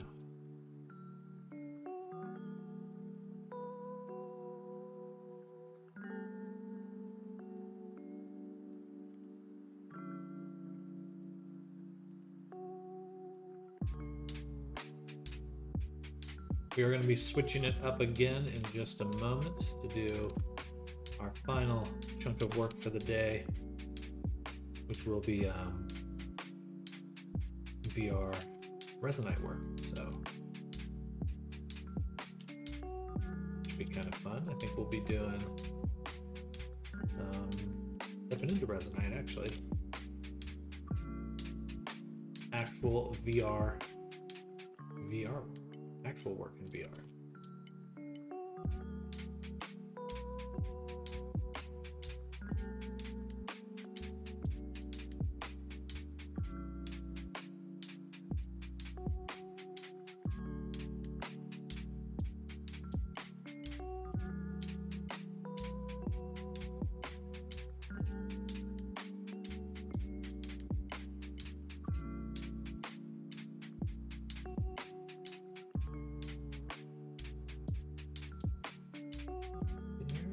Should just be one mirror.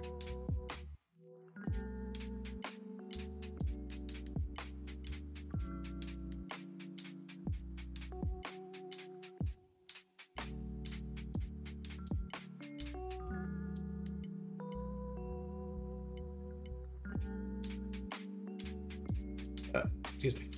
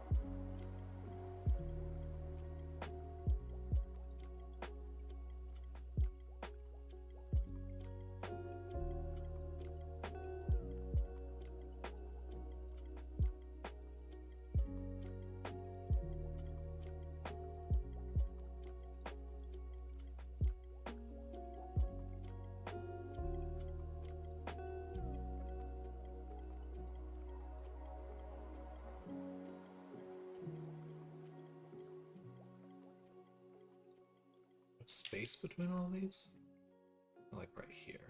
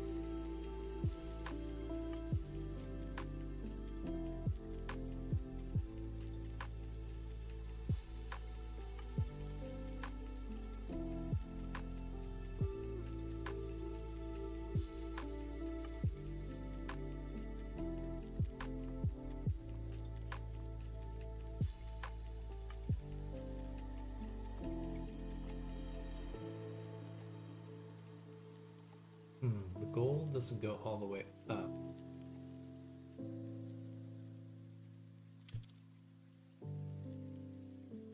So that means here, increase this section, bevel it.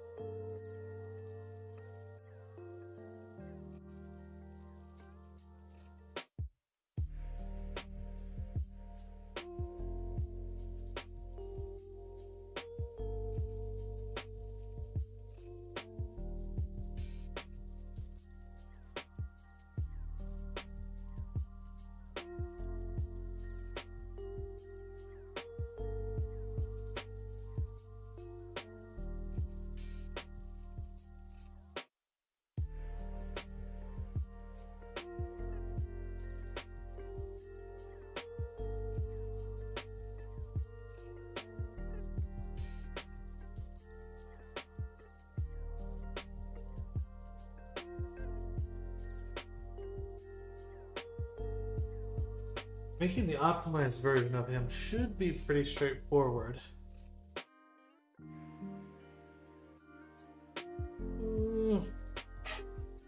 The low poly version. This is definitely taking some time.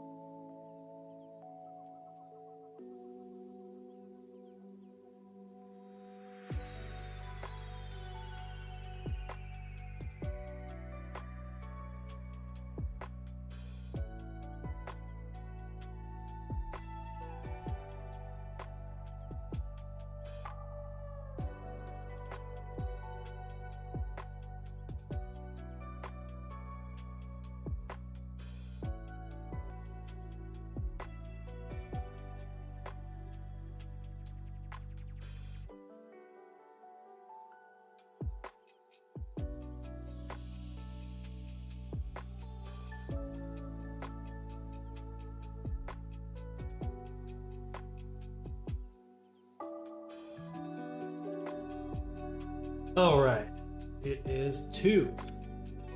Glad we're getting some time invested in him. He's looking a lot better now. Definitely still feel it's a lot of work left. Just feel like there's a lot of work left. So hopefully we'll be able to start really getting things moving on this avatar, but it's gonna be a while. Pretty sure. Be a while.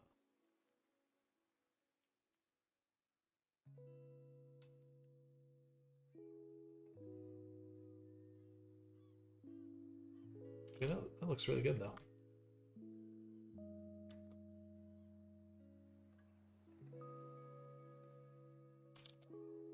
It looks almost 1-to-1. Obviously the hands are in a different position, but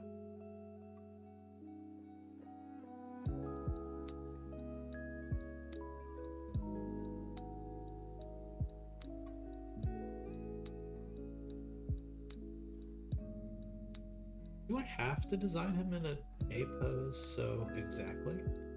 Maybe I could design him in the exact same pose as he is in the drawing.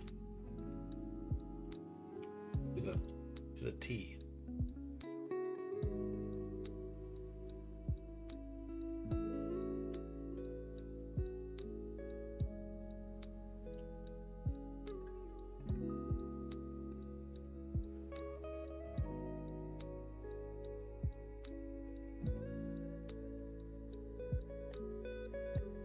And there's no second guessing. At all.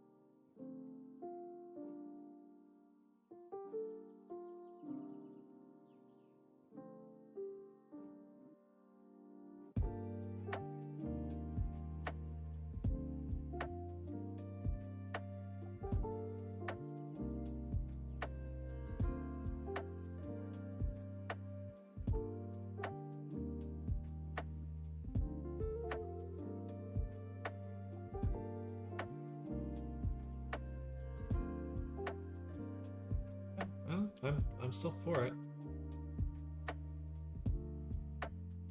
Definitely means I'm gonna have to switch up, tweak a few things, but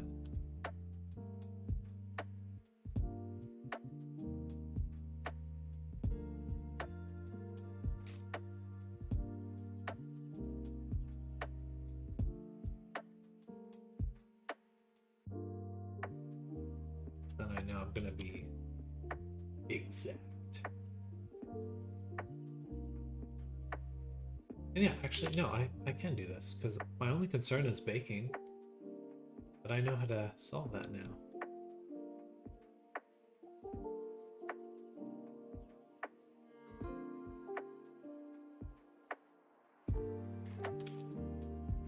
There are more back pieces. That's where there were. Let me redo the back.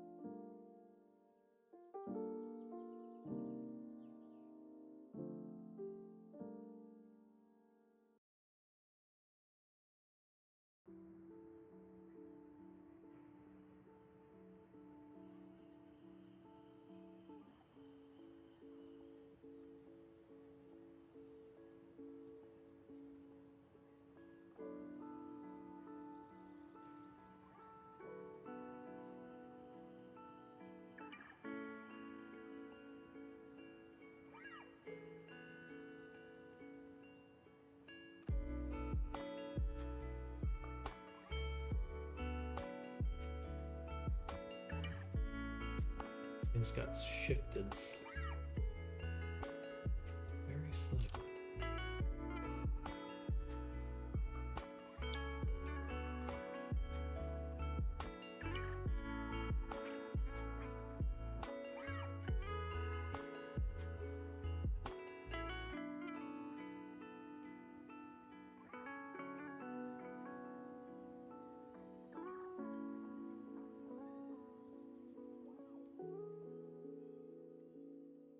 Is it really that much smaller? I mean, it's kind of close.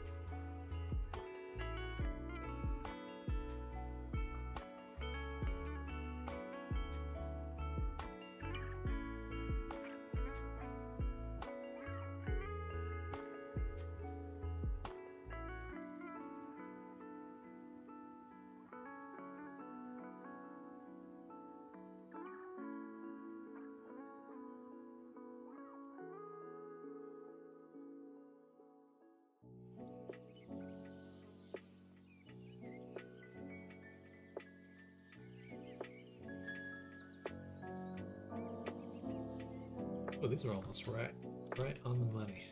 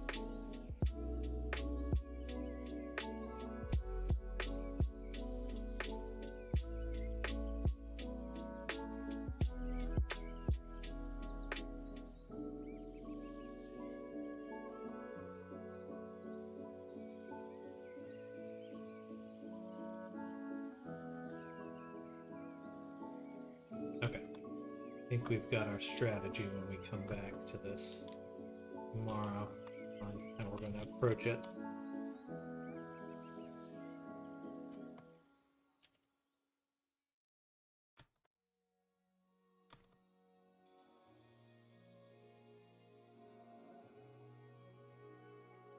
Gonna be good. It's gonna be good.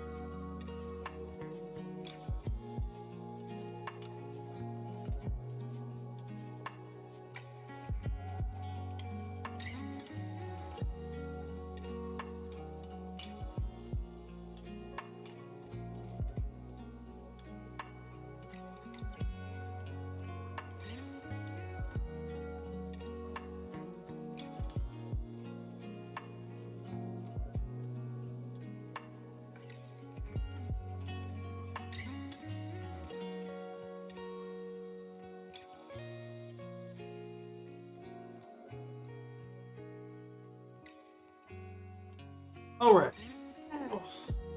So,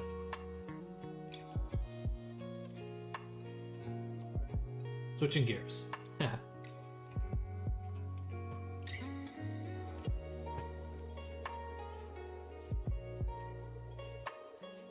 Check my phone real quick.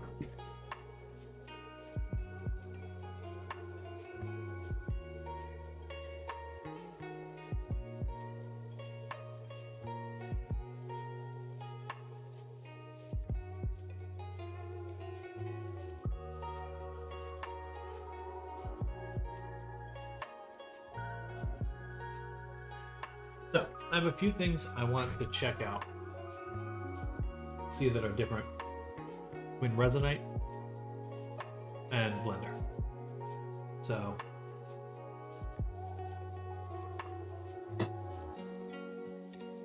let's open up Resonite.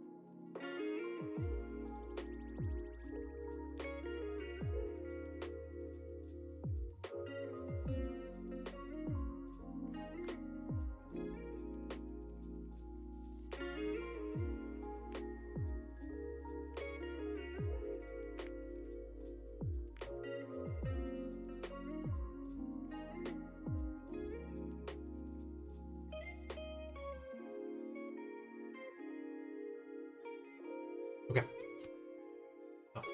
Wait for that to load. So first thing I would like to test is make an animation. So keyframe IR 360.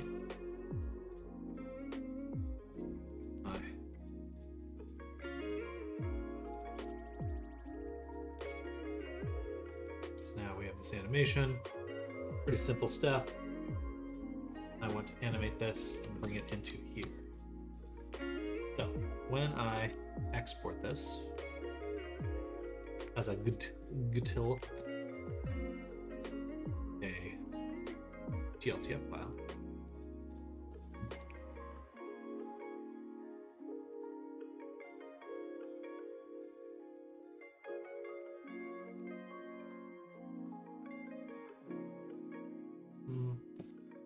save this first.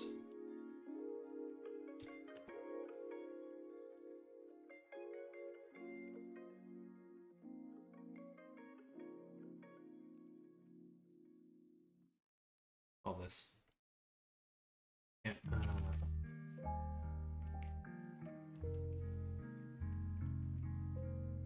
let's do sets. Let's do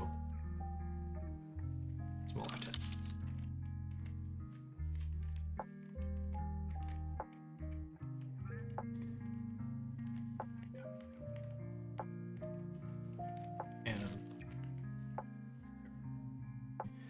Very simple stuff, but export as GLTF to here. I want to include the animation. All right. Sure. Let me copy this path. Export. Go here. Grab that cube and drop it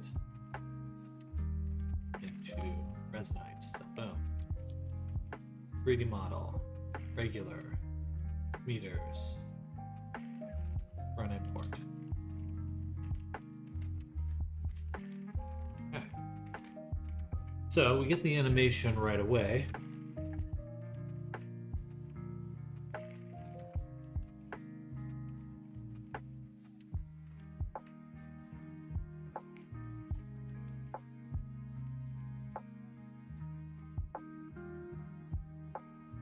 want to understand though is what is animating.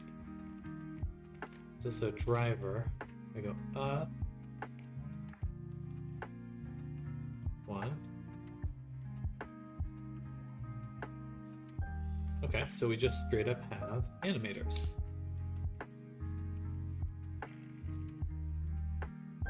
And it has a variety of fields. Interesting. What is this?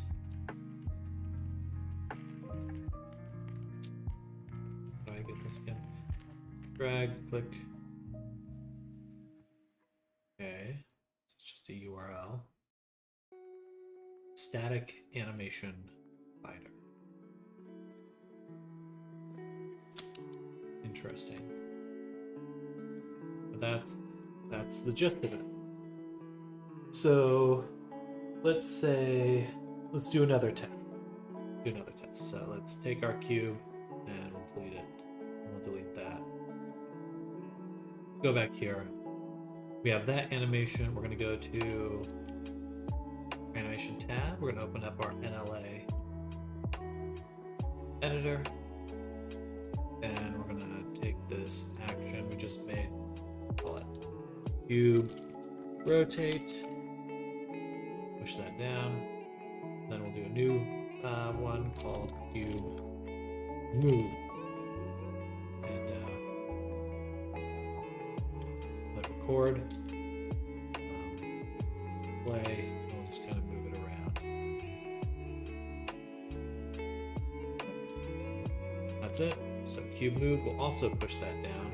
They're both playing right now, which is one of the cool things about that. But when I export, go to animation, get actions. Actions merge, broadcast NLA tracks.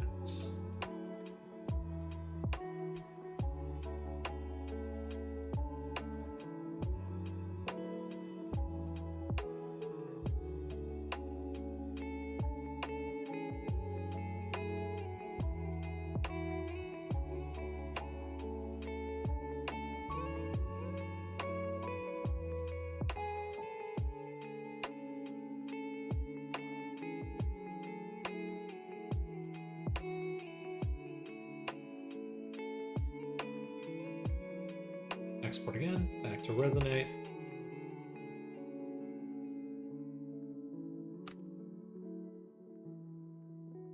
Model, regular, meters.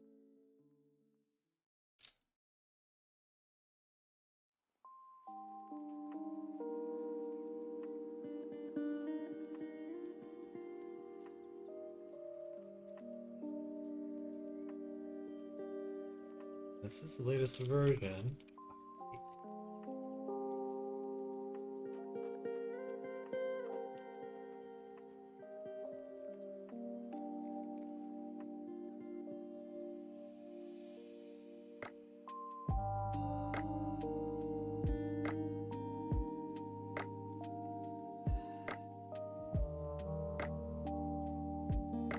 Manually control that. And I don't see the other animation at all.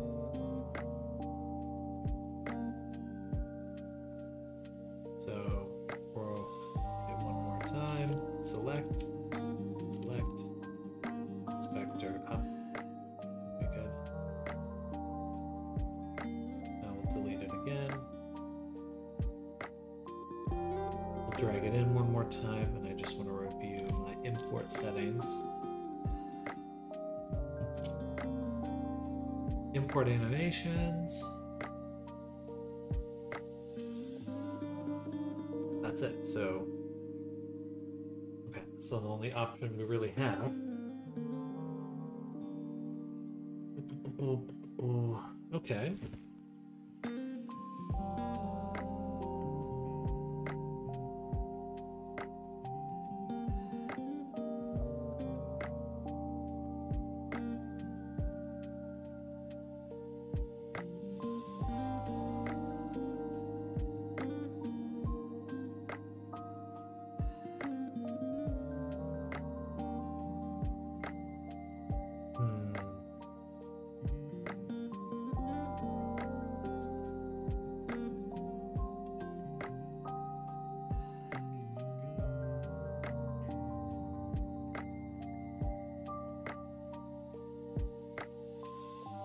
My hand has an animation too.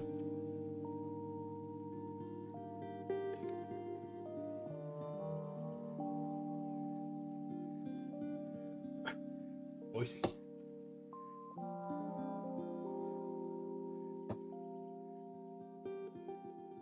Indeed, this is Resonite right here. So, a lot of tests. This is my test world. Making stuff. Pretty cool. It's got its like little programming language you can make stuff with.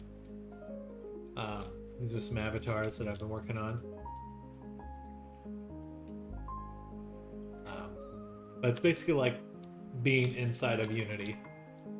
You can bring in YouTube links. So, play this video. And all of this is automatically networked. So, like you were talking about sharing that screenshot earlier, in Resonite, that's just default behavior. Not to toot its horn too much, it's still pretty complicated and it's got a learning curve, but it's pretty cool. You know, I can set up stuff like this, like a little chest, little shield in here. Oh. A lot of fun stuff. Words you for learning it, I take from this. Yes, it does. You can do a lot of fun stuff. More things to figure out. Oh yeah, here's some tests we did a while back.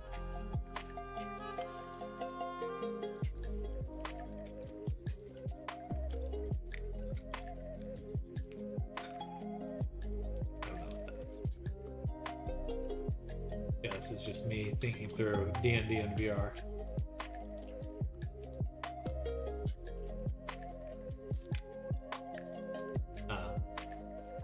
Right now we're gonna do a few different tests. So we just figured out how to do animations,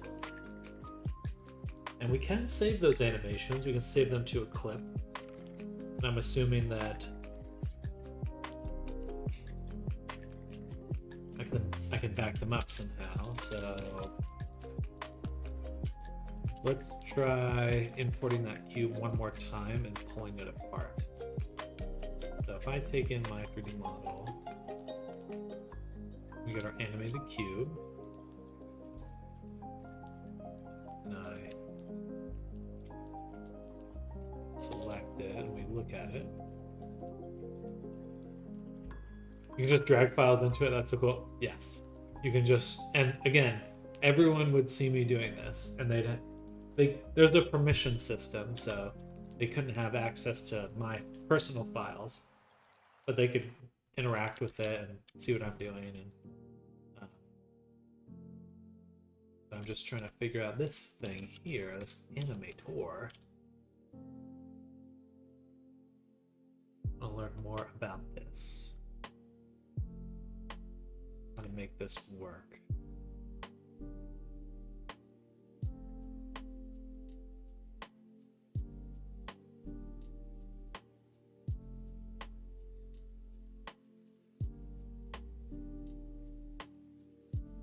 I'm assuming it just knows where it is and it looks down at the objects and it puts the animation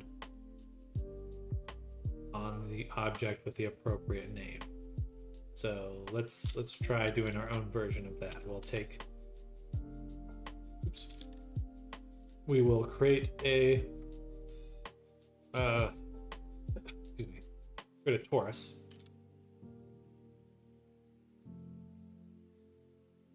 And we'll actually open up an inspector here, make a new object under it.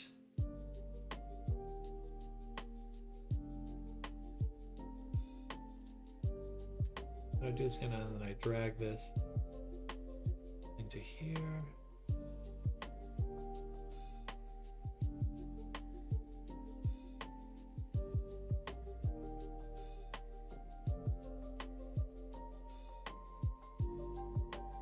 The interface could be simpler, but you can make your own interfaces.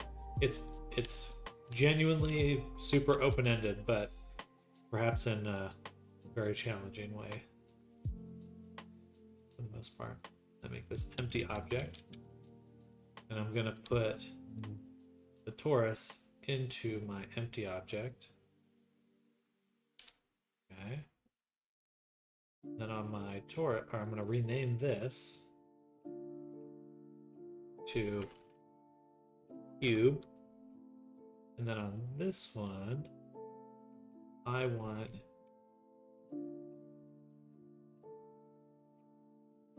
that time I just duplicated it. Can I just drag this onto here?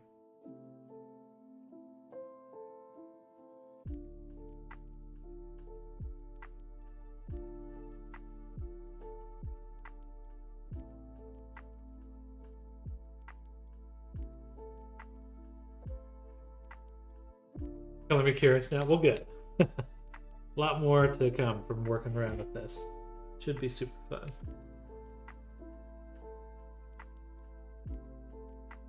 And like some of the things we've been working out, these like pieces over here, we're setting up like ways to make dungeons in a modular way, and some weapons. You can sheath them and attach them to your avatar and stuff.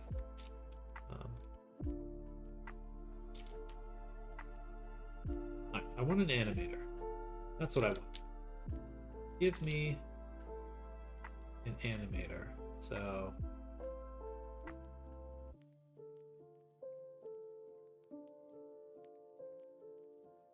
procedural animations now.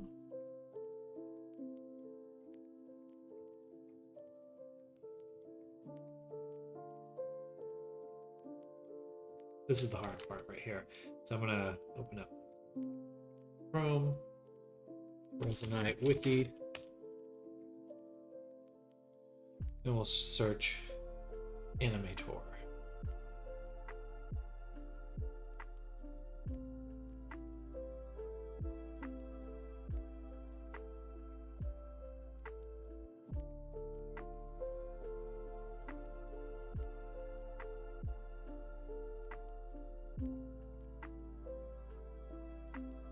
Rendering.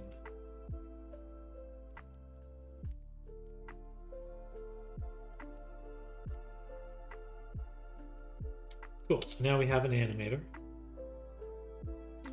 And then I want this clip, or actually, do I provide it?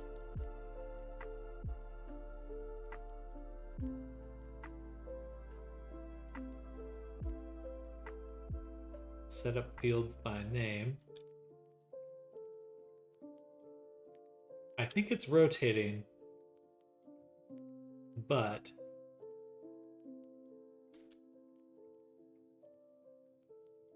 it's gonna rotate and it's a ring, so you can't you wouldn't be able to see it. Maybe not the best object to test, but here we go. Zip play. Okay, well we can see it rotating. Let's say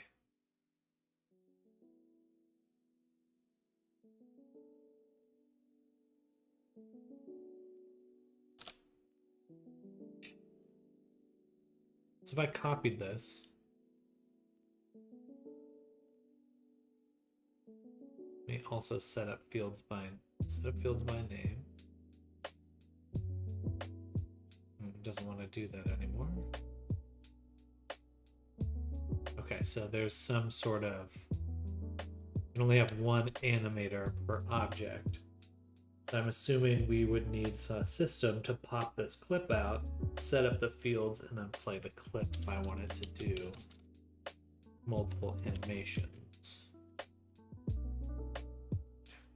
Get the heck out of my way.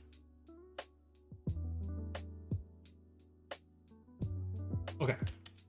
That's good. That gives me a general idea of how animations will work and how I can tweak them.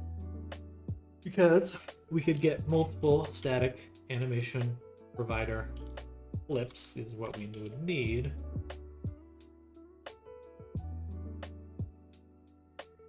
These URLs right here.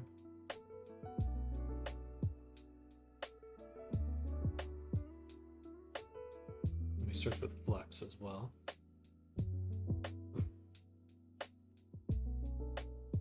Let's actually read this. generate the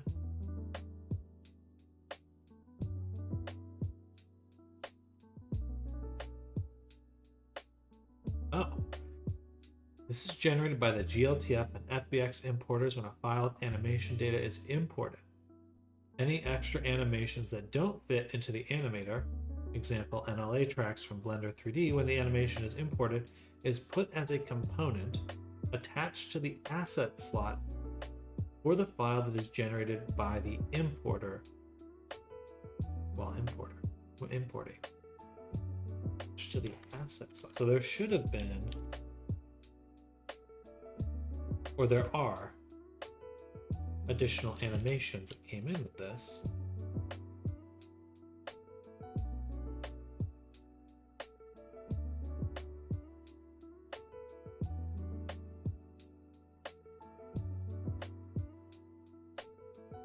Attached to the asset slot.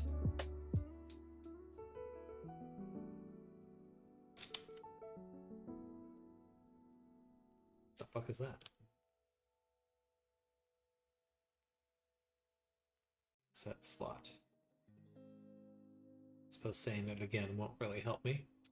I don't know what it is, but we'll go ahead and do this and then search.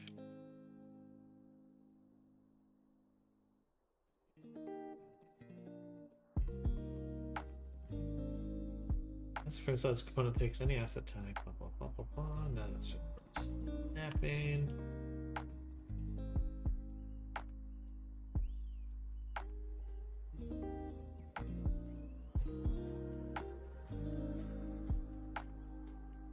With a file that is generated, wouldn't the file be the cube?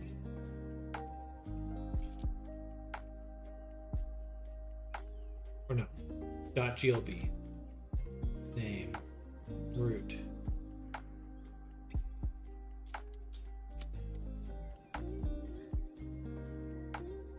Cube. That's right here.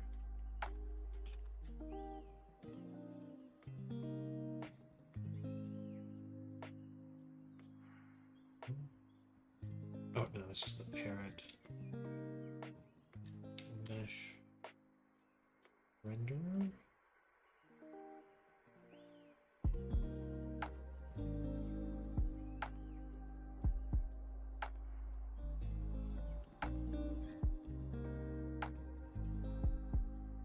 URL.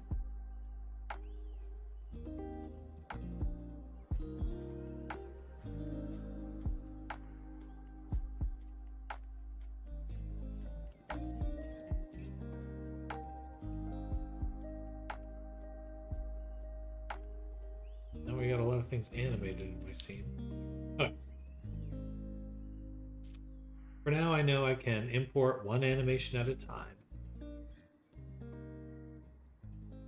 Use them. Eat them.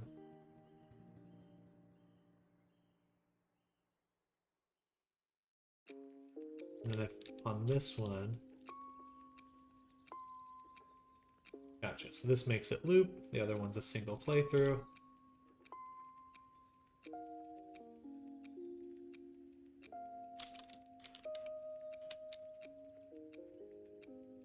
Yeah. And I can make it play through a certain number of times. That's all super useful.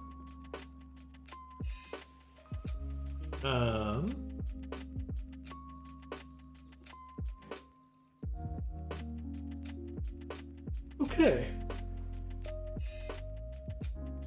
So I suppose that's one check off my list of things to research.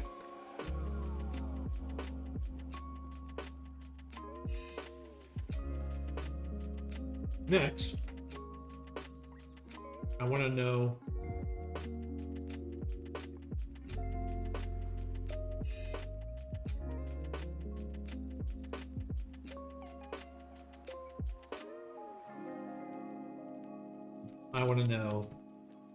about baking. So go to my test world, reset world.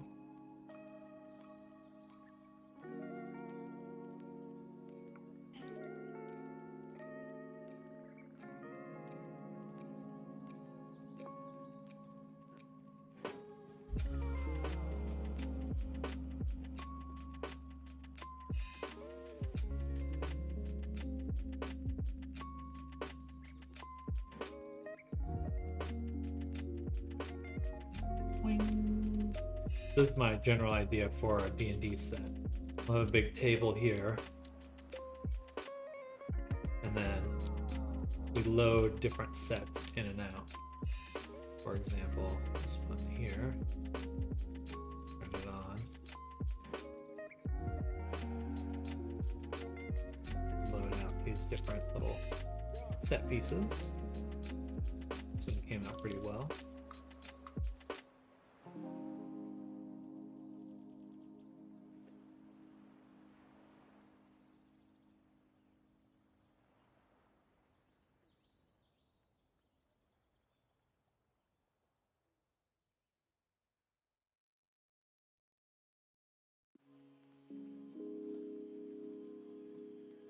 Yeah. Slowly but surely.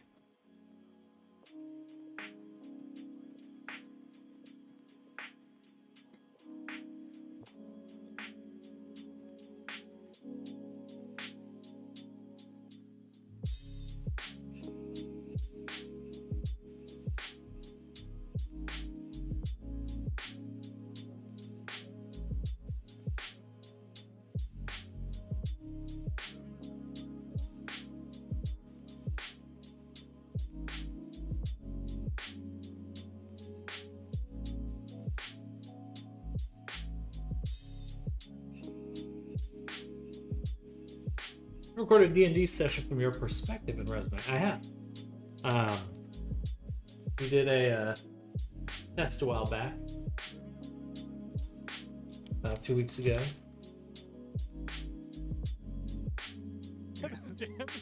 Slowly. Oh, I'm so strong. You're down Just to, clipped you. 25. 25? Okay. I'm still pretty beat up.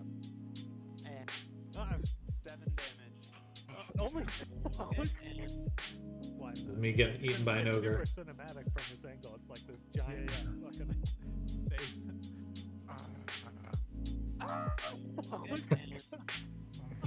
you took I'll post that in chat.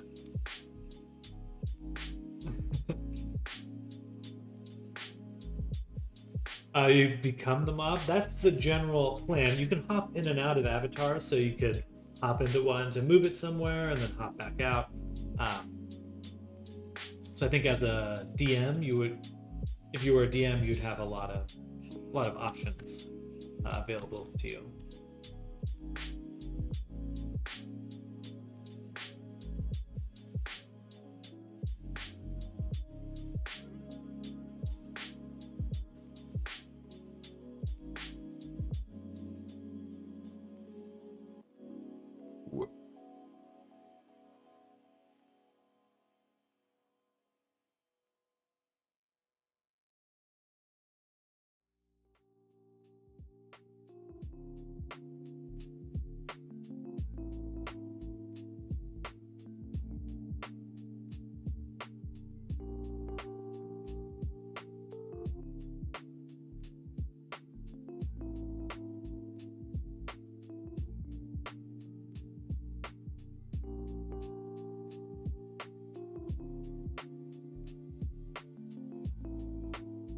I'm gonna watch that right now with the stream on the side, of course. Well, good. Let me know what you think. It's a bit chaotic, but it's fun.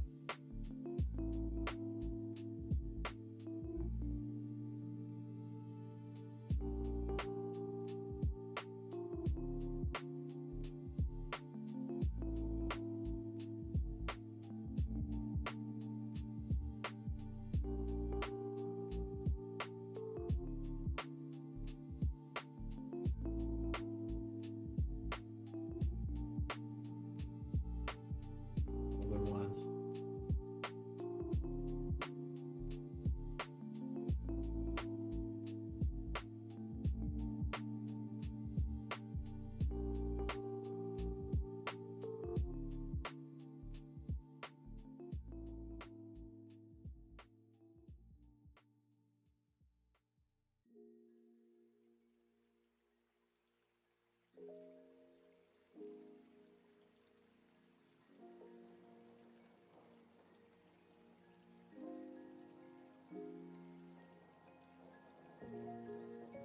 Oh, what the?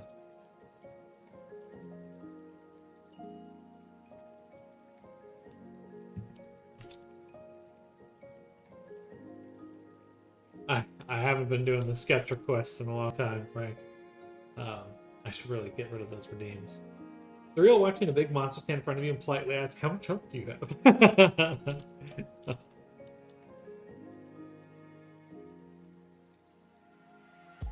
But hello, Frank. Hope you're having a good day. Welcome, welcome.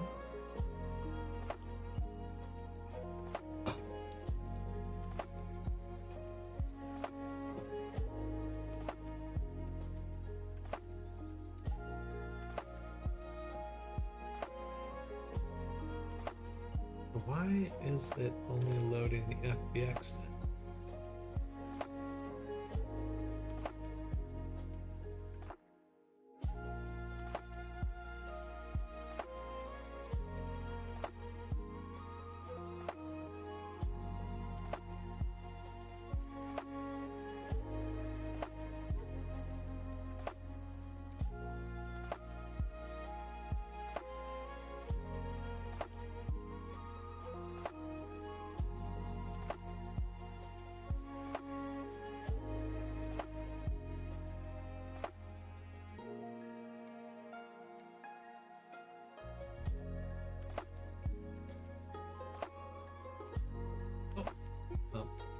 Maybe give me vertigo.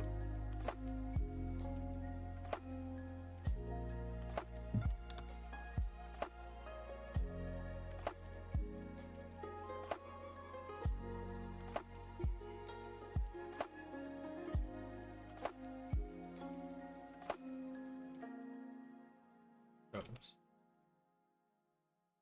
Go.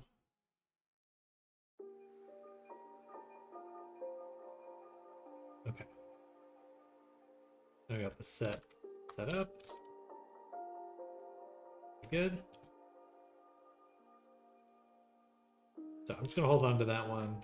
Probably make a new one just right now. So I really need to think of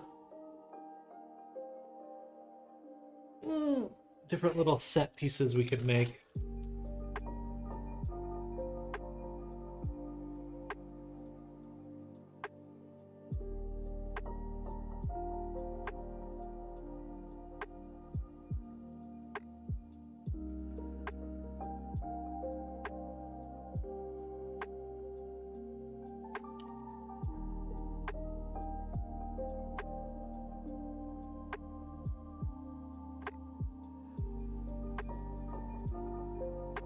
Kind of a question of, okay, so let's just write down the questions we have for this. Not entirely sure how we're going to answer all of them, but let's just catalog them as we go. Materials. What is the best way? What is best for materials?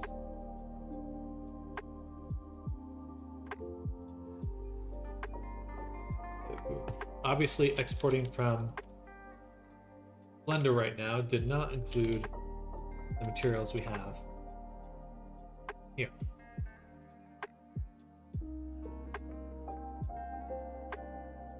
Which is okay. They're kind of crap anyway. Honest, I don't think it included the materials.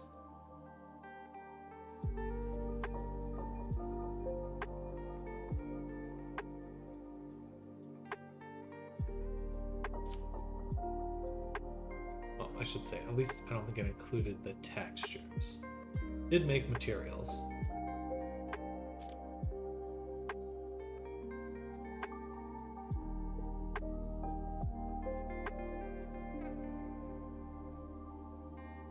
Looks like some of the people in D&D VR are using FBT. Is that true? Yes. Yes.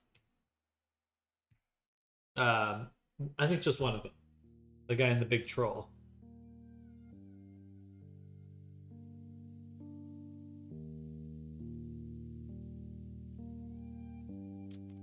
Okay, so let's do a little baking test. What I'm thinking is like,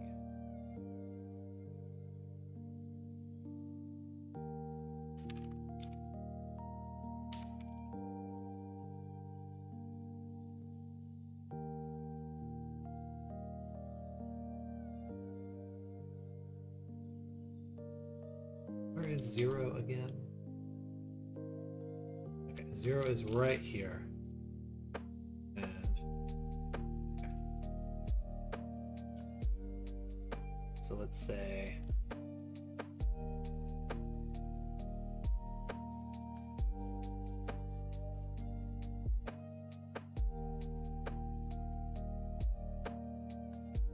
grease. Okay, smooth. Boom, boom. We get a nice little subdivision. We'll add a displacement, a noise texture. This will be our little cave entrance.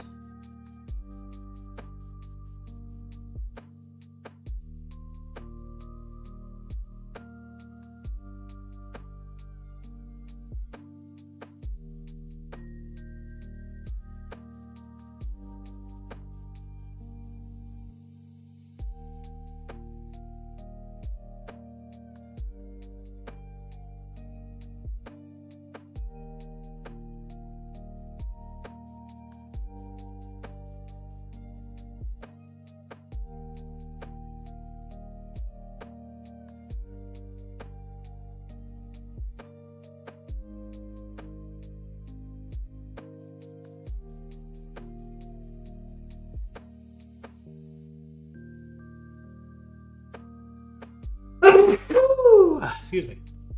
Okay, let's just mesh this. And we'll call this. Thank you. Call this lighting. Mesh it. Boom. Unwrap it. Let's just see what it came out like. Terrible. We'll do a smart UV project. Sure. Not the best, but usable. And we'll bring this in here. I'll make a little sphere as like a rock.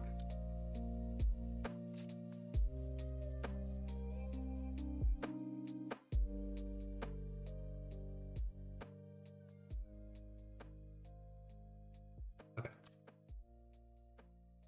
So.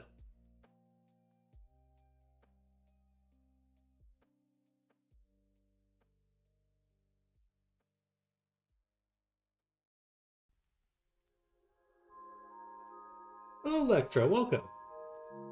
I have not tried it yet. I have yet to upgrade my Blendor, but I am intrigued. I can say that much.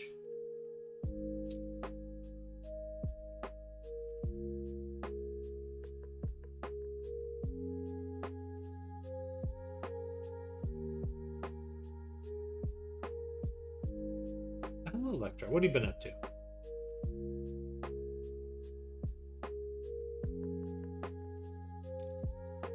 Try is baking. Say maximum samples 128.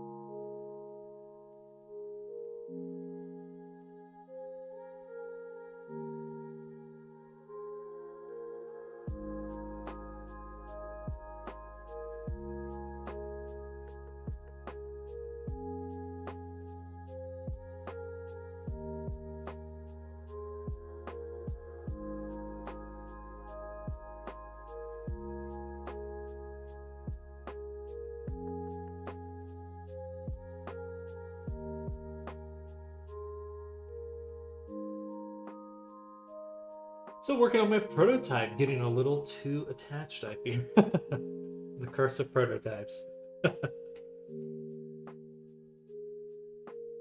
You see a small number 4.2.3 at the top, but no worries at all. No worries at all. Interesting. I think my normals were inside out.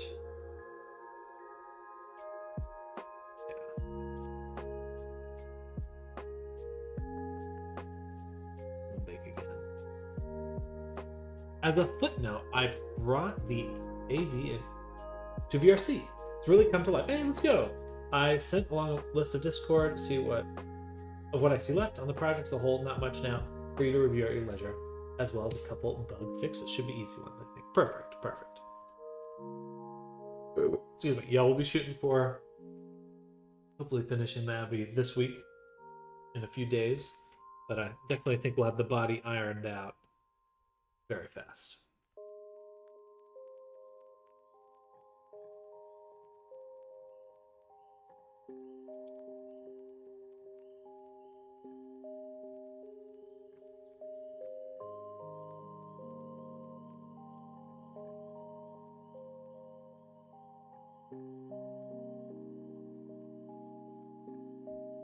Alright, so he baked the textures into this. It's kind of nice. Basic game loop is down. Got some outfits with the help of some Simple Cloth Studio. Now some polish and then release on itch for hopefully some feedback. Hey, that's a good way to do it. You know, keep it small, keep it straightforward, and just test.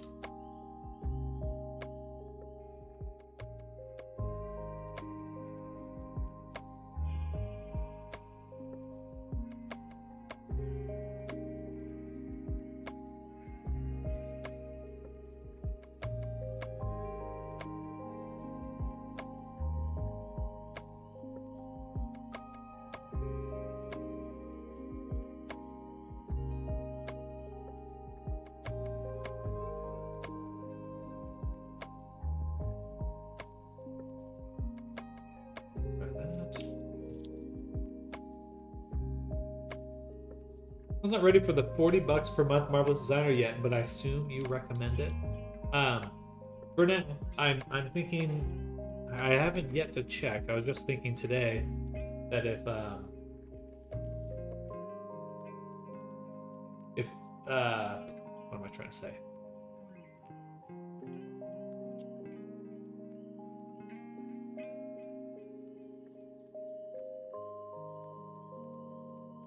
I mean, apparently there's a cloth sim node, and that's really the only thing I think you would need, to be honest. It's working fine. Not 100% sure. But there's definitely some potential there. As for ease of use, I definitely think that Marvelous Designer is super easy to use. Still relying on Blender cloth physics. Yes it is.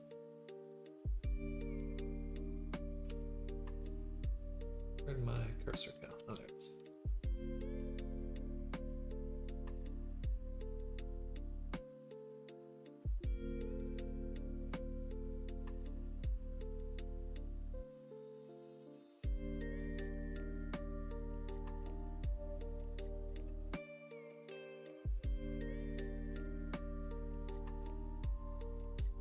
I don't think it should be that big.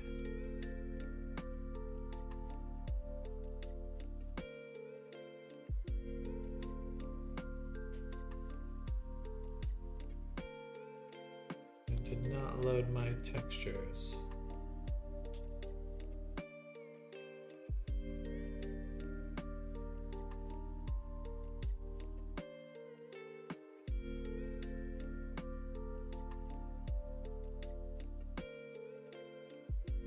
That was an FBX export. Let's try GLTF.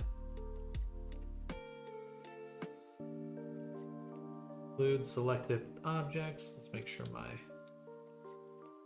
scale's good.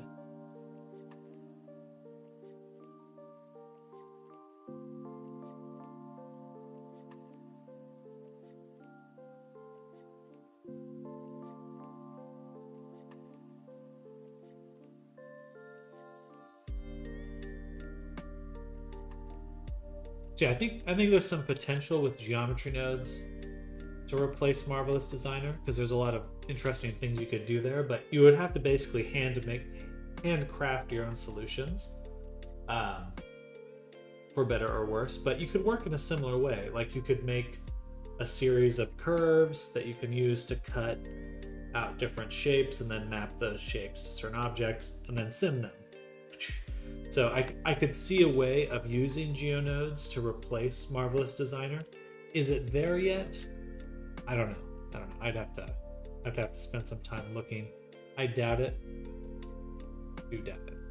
And there's a few different things that make Marvelous Designer super nice, like you can actually interact with the clothing. But I think Simply Cloth is probably a great solution right off the bat. Unless you're looking to like really finish it or really push that quality, I think you're fine. Okay, good. Get it small.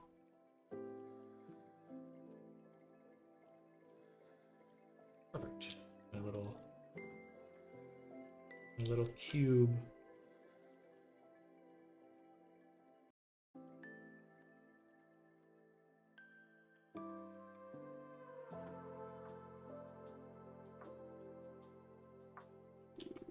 Okay.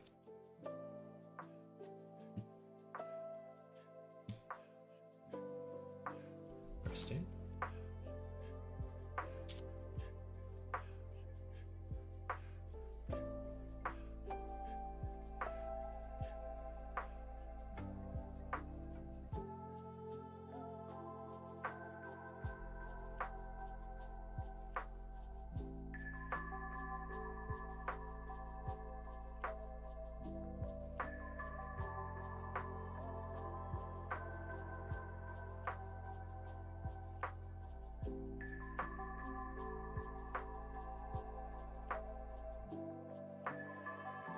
I'm gonna try re-importing that one more time.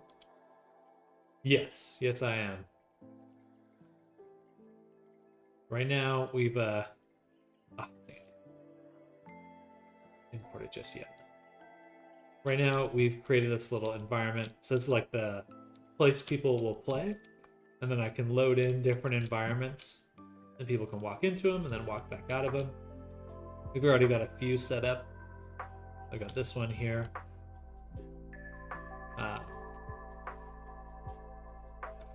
Let me deselect these. Got this one, which is nice. A lot of testing to be done still, but when is that not the case?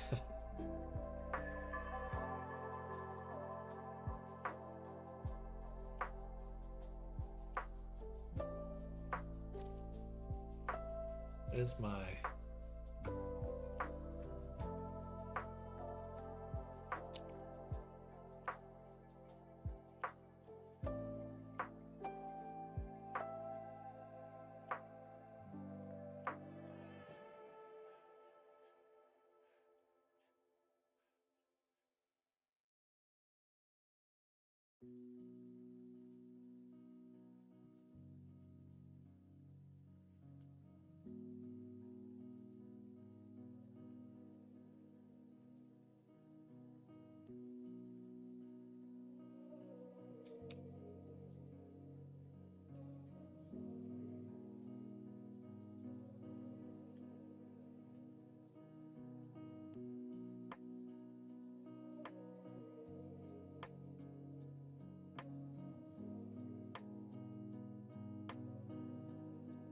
okay.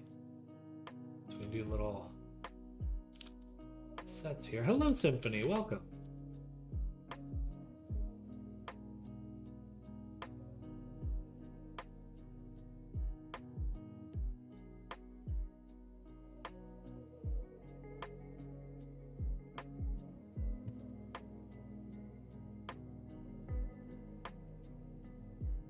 Interesting that colliders are normal base. So you can walk in on a back base, but you can't walk out.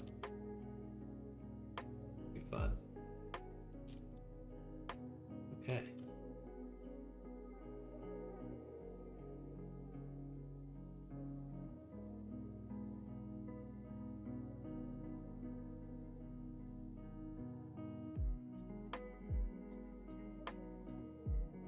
I'll probably make light maps this way.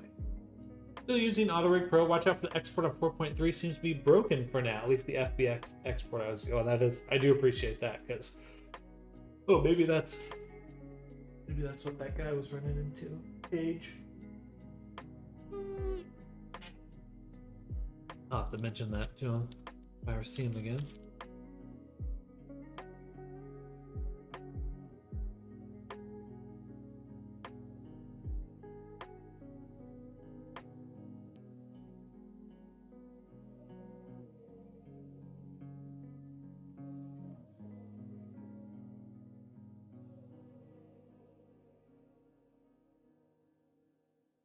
All right, so we can bake lighting on things. That's good.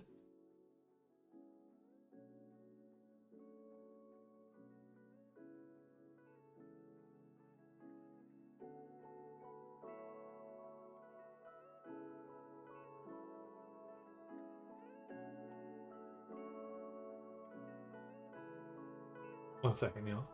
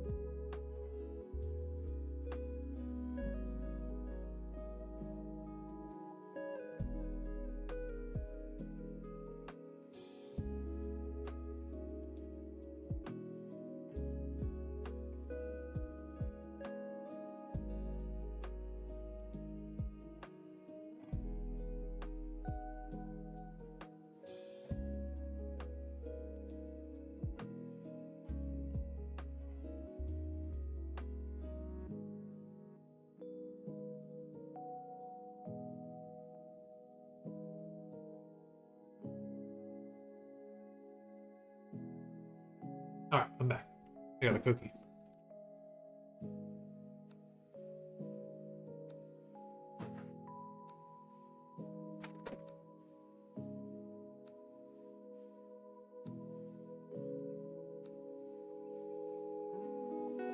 I'm kind of curious on the best way I should approach making my sets, specifically for lighting.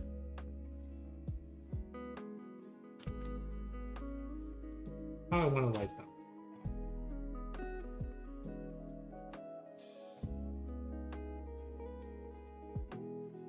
I'm going to do a few different tests. See what we can do.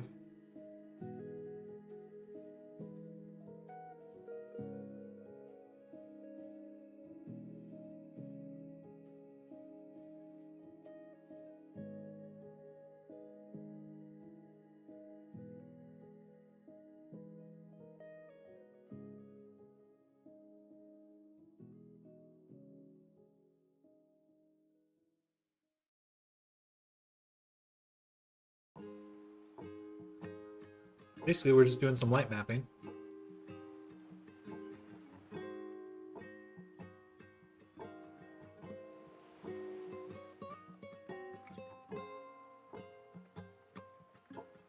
The one nice part about this is that because I'm light mapping in Unity, I can visualize it really quickly. Hopefully the stream isn't lagging too bad. And then just commit to whatever I want.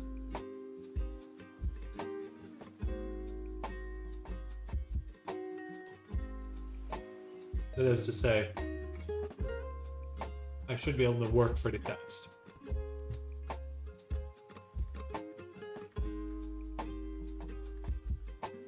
Unlike Unity, which can take a million years sometimes.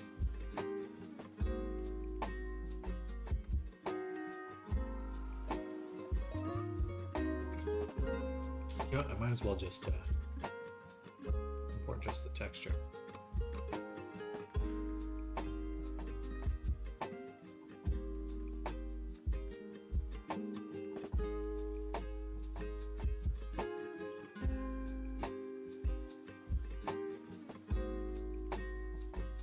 Got a little lighting test object.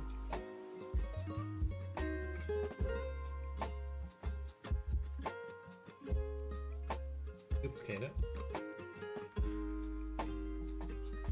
Move this one over.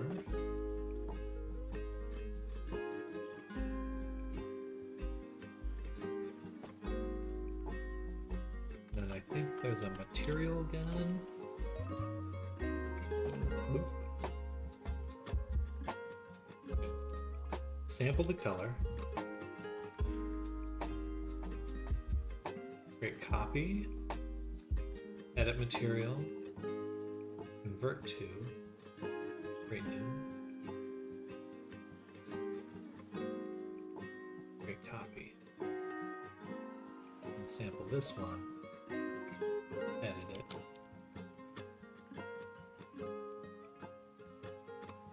Just do it. Tint color. Okay, so this is still the same. Same material. Oops.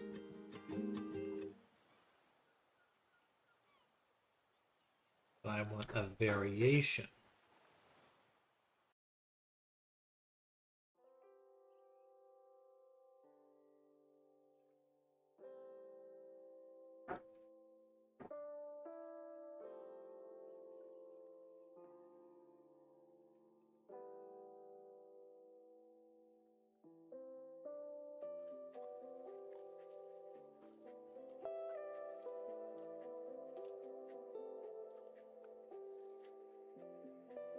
Sample that for some reason.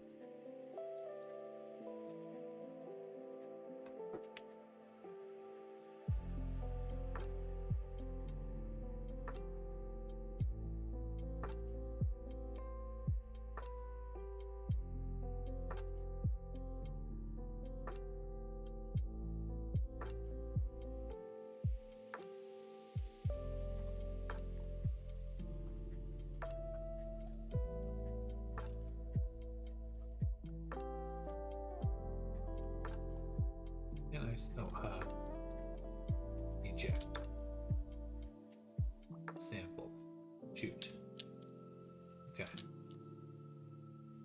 I mean, that's pretty cool. That looks nice and realistic. What, a fall? No, okay. We get our night. We get some. Okay. I like that. Then we get some really nice soft lighting. At least get the diffuse and ambient occlusion pretty much perfect. I mean, generally that's going to be a higher quality light map than anything Unity could do.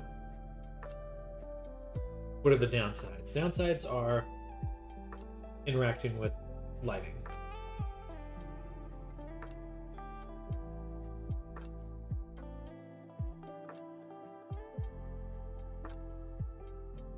But I'm not going to do too many real-time lights.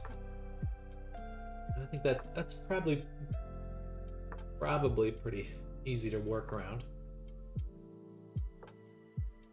In the sense that these shadows here will not adjust.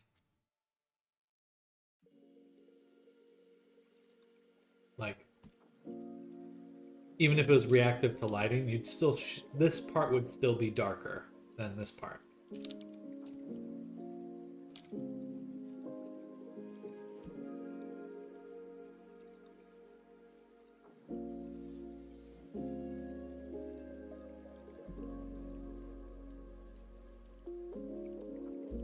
There is no way to bake lighting, right? Bake. Bake meshes, reflection probes.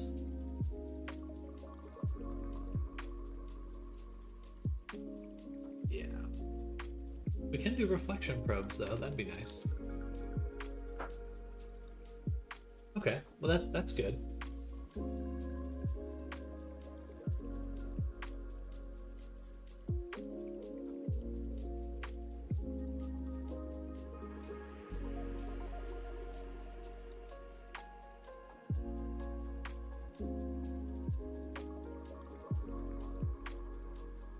It does take a while to bake though.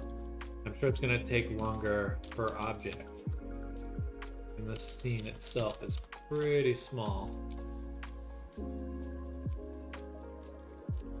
With one environmental light. I want to... I want to hide the background.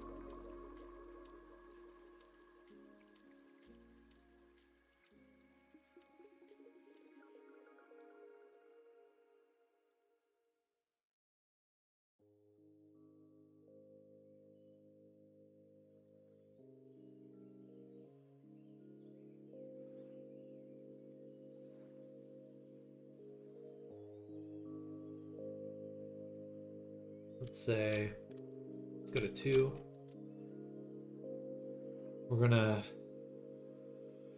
make a new object, 3D model, a box.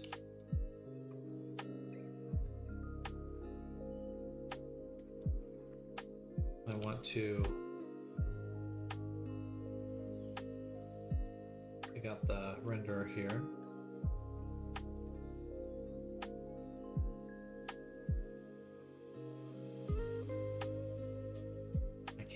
Edit the mesh, can I?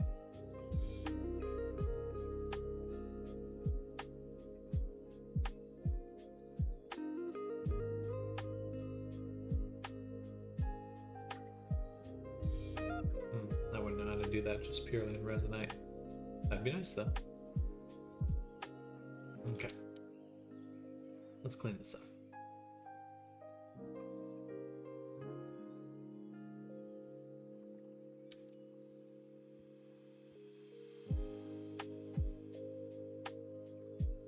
Okay.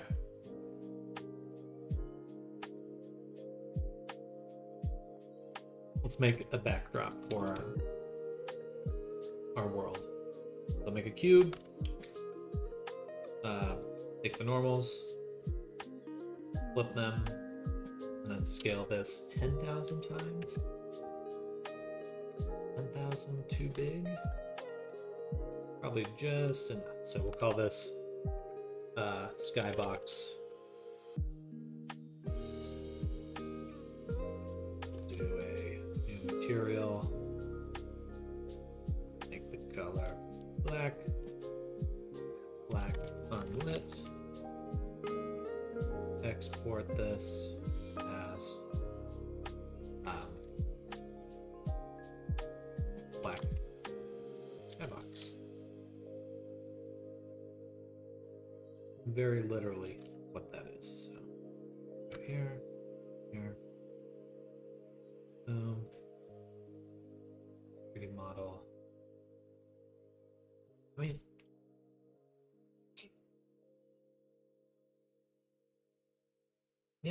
That's what I want to do. I think.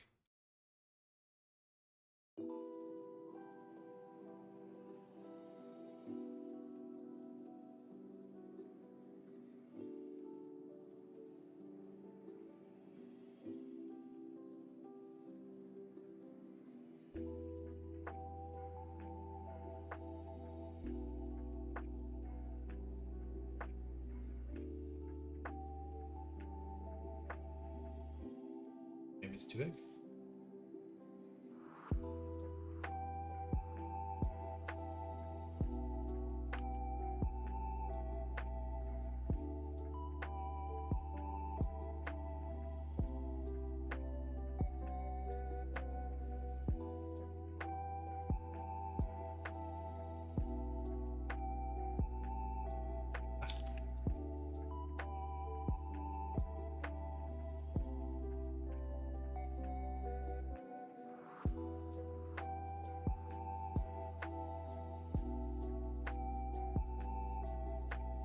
Not great. But I do prefer the solid black background. Kind of keeps the focus on just what you can see. It's cool. I don't like that I can see that corner.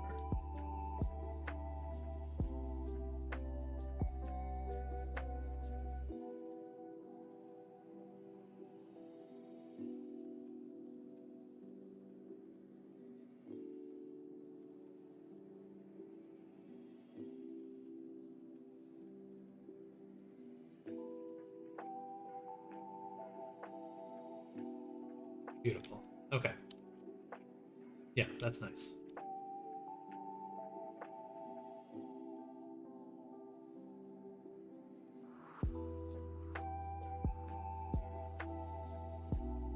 And so what I'm thinking is like,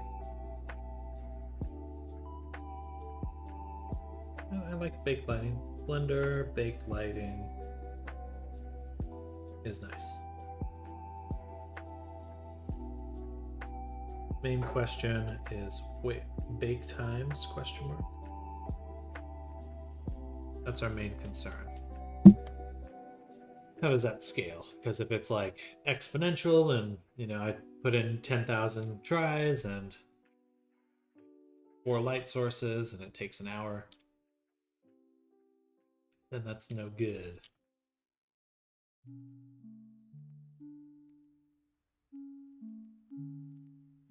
We'll do something like this to start with.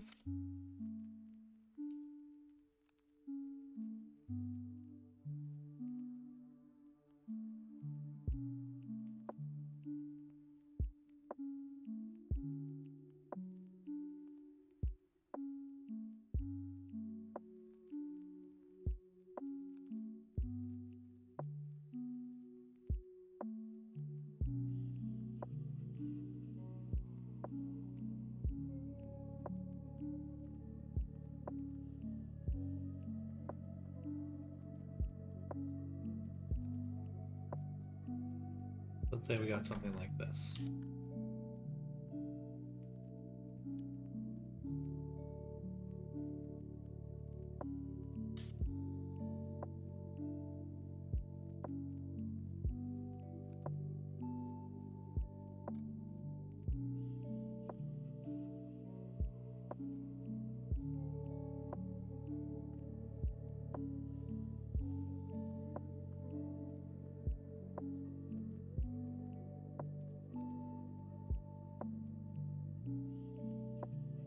Okay, here's the question.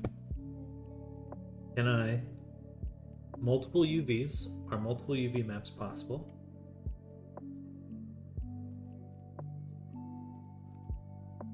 And then blending maps. Because that could really simplify it. Add 20 objects. They all have separate base color textures, but for the ambient occlusion, they share a light map. That would be super useful. Yeah, I think this looks a lot better when it's dark. And what keeps it mysterious. A little foreboding in a way. But I like.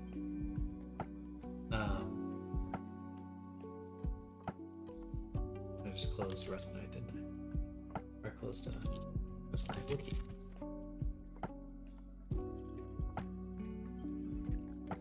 So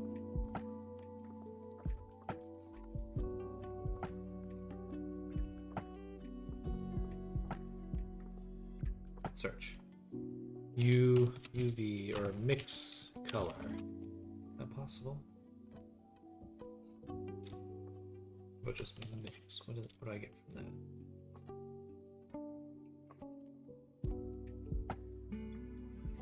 UV.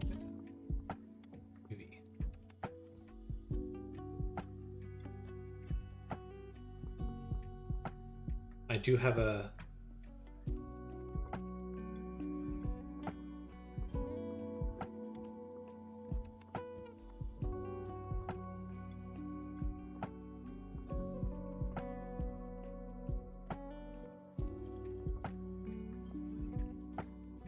just one UV slot.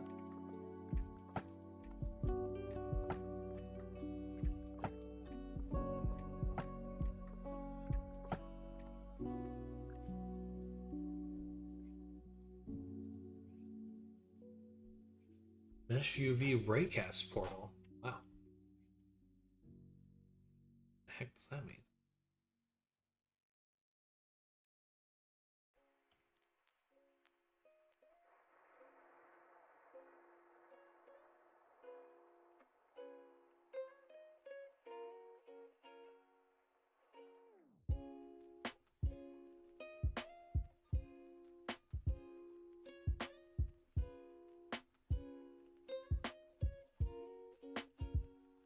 Rendering.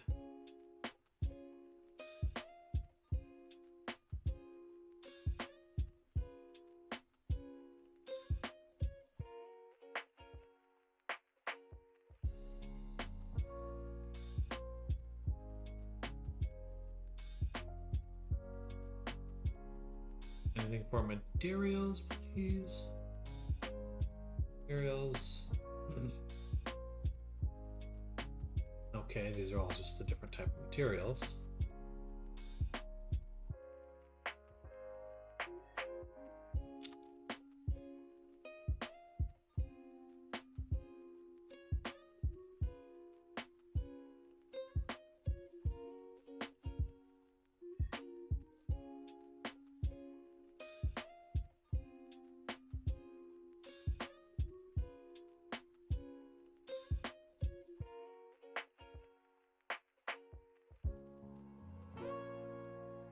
These are different ways I can process the image.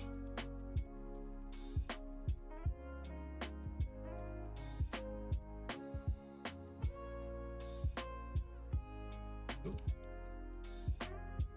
I just deleted that texture. Nice. Oopsies. Going to sleep. See you around. Enjoy your evening, Electro. Get some good rest.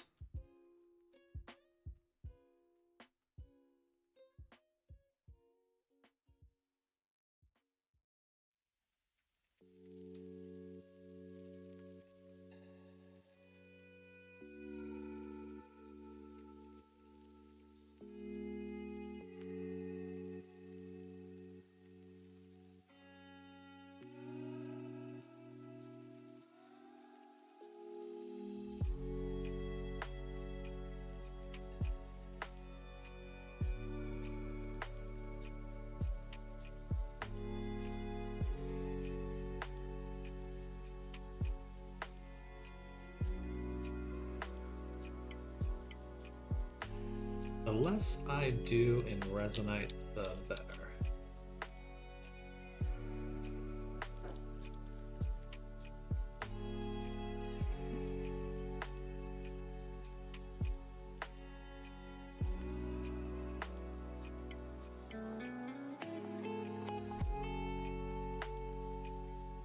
Just gets so slow.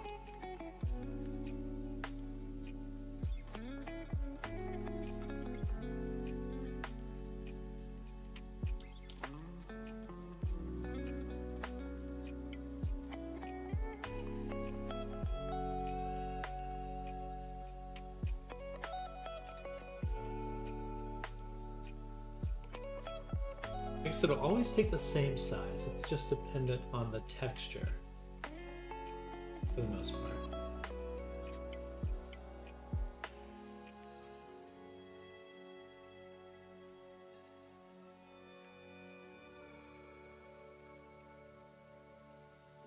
But if I'm relying on one big texture, I can't.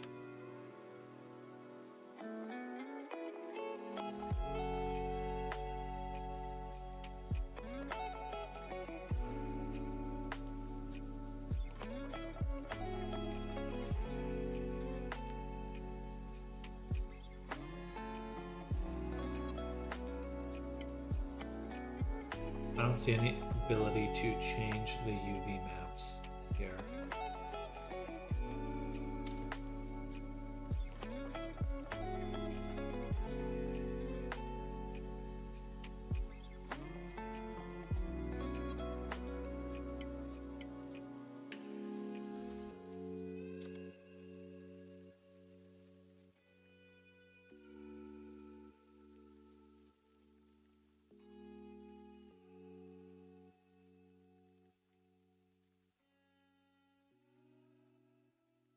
I had this texture.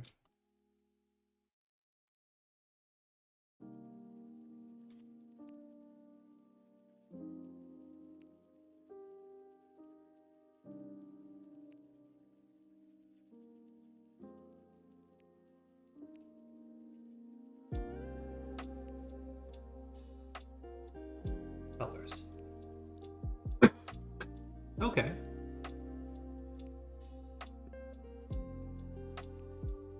That's a lot. Channels.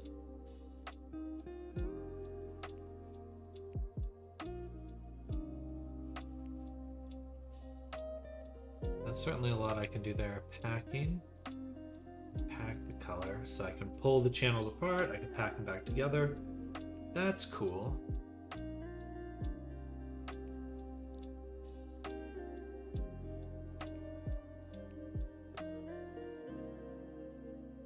But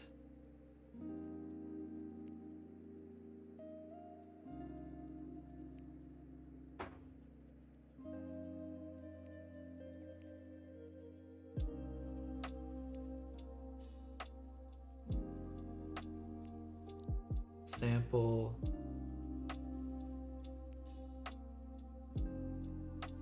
UVW. UVW. UVW.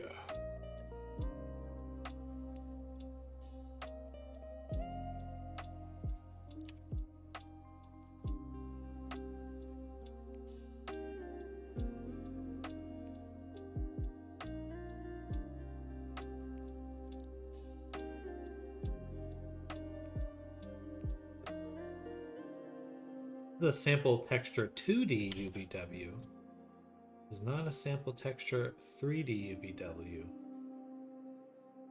So what does the W stand for here?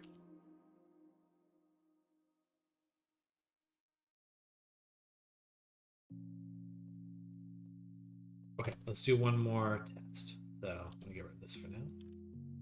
I'm gonna go in here. We'll have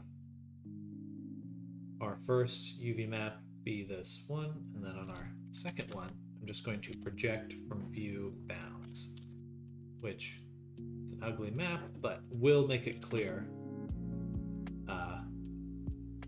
if something odd is happening. Allow me to test. Lighting test, multi-UV.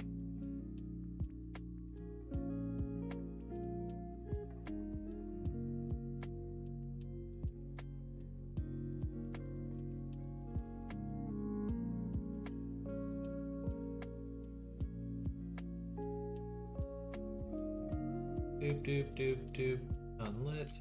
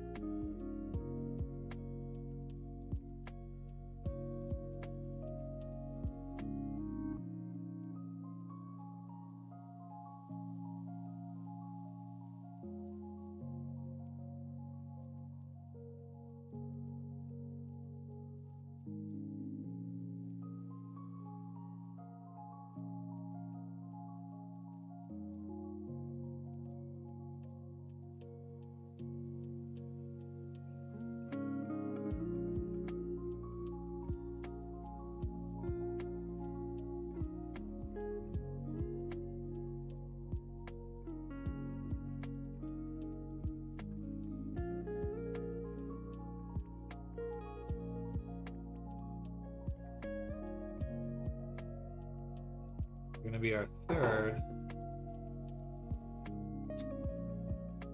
at doing stuff. Ah, let's put you on the other side, actually.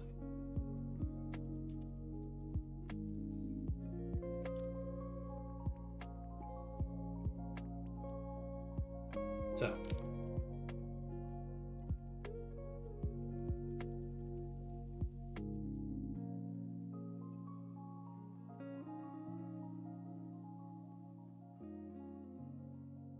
We have this unlit material on the mesh. What we'd like to do is drive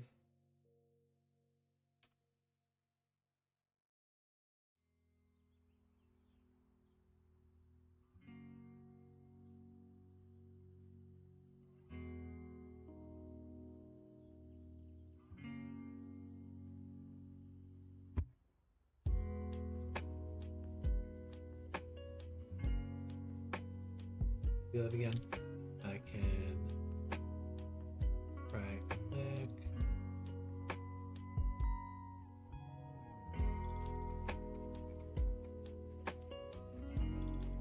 There we go. I'm clicking. There we go. No. Oh wait. That's full material. I want the texture.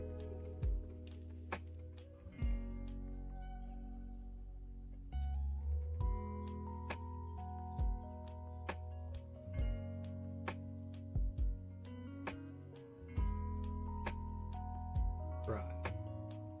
There we go. Okay. So I can take this and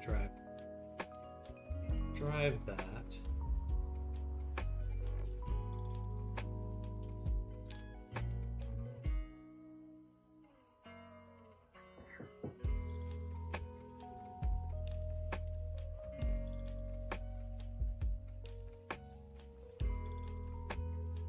Again. Oh, too many fucking.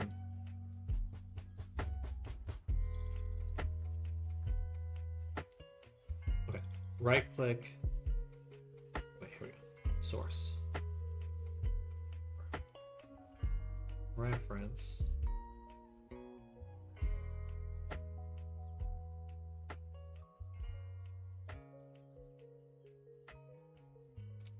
Nothing.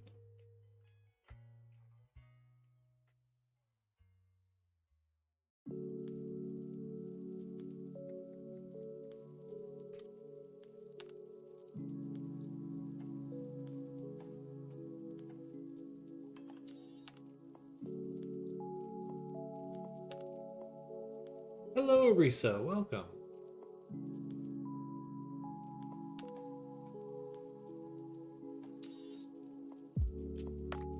Ah, gotcha. So this is a 3D texture already. It's looking for a 3D texture.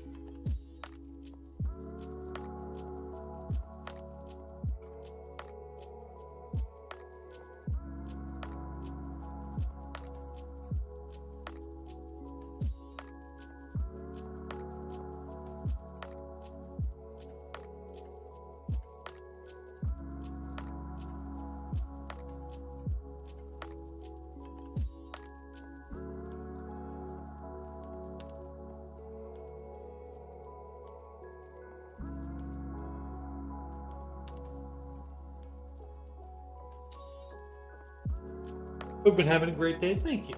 Thank you. Ooh, we're getting there.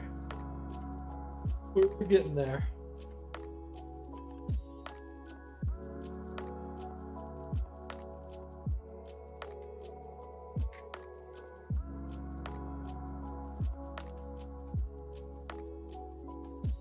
Trying to figure out some lighting stuff for Resonite.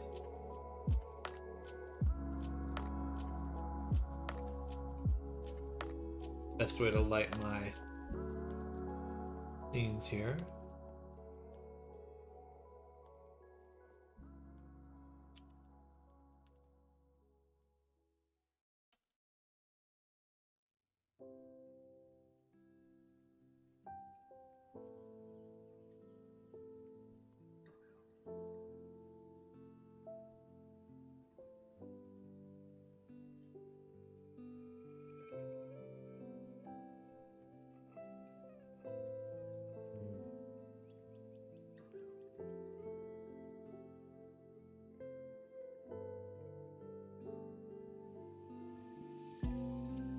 So it appears that there's no UV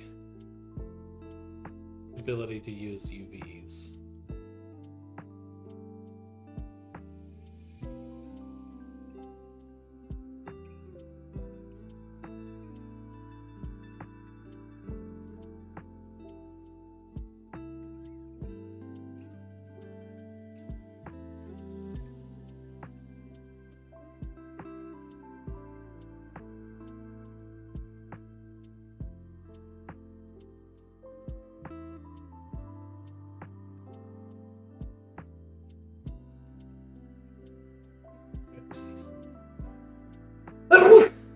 Woo! Thanks.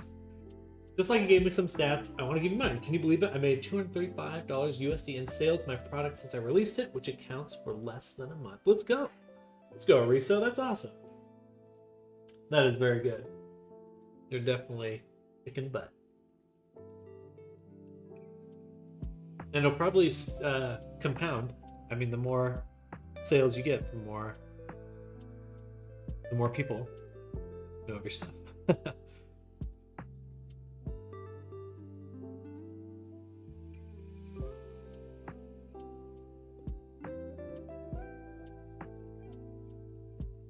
UV texture.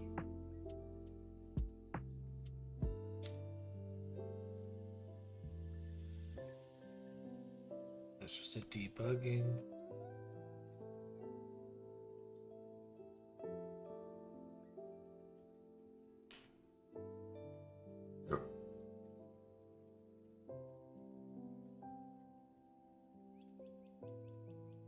UV right.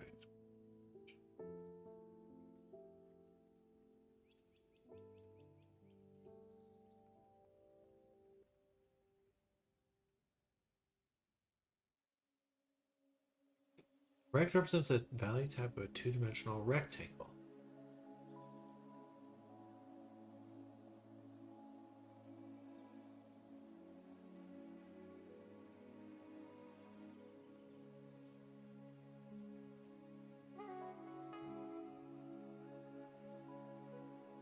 I understand better what good marketing is, and my hypotheses were correct.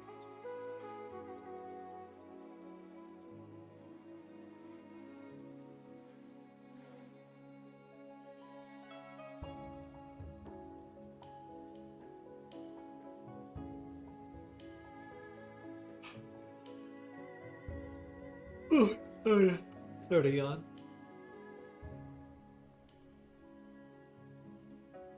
For marketing?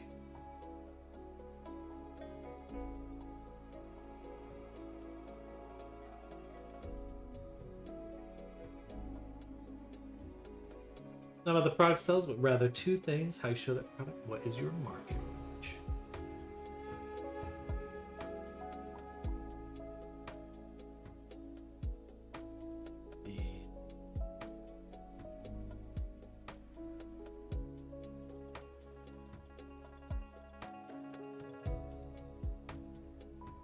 I don't think there's a UV channel at all. No. Anything that sells out there is good marketing. 100%. 100%. I doubt most people buying things in VR chat know which creator they're buying from.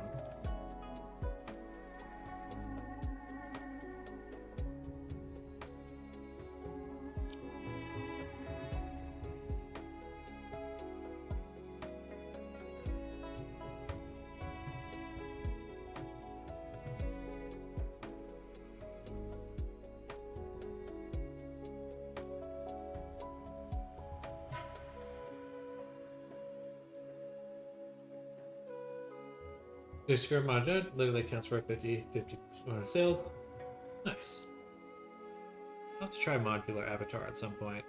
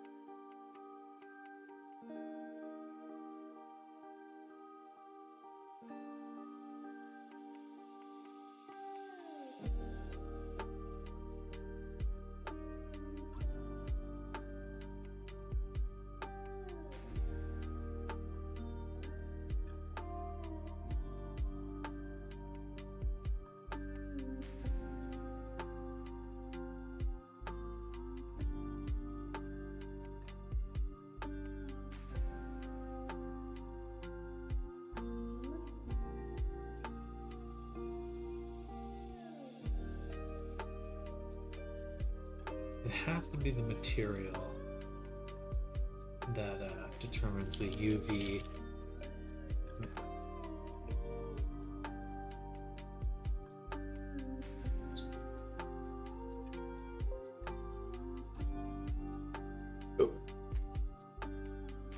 Modular Avatar is horrendously limited. I hate it, but I'm afraid what it gives money, so if you want to be stuff like that, you're gonna have to deal with it. I also made it compatible with Poyomi Tune, Little Tune, Standard Light. Most of my sales come from Little Tune, but Poyomi and Standard Light also give sales. Ooh.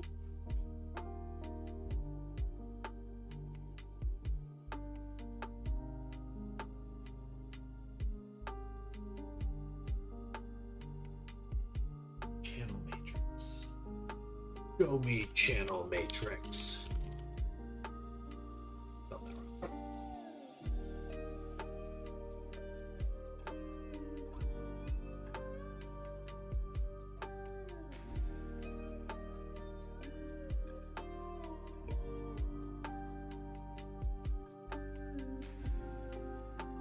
Channel Matrix material.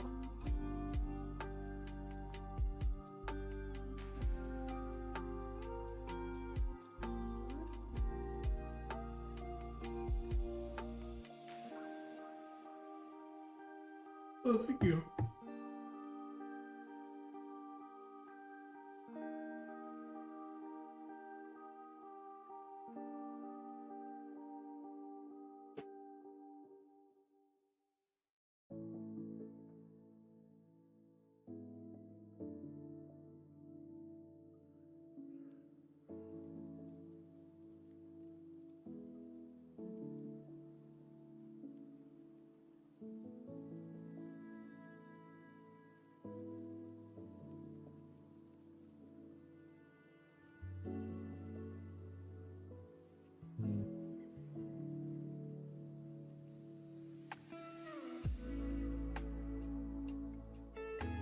Okay. So that's not the way we're gonna go. Baking is a no. Baking is no.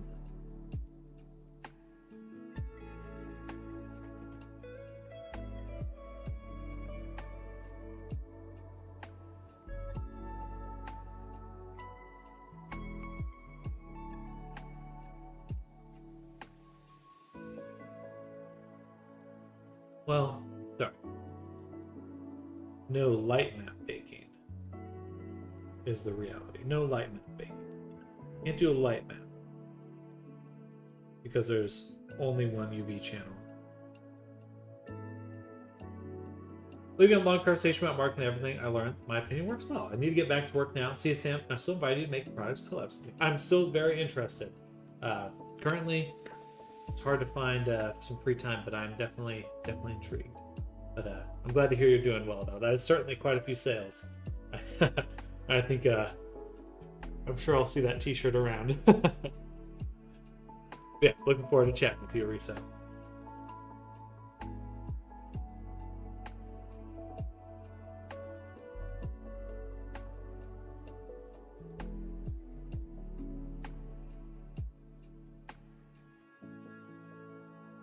Only one UV map, so what would that mean? That would mean we'd have to bake on a per object basis. So every object would have to be baked. 30 sales at the moment, so that should tell you something. Nice. That is very good.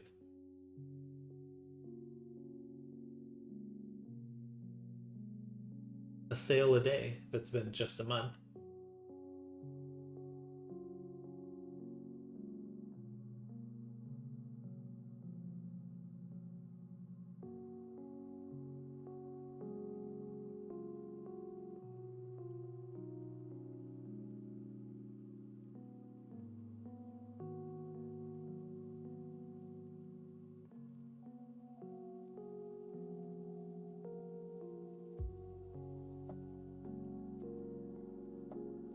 But if I'm baking every texture, and there's only one UV channel,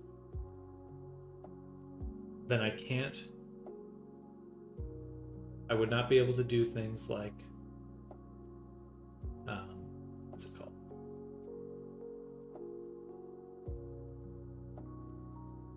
texture atlasing.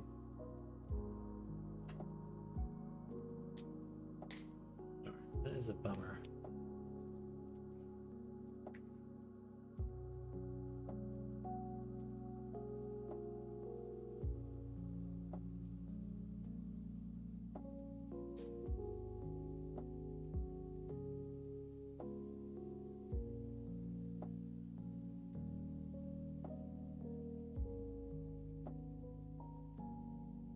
That suddenly made VR chat way more appealing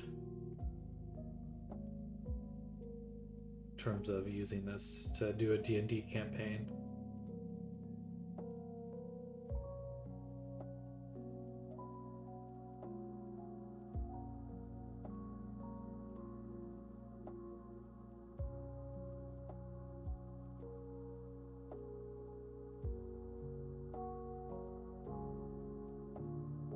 Especially if I'm going to be doing all the work outside. You know, unless I was building. Have a nice rest of the day, night. Same to you, Risa. Enjoy your day. Enjoy your evening. See you hopefully soon, sometime this week. Interested to see how it continues. Just let me know if you have any ideas for collabs. Oh.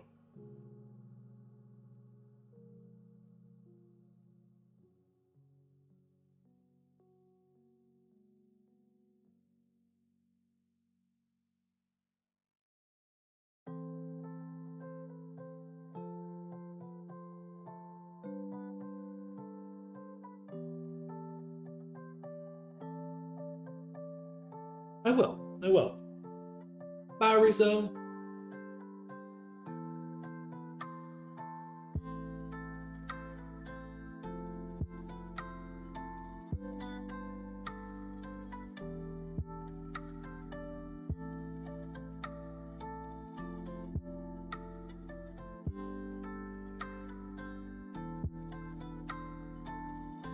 No, Resonite still wins because if I ever encountered a bug during a session, I would have to exit the whole session to redo it. Whereas in Resonite, I could just work around it. That seemed more appealing to me.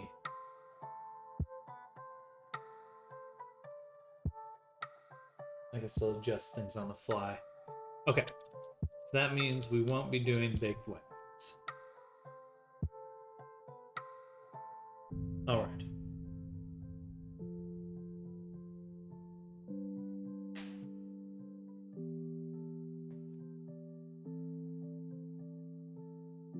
I'm just gonna post about this in Discord, or the Resonite Discord.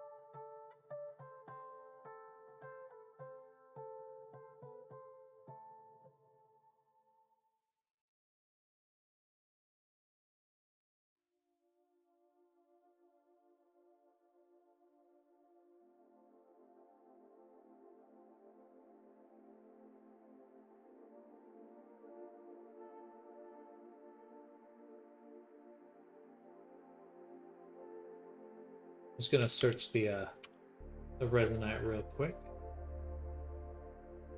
UV map.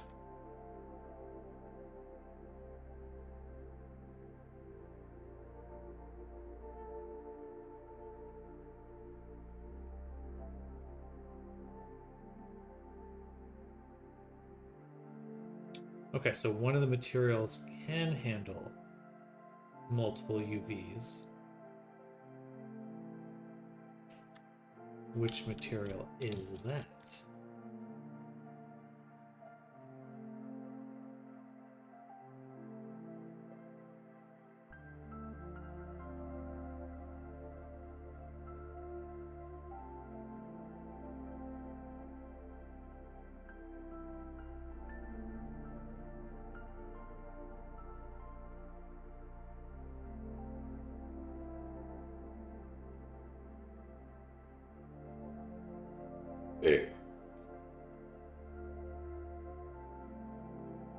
So it doesn't have a breakdown of her materials. Hmm.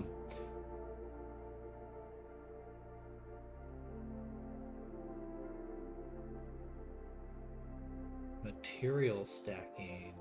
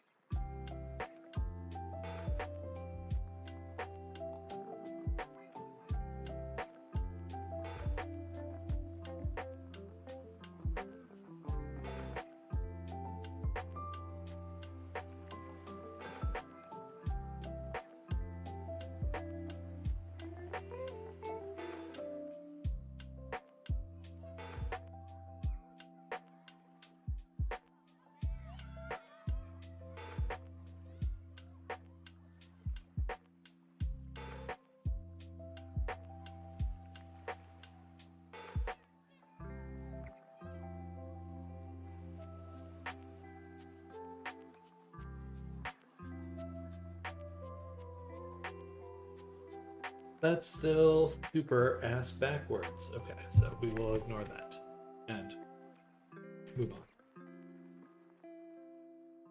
on.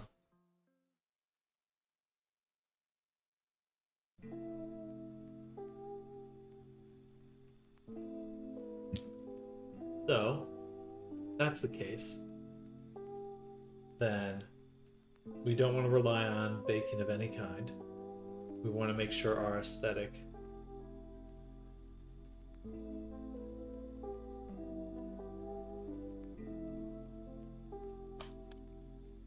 is crispy. Probably still would want to use some sort of unlit texture. And again, we can still bake per object. We can bake the lighting on this object. The issue is if we had, like, let's say a door.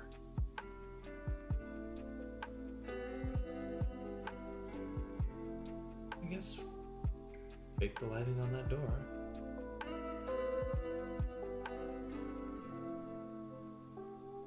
That's not too bad.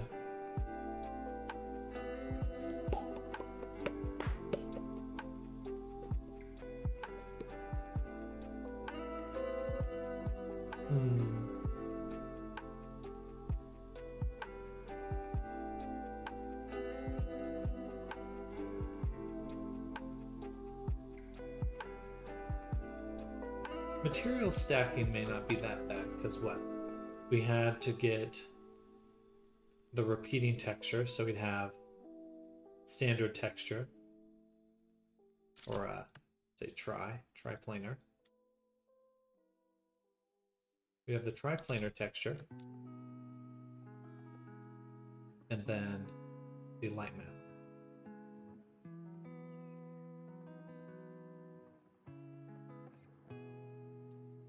So how does that work?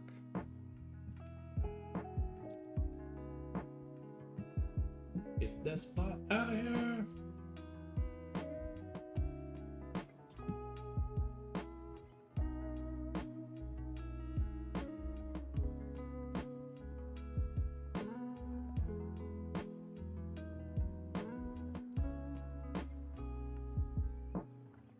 Still not great because then I have to do it every time I import, set up each material stack.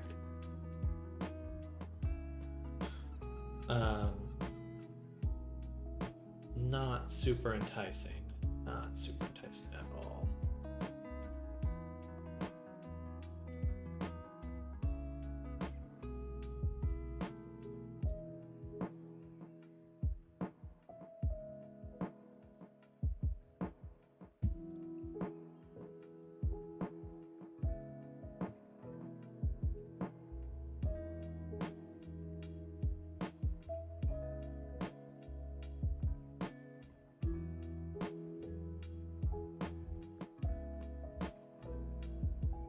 Look at the updates really quick.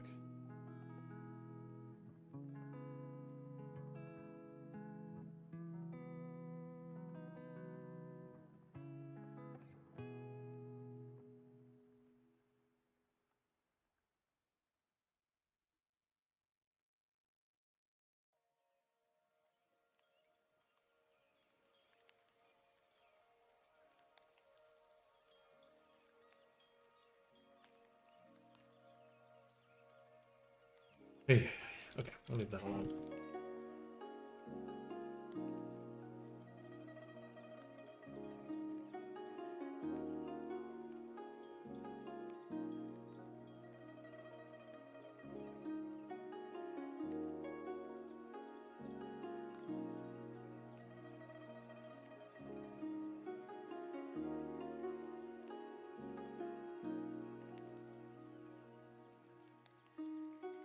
So it would be fine.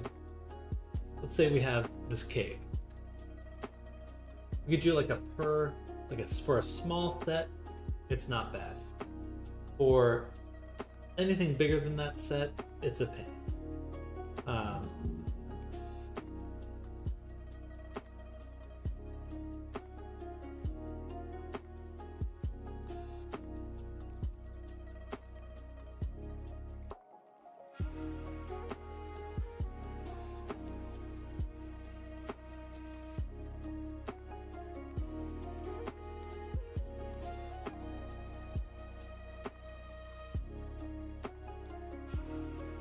Okay, let's leave it there.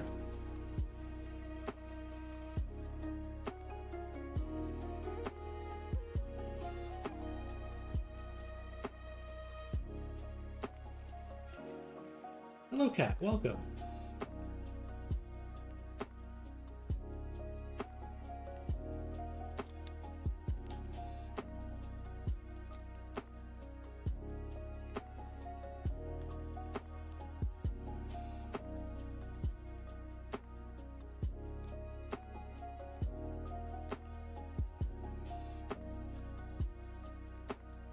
I like the idea of like a big shapes.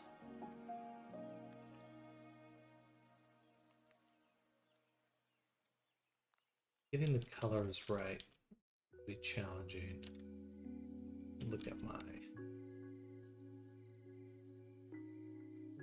black skybox object really quick.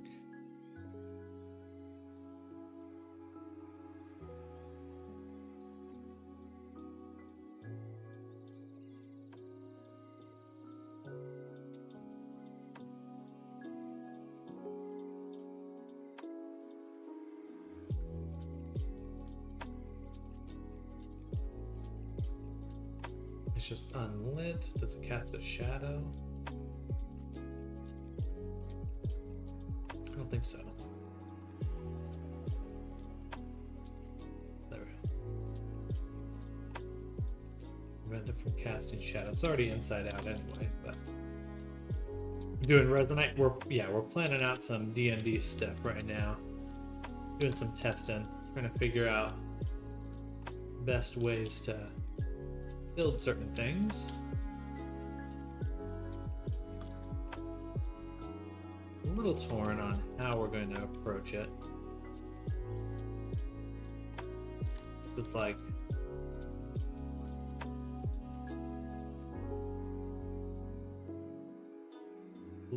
baking light maps in Resonite is not a thing.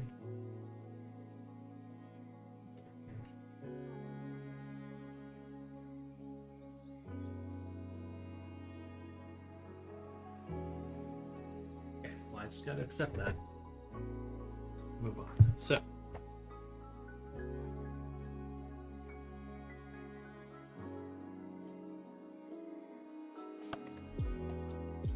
He'll make some very fun and interesting looking things though.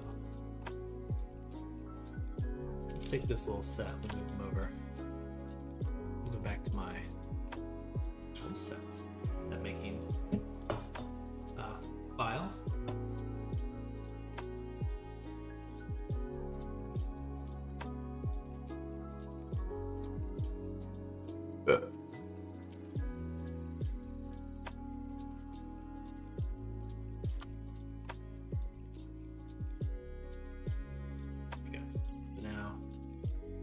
Do some stuff.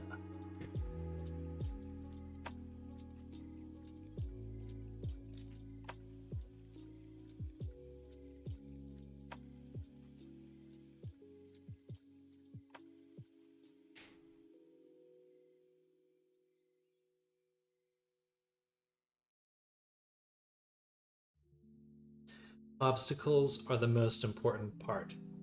Obstacles, challenges, these are what should allow us to create sets. So when we make something,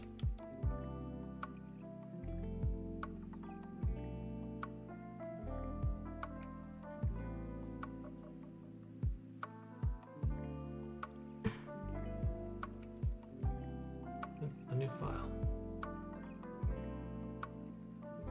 So,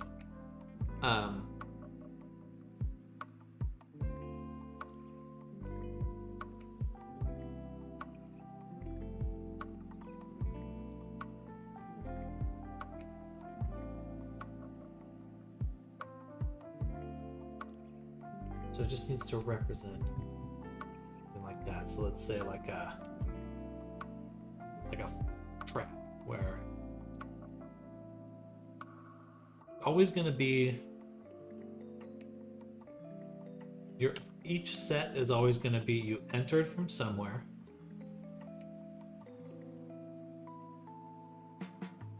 and you can go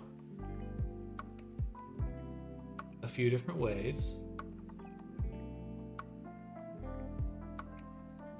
or you can fail and go back. That's really what options you have available to you. Failure, going through. So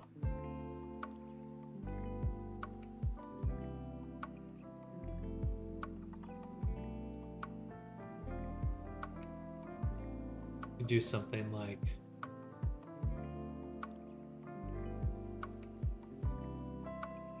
a rickety bridge.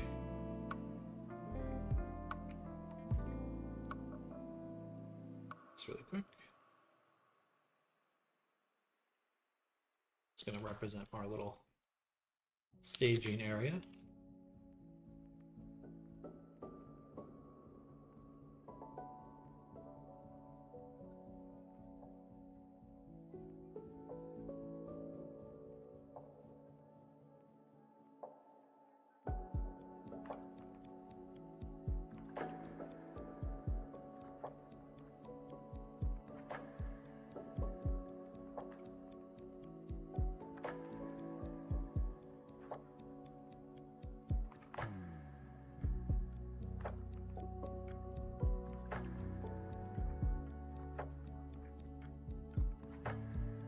really what we're left with in order to paint in Blender is we want it to work really quickly. It would just be mostly gradients. That would be fast. That would be a fast way to work.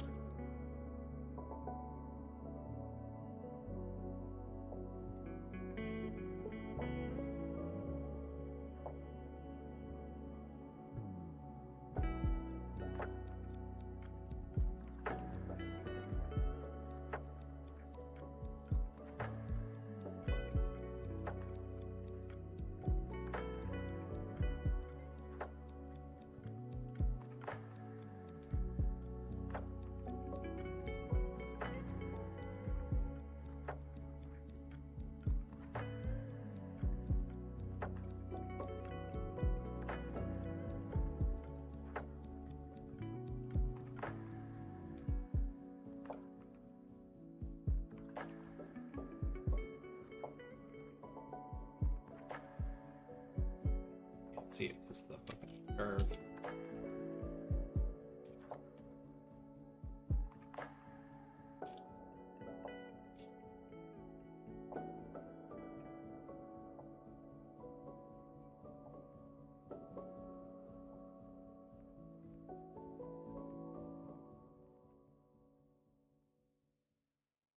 Okay, bridge obstacle. Ugh.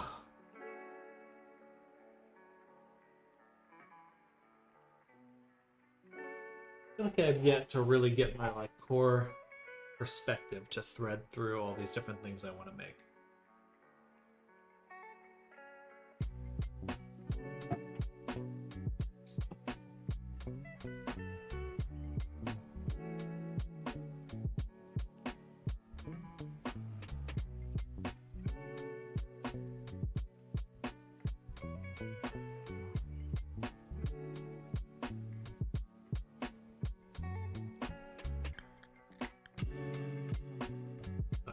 I think let's just focus on aesthetic. I made a little set for this area.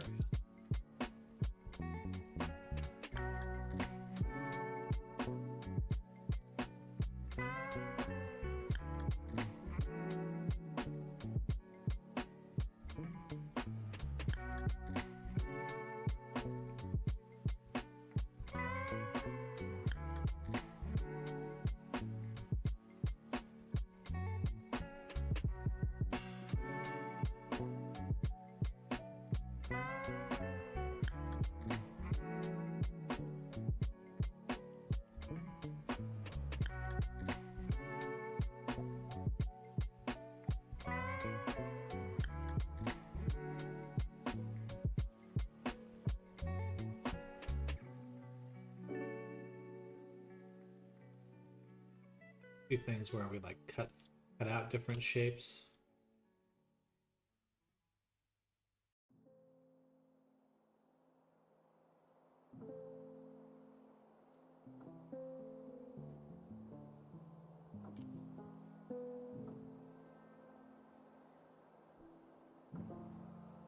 Stand up. I feel the need to pace.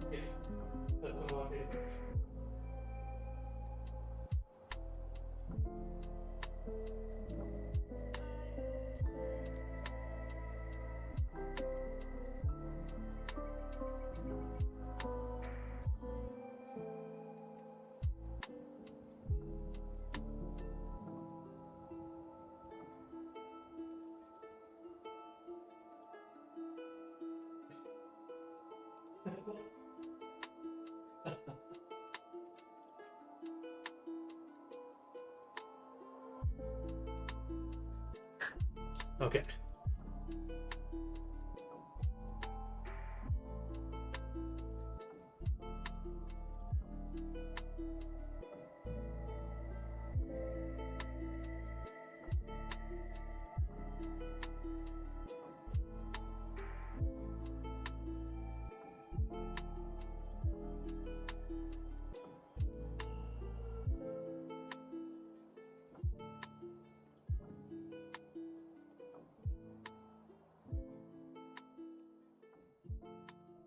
Still very sad we don't have light mapping. It's kind of a bummer. Kind of a major bummer.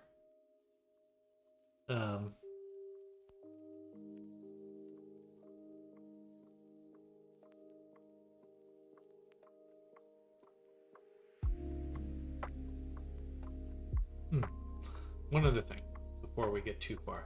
They did mention there was one other material. Apparently there is one material that does allow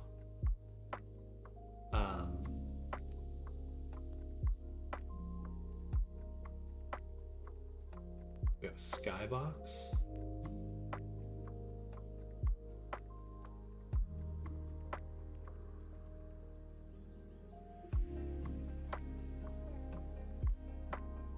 Color splat.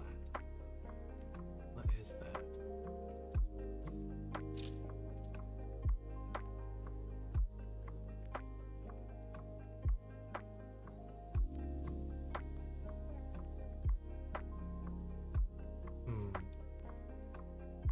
Okay.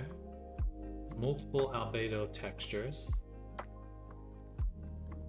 Missive. Packed. Packed.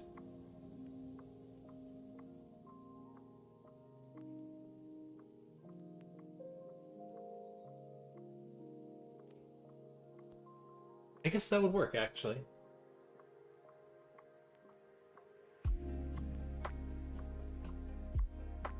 Something color splat specular.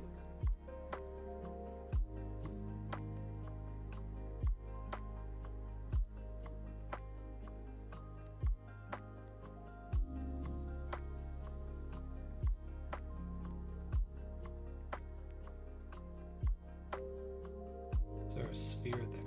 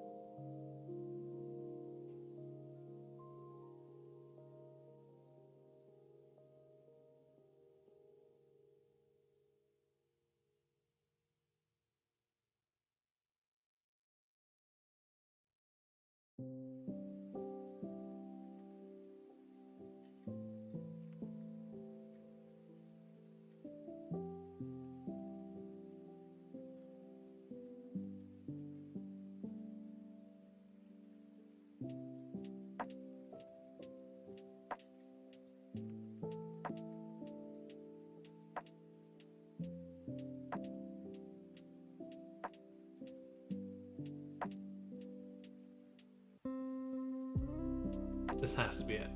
Because they have multiple textures.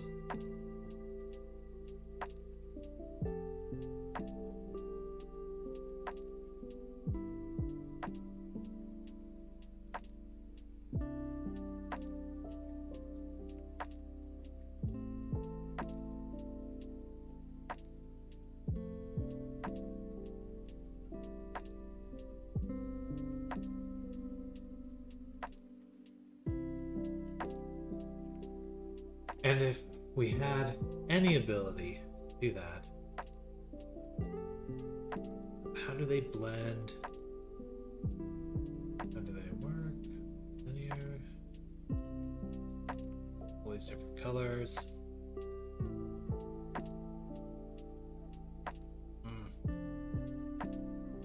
Ay, ay, ay. Well, this is definitely abutting a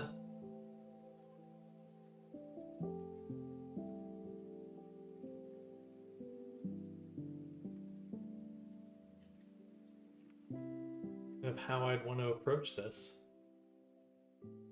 Okay, doesn't matter. Throw it out. Let's start making stuff. So,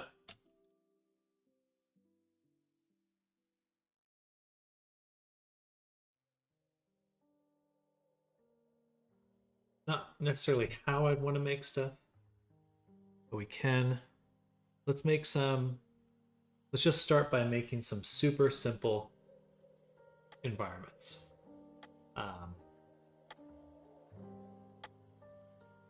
Imagine like a sewer environment, because it's small and constrained, and I think we can make something that looks pretty good overall. But we just have to focus on using basically unlit textures, or for now we'll do unlit textures so we can move super quick. Actually, how about vertex colors and unlit textures? That way we can move quickly and break things. So let's just go above view, and we'll imagine that some sort of path here, and maybe this is caved in, but there's an opening here.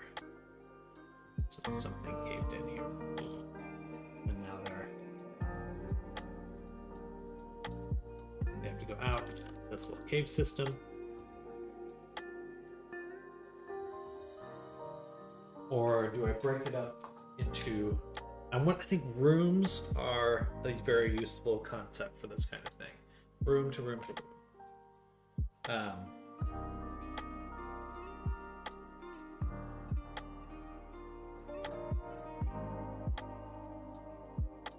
Do something like a glowing green river.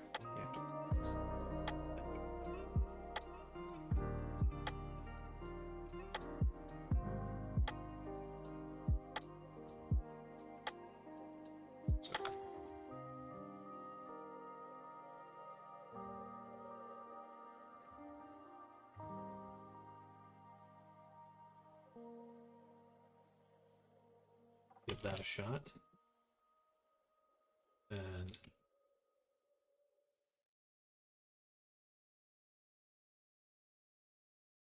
we'll do a quick little block out.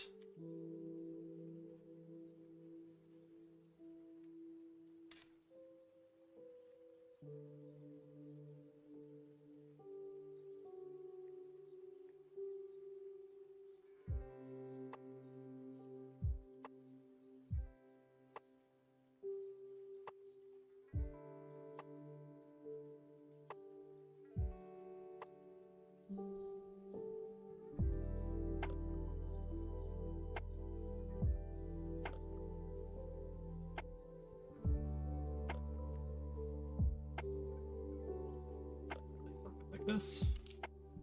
And we'll have another section of tunnel over here that they reconnect to.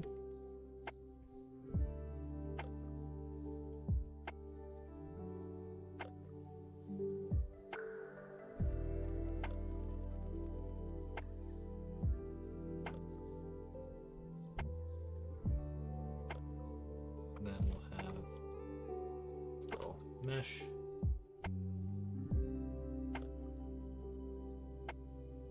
That.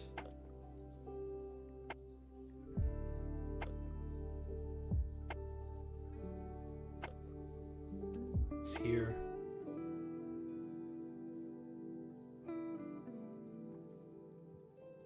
Would be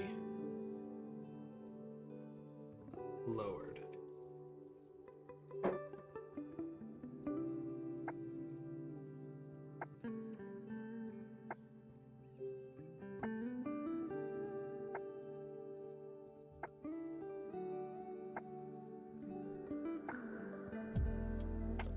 Some like water going through it.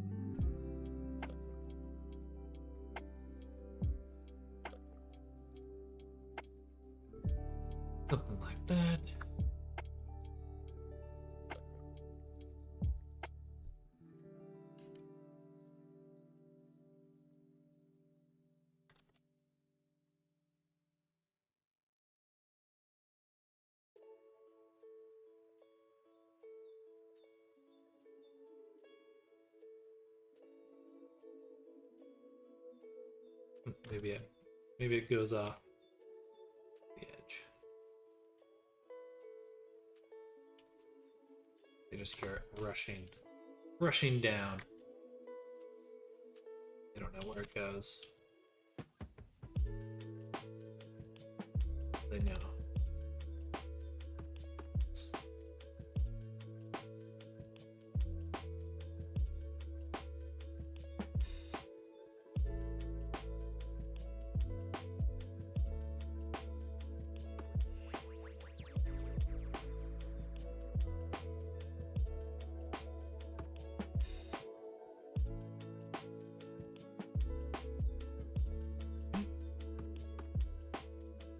Then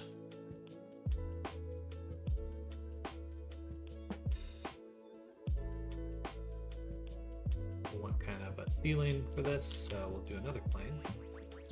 Go the other way.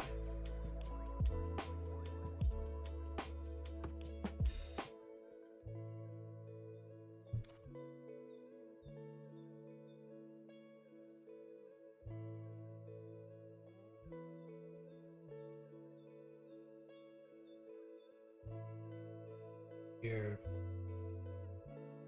area, that.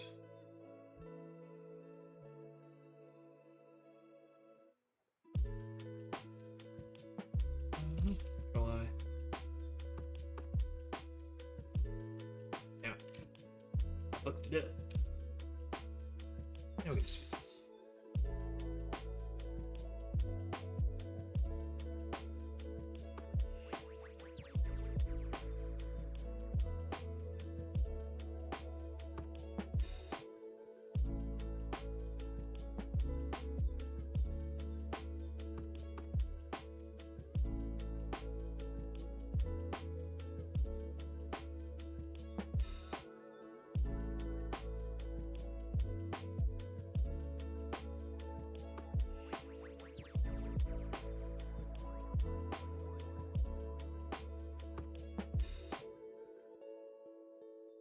Literally have to fold it around the start.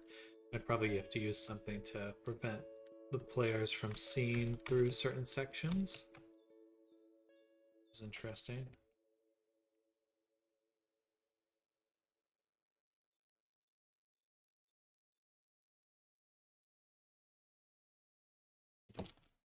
I also like to turn off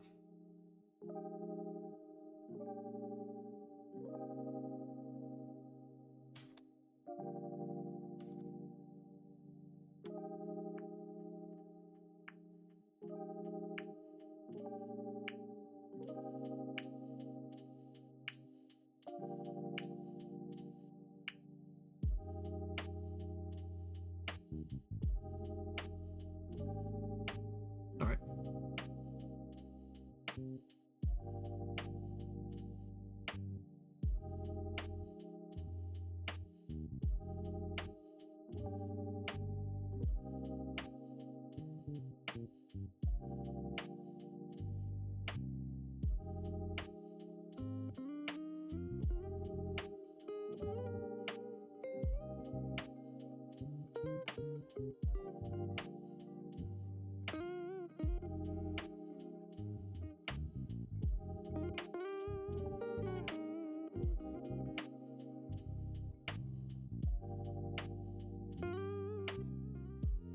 Okay, and let's start defining some materials. So I want this to be the goo river. This can be just a test in the long run, but I think that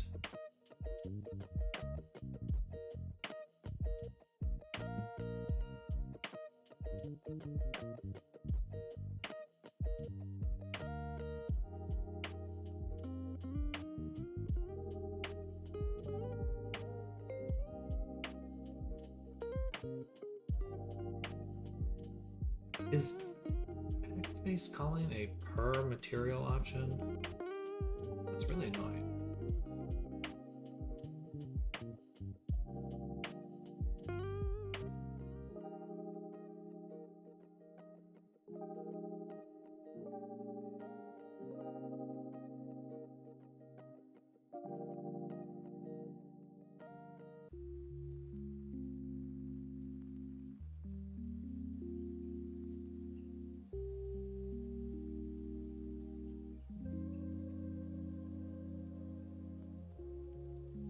again, the problem with messing around with the lights is like,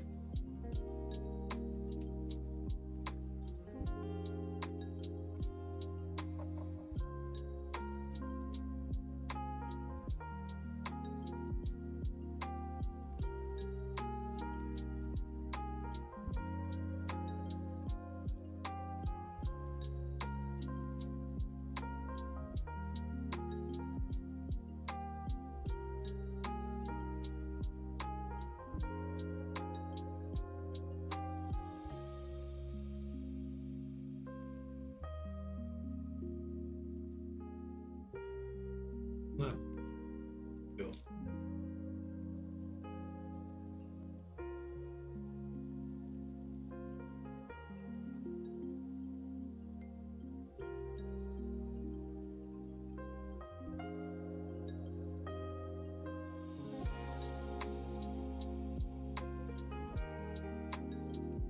Shit.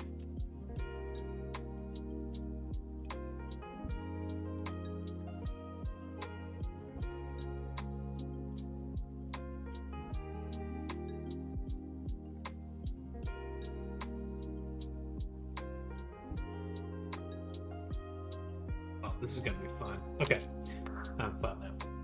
All right, I'm decided. I'm having fun.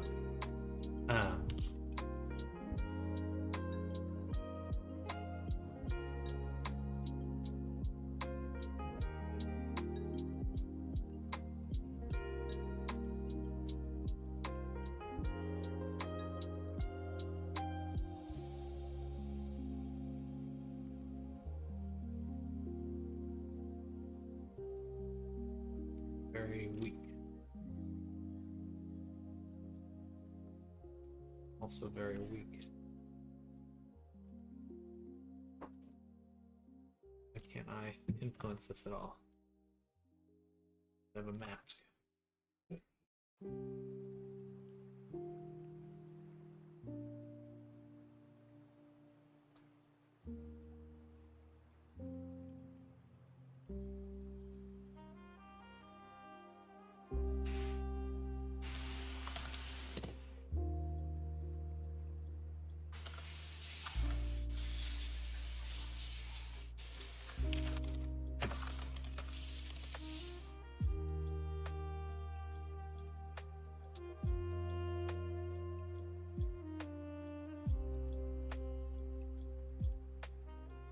Now where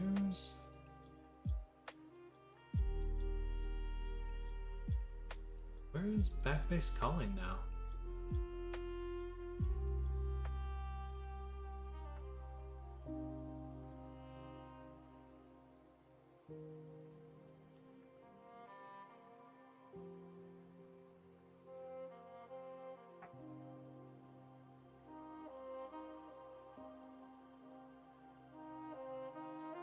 It used to be per material.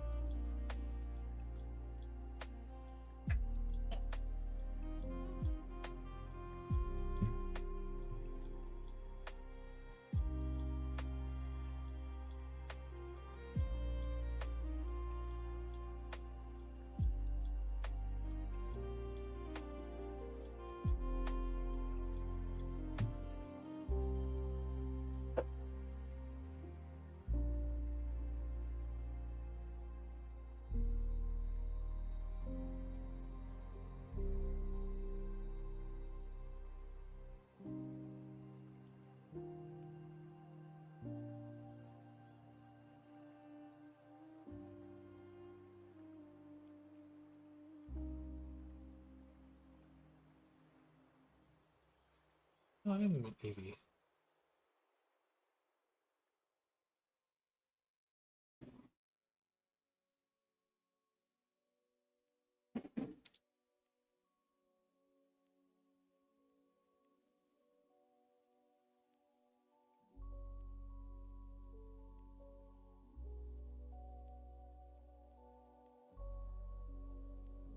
Oh, wait. How did I not see that? Oh my god. Brain dead.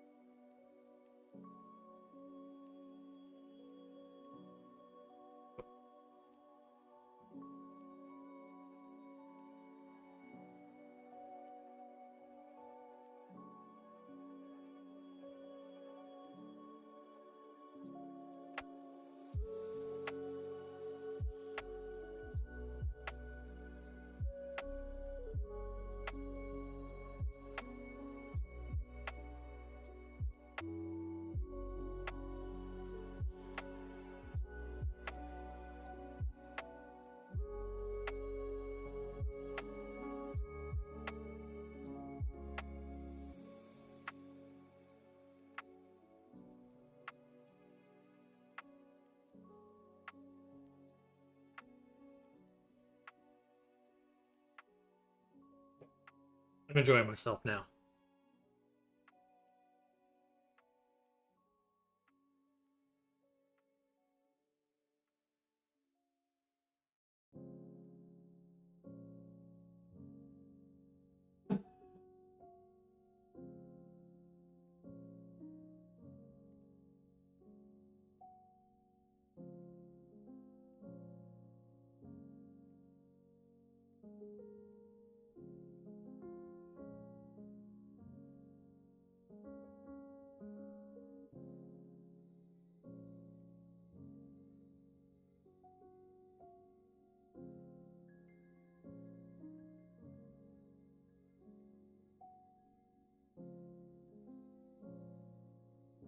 There's no need to do it if it's literally glowing already.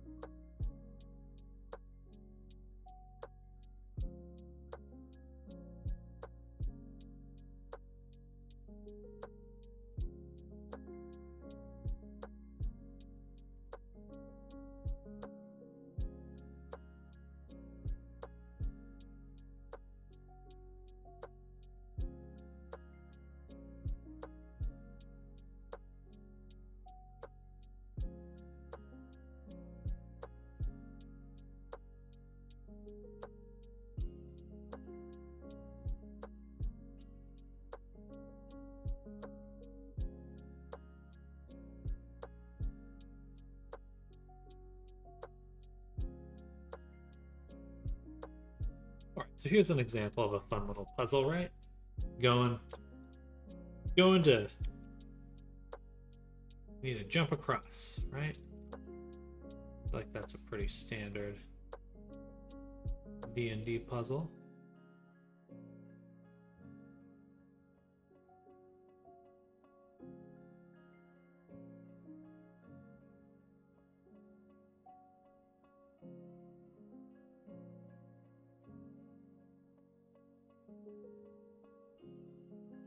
Again, shift control. I do the first person camera. This one to fly.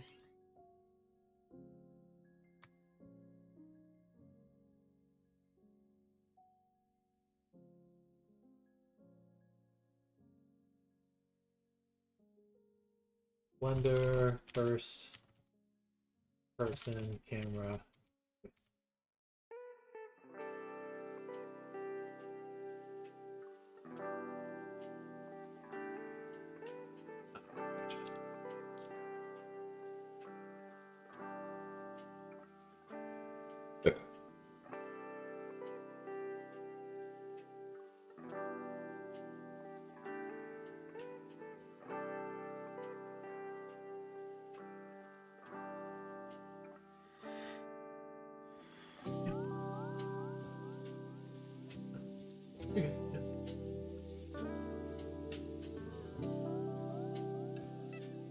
I know that's black over there. That'd be good. Darker.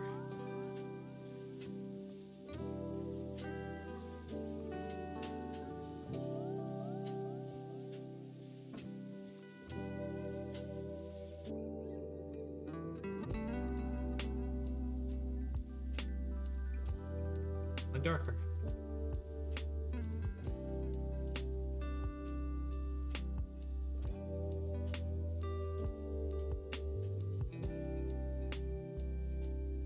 So if I had to do, you know, like a few of these scenes,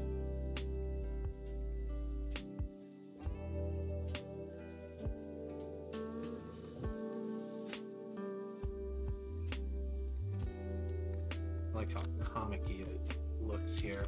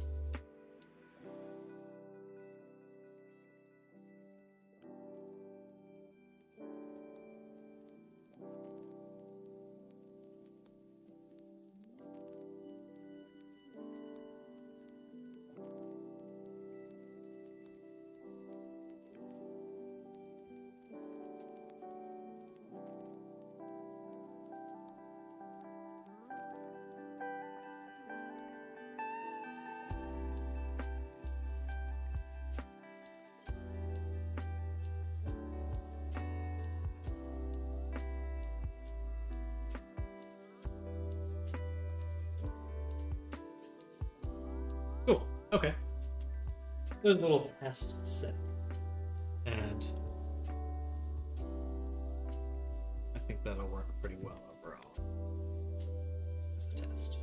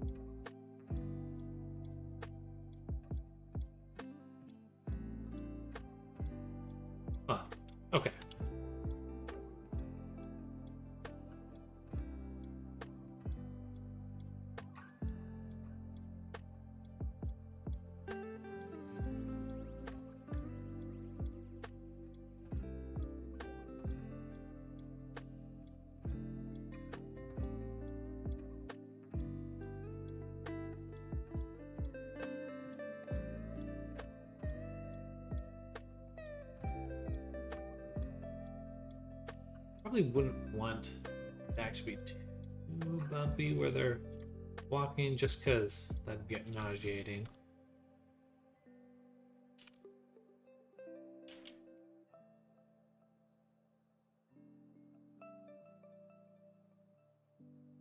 Over here, where we want them to exit.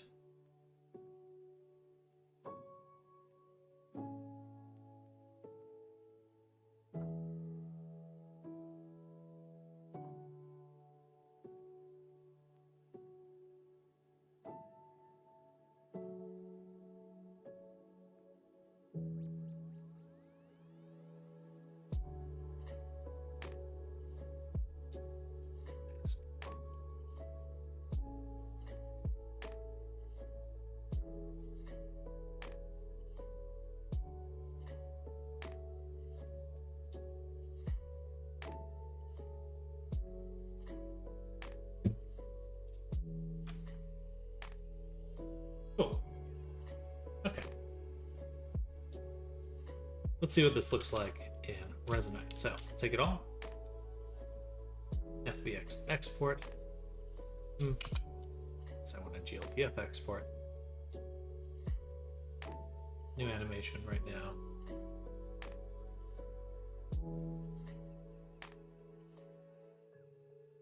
Apply modifiers.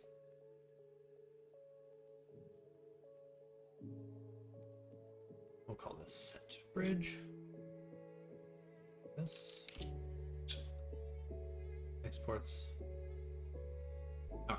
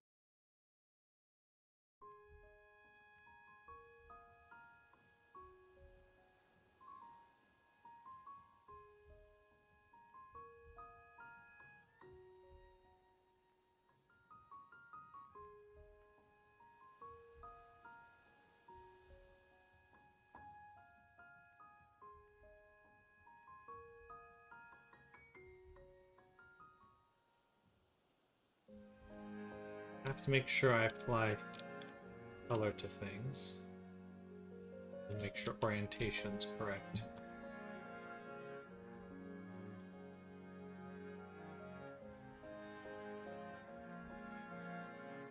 Man.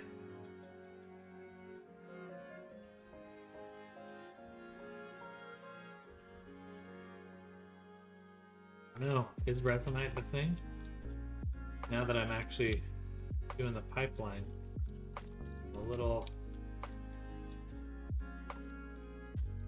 upset with it, honestly. I just think there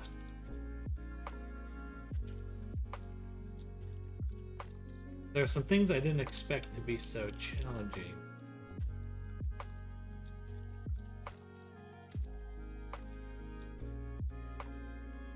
And it's annoying me.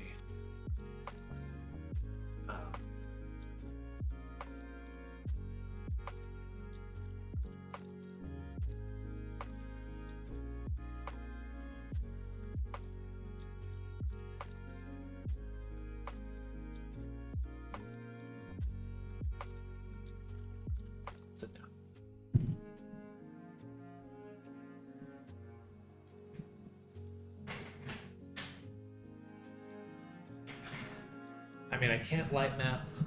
I can't plug in my own custom textures.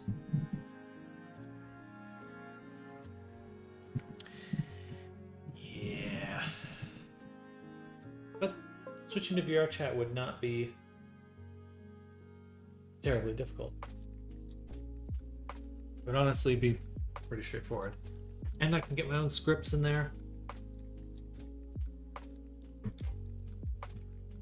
Because the thought was that building the environments with Resonite would be faster. Because I could... And it will be faster to fix things if I encounter issues like on the fly. Like if we're playing a game and something breaks, I can fix that in Resonite so much faster. But if the iteration time is super slow, because I can't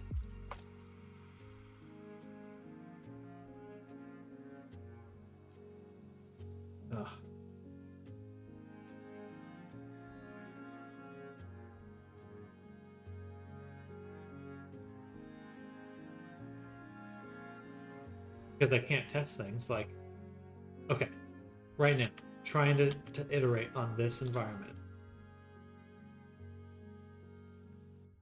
Like, I really just can't bring anything into Resonite until I'm 100% sure it's done. Because at this point, like, oh, it's like, okay, I want to tweak this. Now I have to delete it out of my project, edit in here, and then every time I bring it in here, set it to 0, this and that. It's like, that's fucking annoying. that's really annoying. It's not better in VR chat. That's a lie. It is better in VR chat because you have the Unity editor. The Unity editor just lets you, if I could save over the file and everything in my project would update.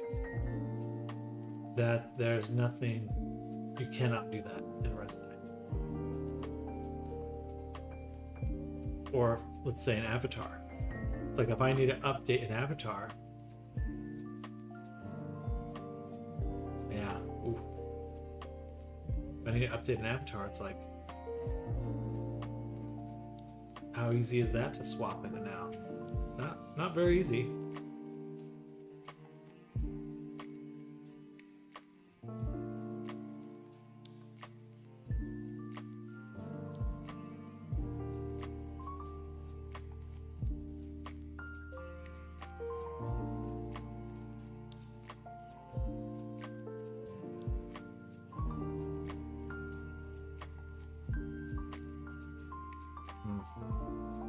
Okay, that's okay.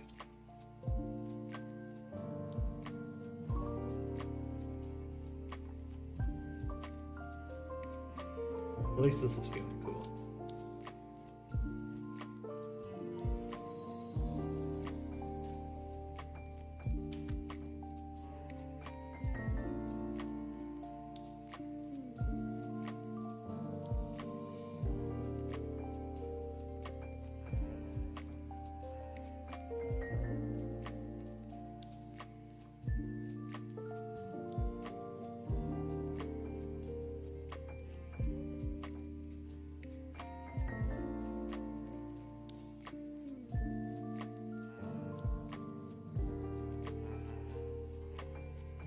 And even in terms of visual fidelity, like,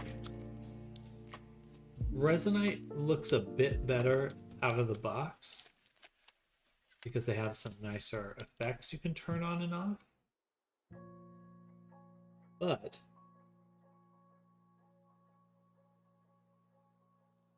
your ability to go deeply into those systems and change things is super limited. Like, you don't even have access to multiple UV maps.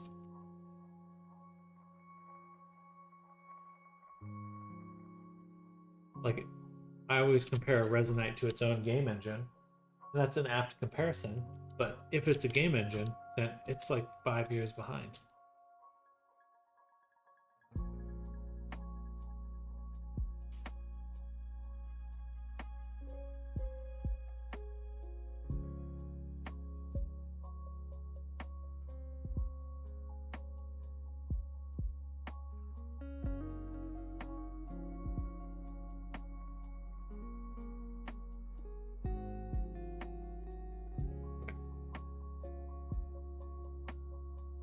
very least, what this means is that I really don't even have to open Resonite at all until I'm completely done with my set. That's definitely the case. No matter what else. No matter what. That's definitely the case.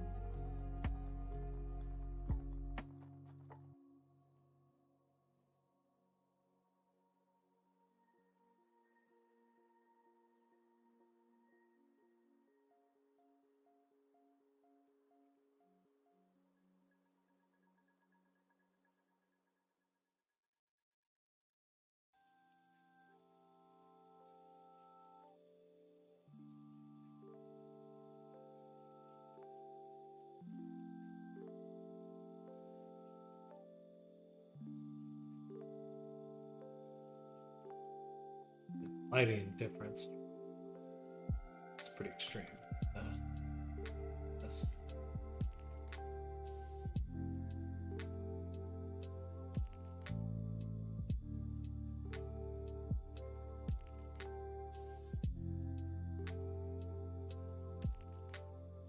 Can I bake out materials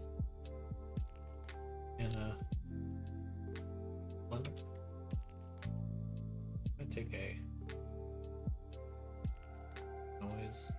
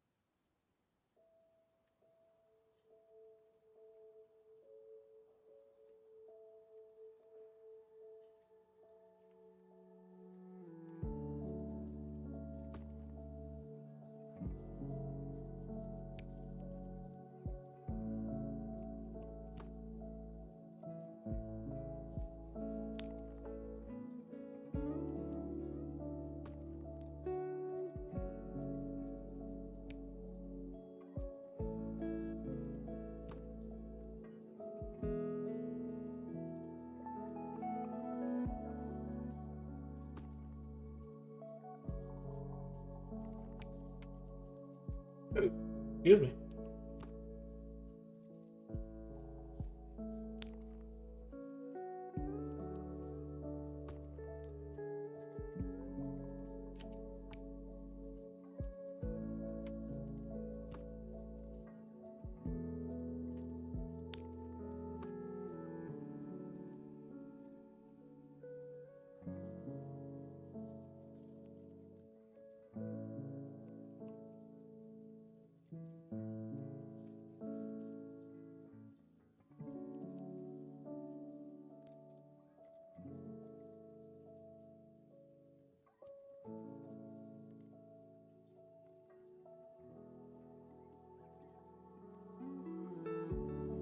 Hello, Sea Titan. Welcome.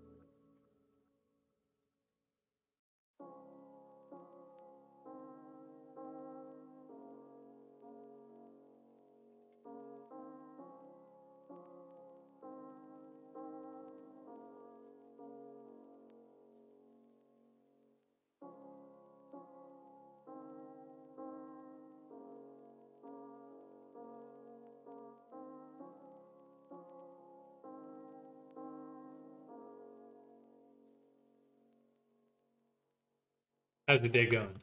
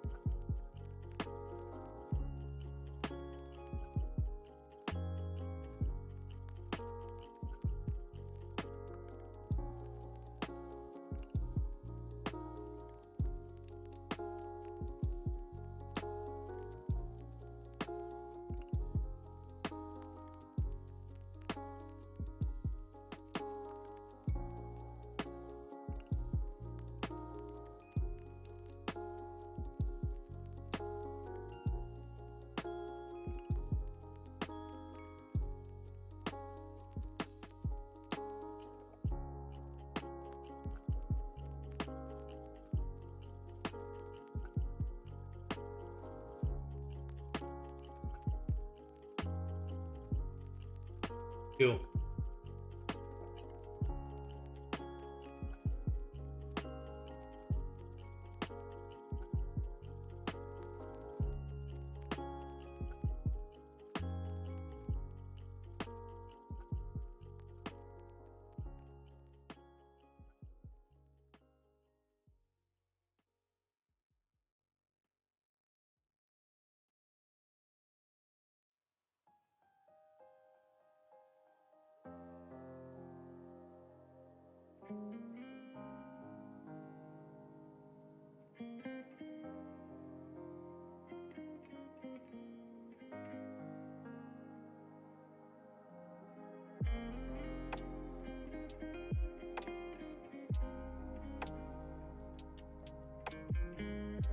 Ooh, what if there's beer?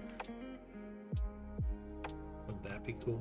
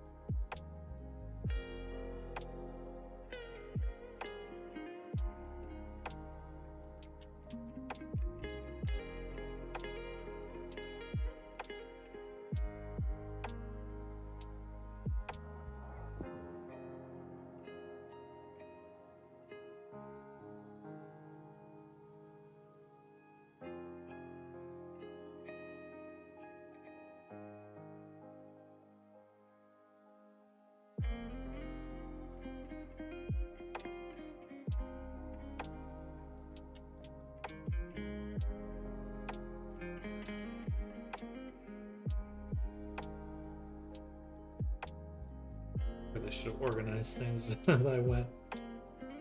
These are all the planes, though. That's fine.